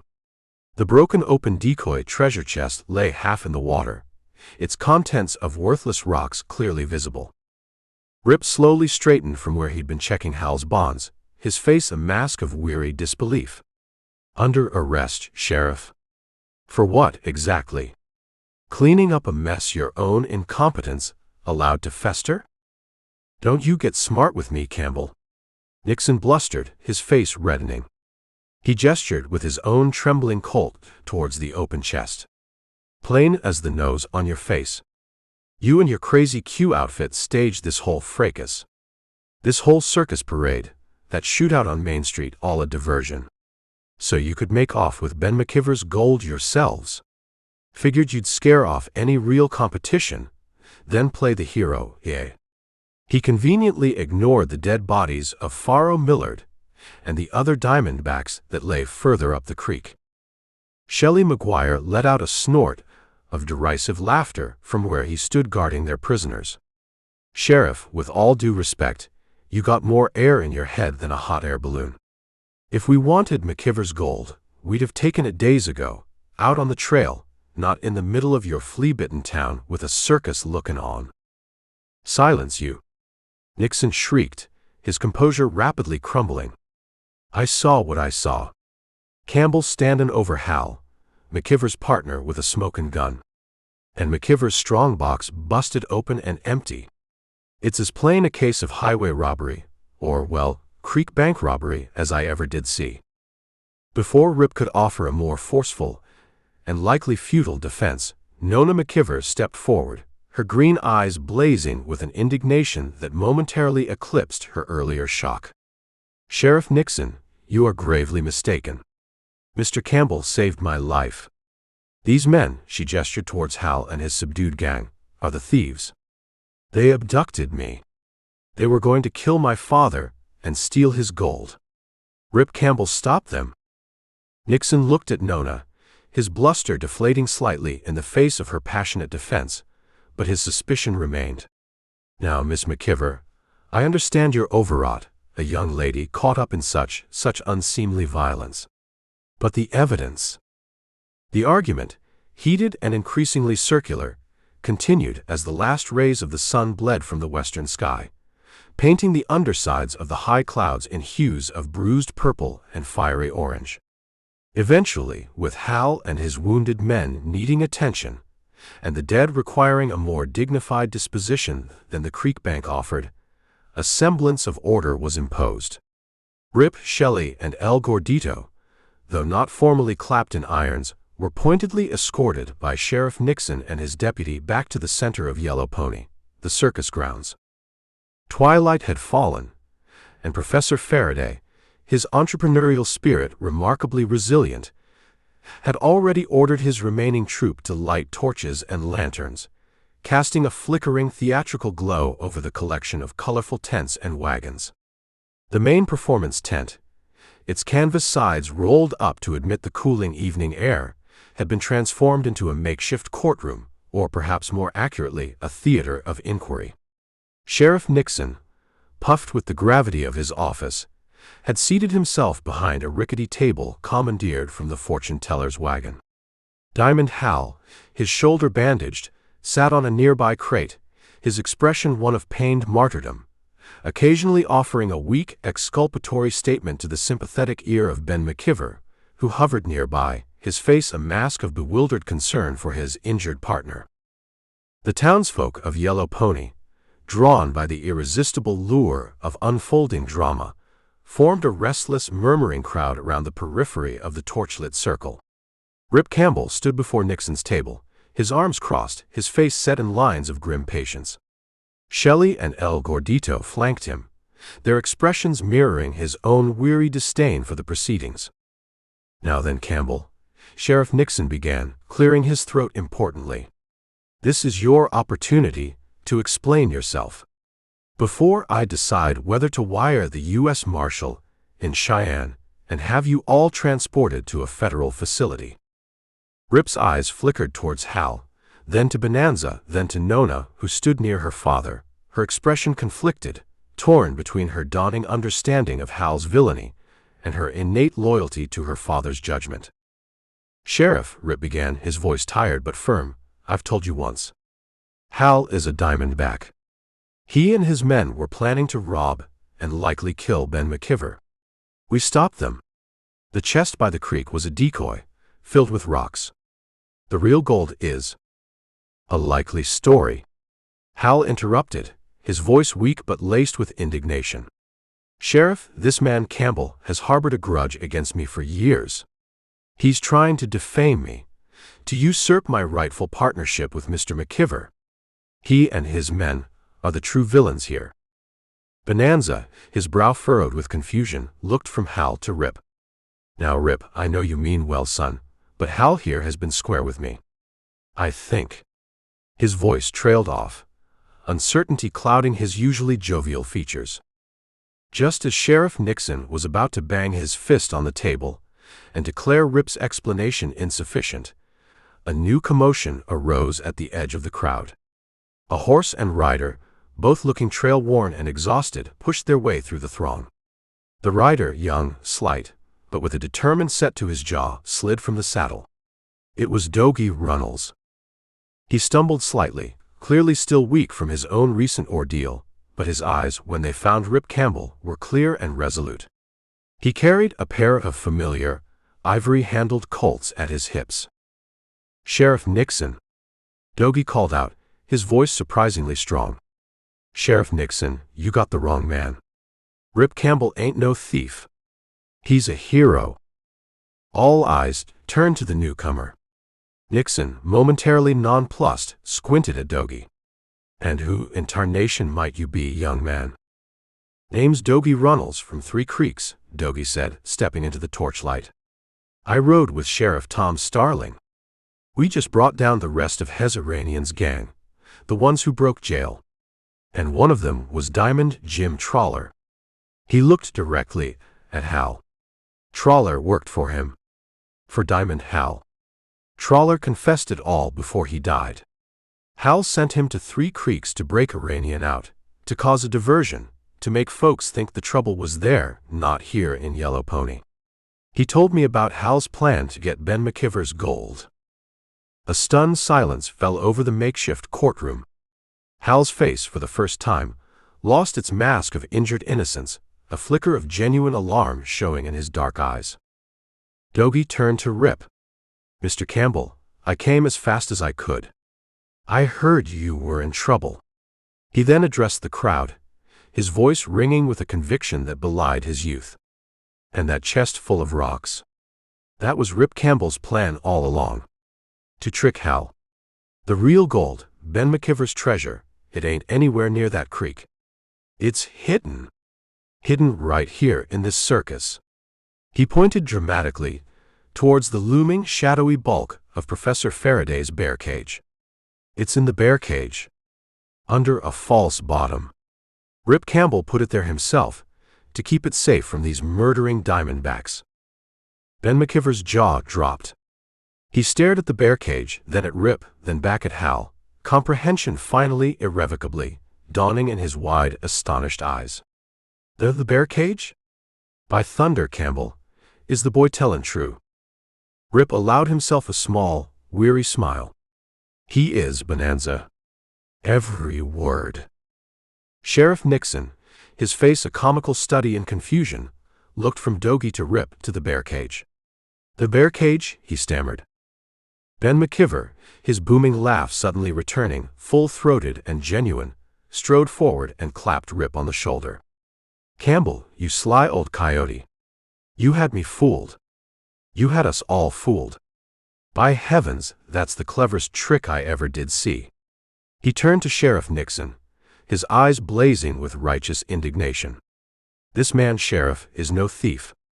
He's the one who's been trying to protect me and my gold all along. It's Hal. Hal's the villain. The crowd murmured, their sentiment shifting like wind through prairie grass. Diamond Hal, seeing the tide turn decisively against him, tried to rise to protest, but El Gordito's massive hand on his uninjured shoulder pushed him firmly back down onto the crate. Sheriff Nixon, flustered, but recognizing the undeniable weight of Dogie's testimony and Bonanza's confirmation, cleared his throat. Well now, this certainly puts a new light on matters. He looked at Hal, his expression hardening. Diamond Hal, consider yourself under arrest for a whole passel of villainy. He gestured to his deputy. Take him into custody. And the rest of his gang. We'll sort out the chails later. As the deputy, looking immensely relieved to have a clear villain to apprehend, moved to secure Hal, Nona McKiver stepped forward. Her face was pale in the torchlight, her green eyes glistening with unshed tears. She looked at her father, then at the now manacled Diamond Hal. Father, she said, her voice trembling slightly, Mr. Hal, he may be a wicked man, he may have deceived us all, but he saved your life once in that blizzard near South Pass, you told me so yourself. And he was your partner, however false his intentions. She turned to Sheriff Nixon. Sheriff, is there no room for mercy? For leniency? He is wounded. Bonanza, his jovial face clouding with a new, uncomfortable emotion, put his arm around his daughter. Now, Nona girl, the man's a scoundrel, plain and simple. Tried to rob me blind, likely would have killed us both. But he looked at Hal, a flicker of their past camaraderie, however manufactured on Hal's part, still visible in his troubled gaze. But the girl's right, Sheriff. He did pull me out of a snowdrift that would have been my grave. Perhaps a long spell in a federal prison would be punishment enough rather than a rope. Chapter 26. Reckon a man could get used to this, Mr. Campbell. The quiet, I mean. After all that commotion. Doggy Runnels shifted uncomfortably on the hard-packed earth, poking a stick into the crackling heart of the small campfire. The flames leapt and danced, sending a shower of amber sparks spiraling up into the immense velvet darkness of the Wyoming night. Above them, the stars blazed with a fierce, cold intensity, seeming close enough to touch, a million diamond ships scattered across an infinite celestial blanket. The fire's warm glow pushed back the chill of the high plains night, casting flickering, elongated shadows on the sparse Johnny brush that dotted the landscape, and on the faces of the two men who sat beside it. They had made camp a few miles outside Yellow Pony, on a low rise overlooking the vast sleeping plains. The sounds of the town, the distant mournful whistle of a departing train, the faint strains of saloon music, the occasional bark of a dog, were muted here, almost lost in the whisper of the night wind and the incessant chirping of crickets. Rip Campbell leaned back against his saddle, his expression thoughtful as he stared into the flames. The events of the past few days, the chaos of the Diamondback raid, the tense confrontation with Hal, Doggy's unexpected but crucial arrival, Nona and Bonanza's pleas for leniency towards the captured outlaw, had left a residue of weariness, but also a sense of impending, if complicated, resolution. Hal and his remaining men were securely locked in Yellow Pony's makeshift jail, a reinforced storage shed behind the station master's office, awaiting the arrival of a federal marshal. Ben McKiver, his eyes finally open to Hal's treachery, was alternating between righteous indignation and a bewildered, almost childlike disappointment. Nona remained torn, her innate sense of justice warring with a compassionate nature that recoiled from the finality of a hangman's noose. The real gold was safe, retrieved from the bear cage, and now under heavy guard at the Wells Fargo, awaiting Bonanza's decision on its ultimate destination. "Quiet's a rare commodity in this life, Doggy," Rip said, his voice a low rumble. "Best to savor it when it comes around." He looked at the boy, no, the young man beside him. Doggy had acquitted himself with a courage and resourcefulness that had surprised Rip and earned his grudging, then growing respect. The shared ordeal, the boy's unwavering loyalty to what he believed was right, had forged a bond between them, unspoken but palpable. "That was a brave thing you did, riding all the way from Three Creeks, facing down Hal's crew the way you did at Lost Gulch, and then again in Yellow Pony. Your father, Gid, would have been proud." Doggy's face flushed with pleasure at the quiet praise, a warmth spreading through him that had nothing to do with the campfire. I had to, Mr. Campbell. After what Trawler tricked me into. I couldn't let Hal get away with hurting anyone else." He hesitated, then asked, "You knew my pa?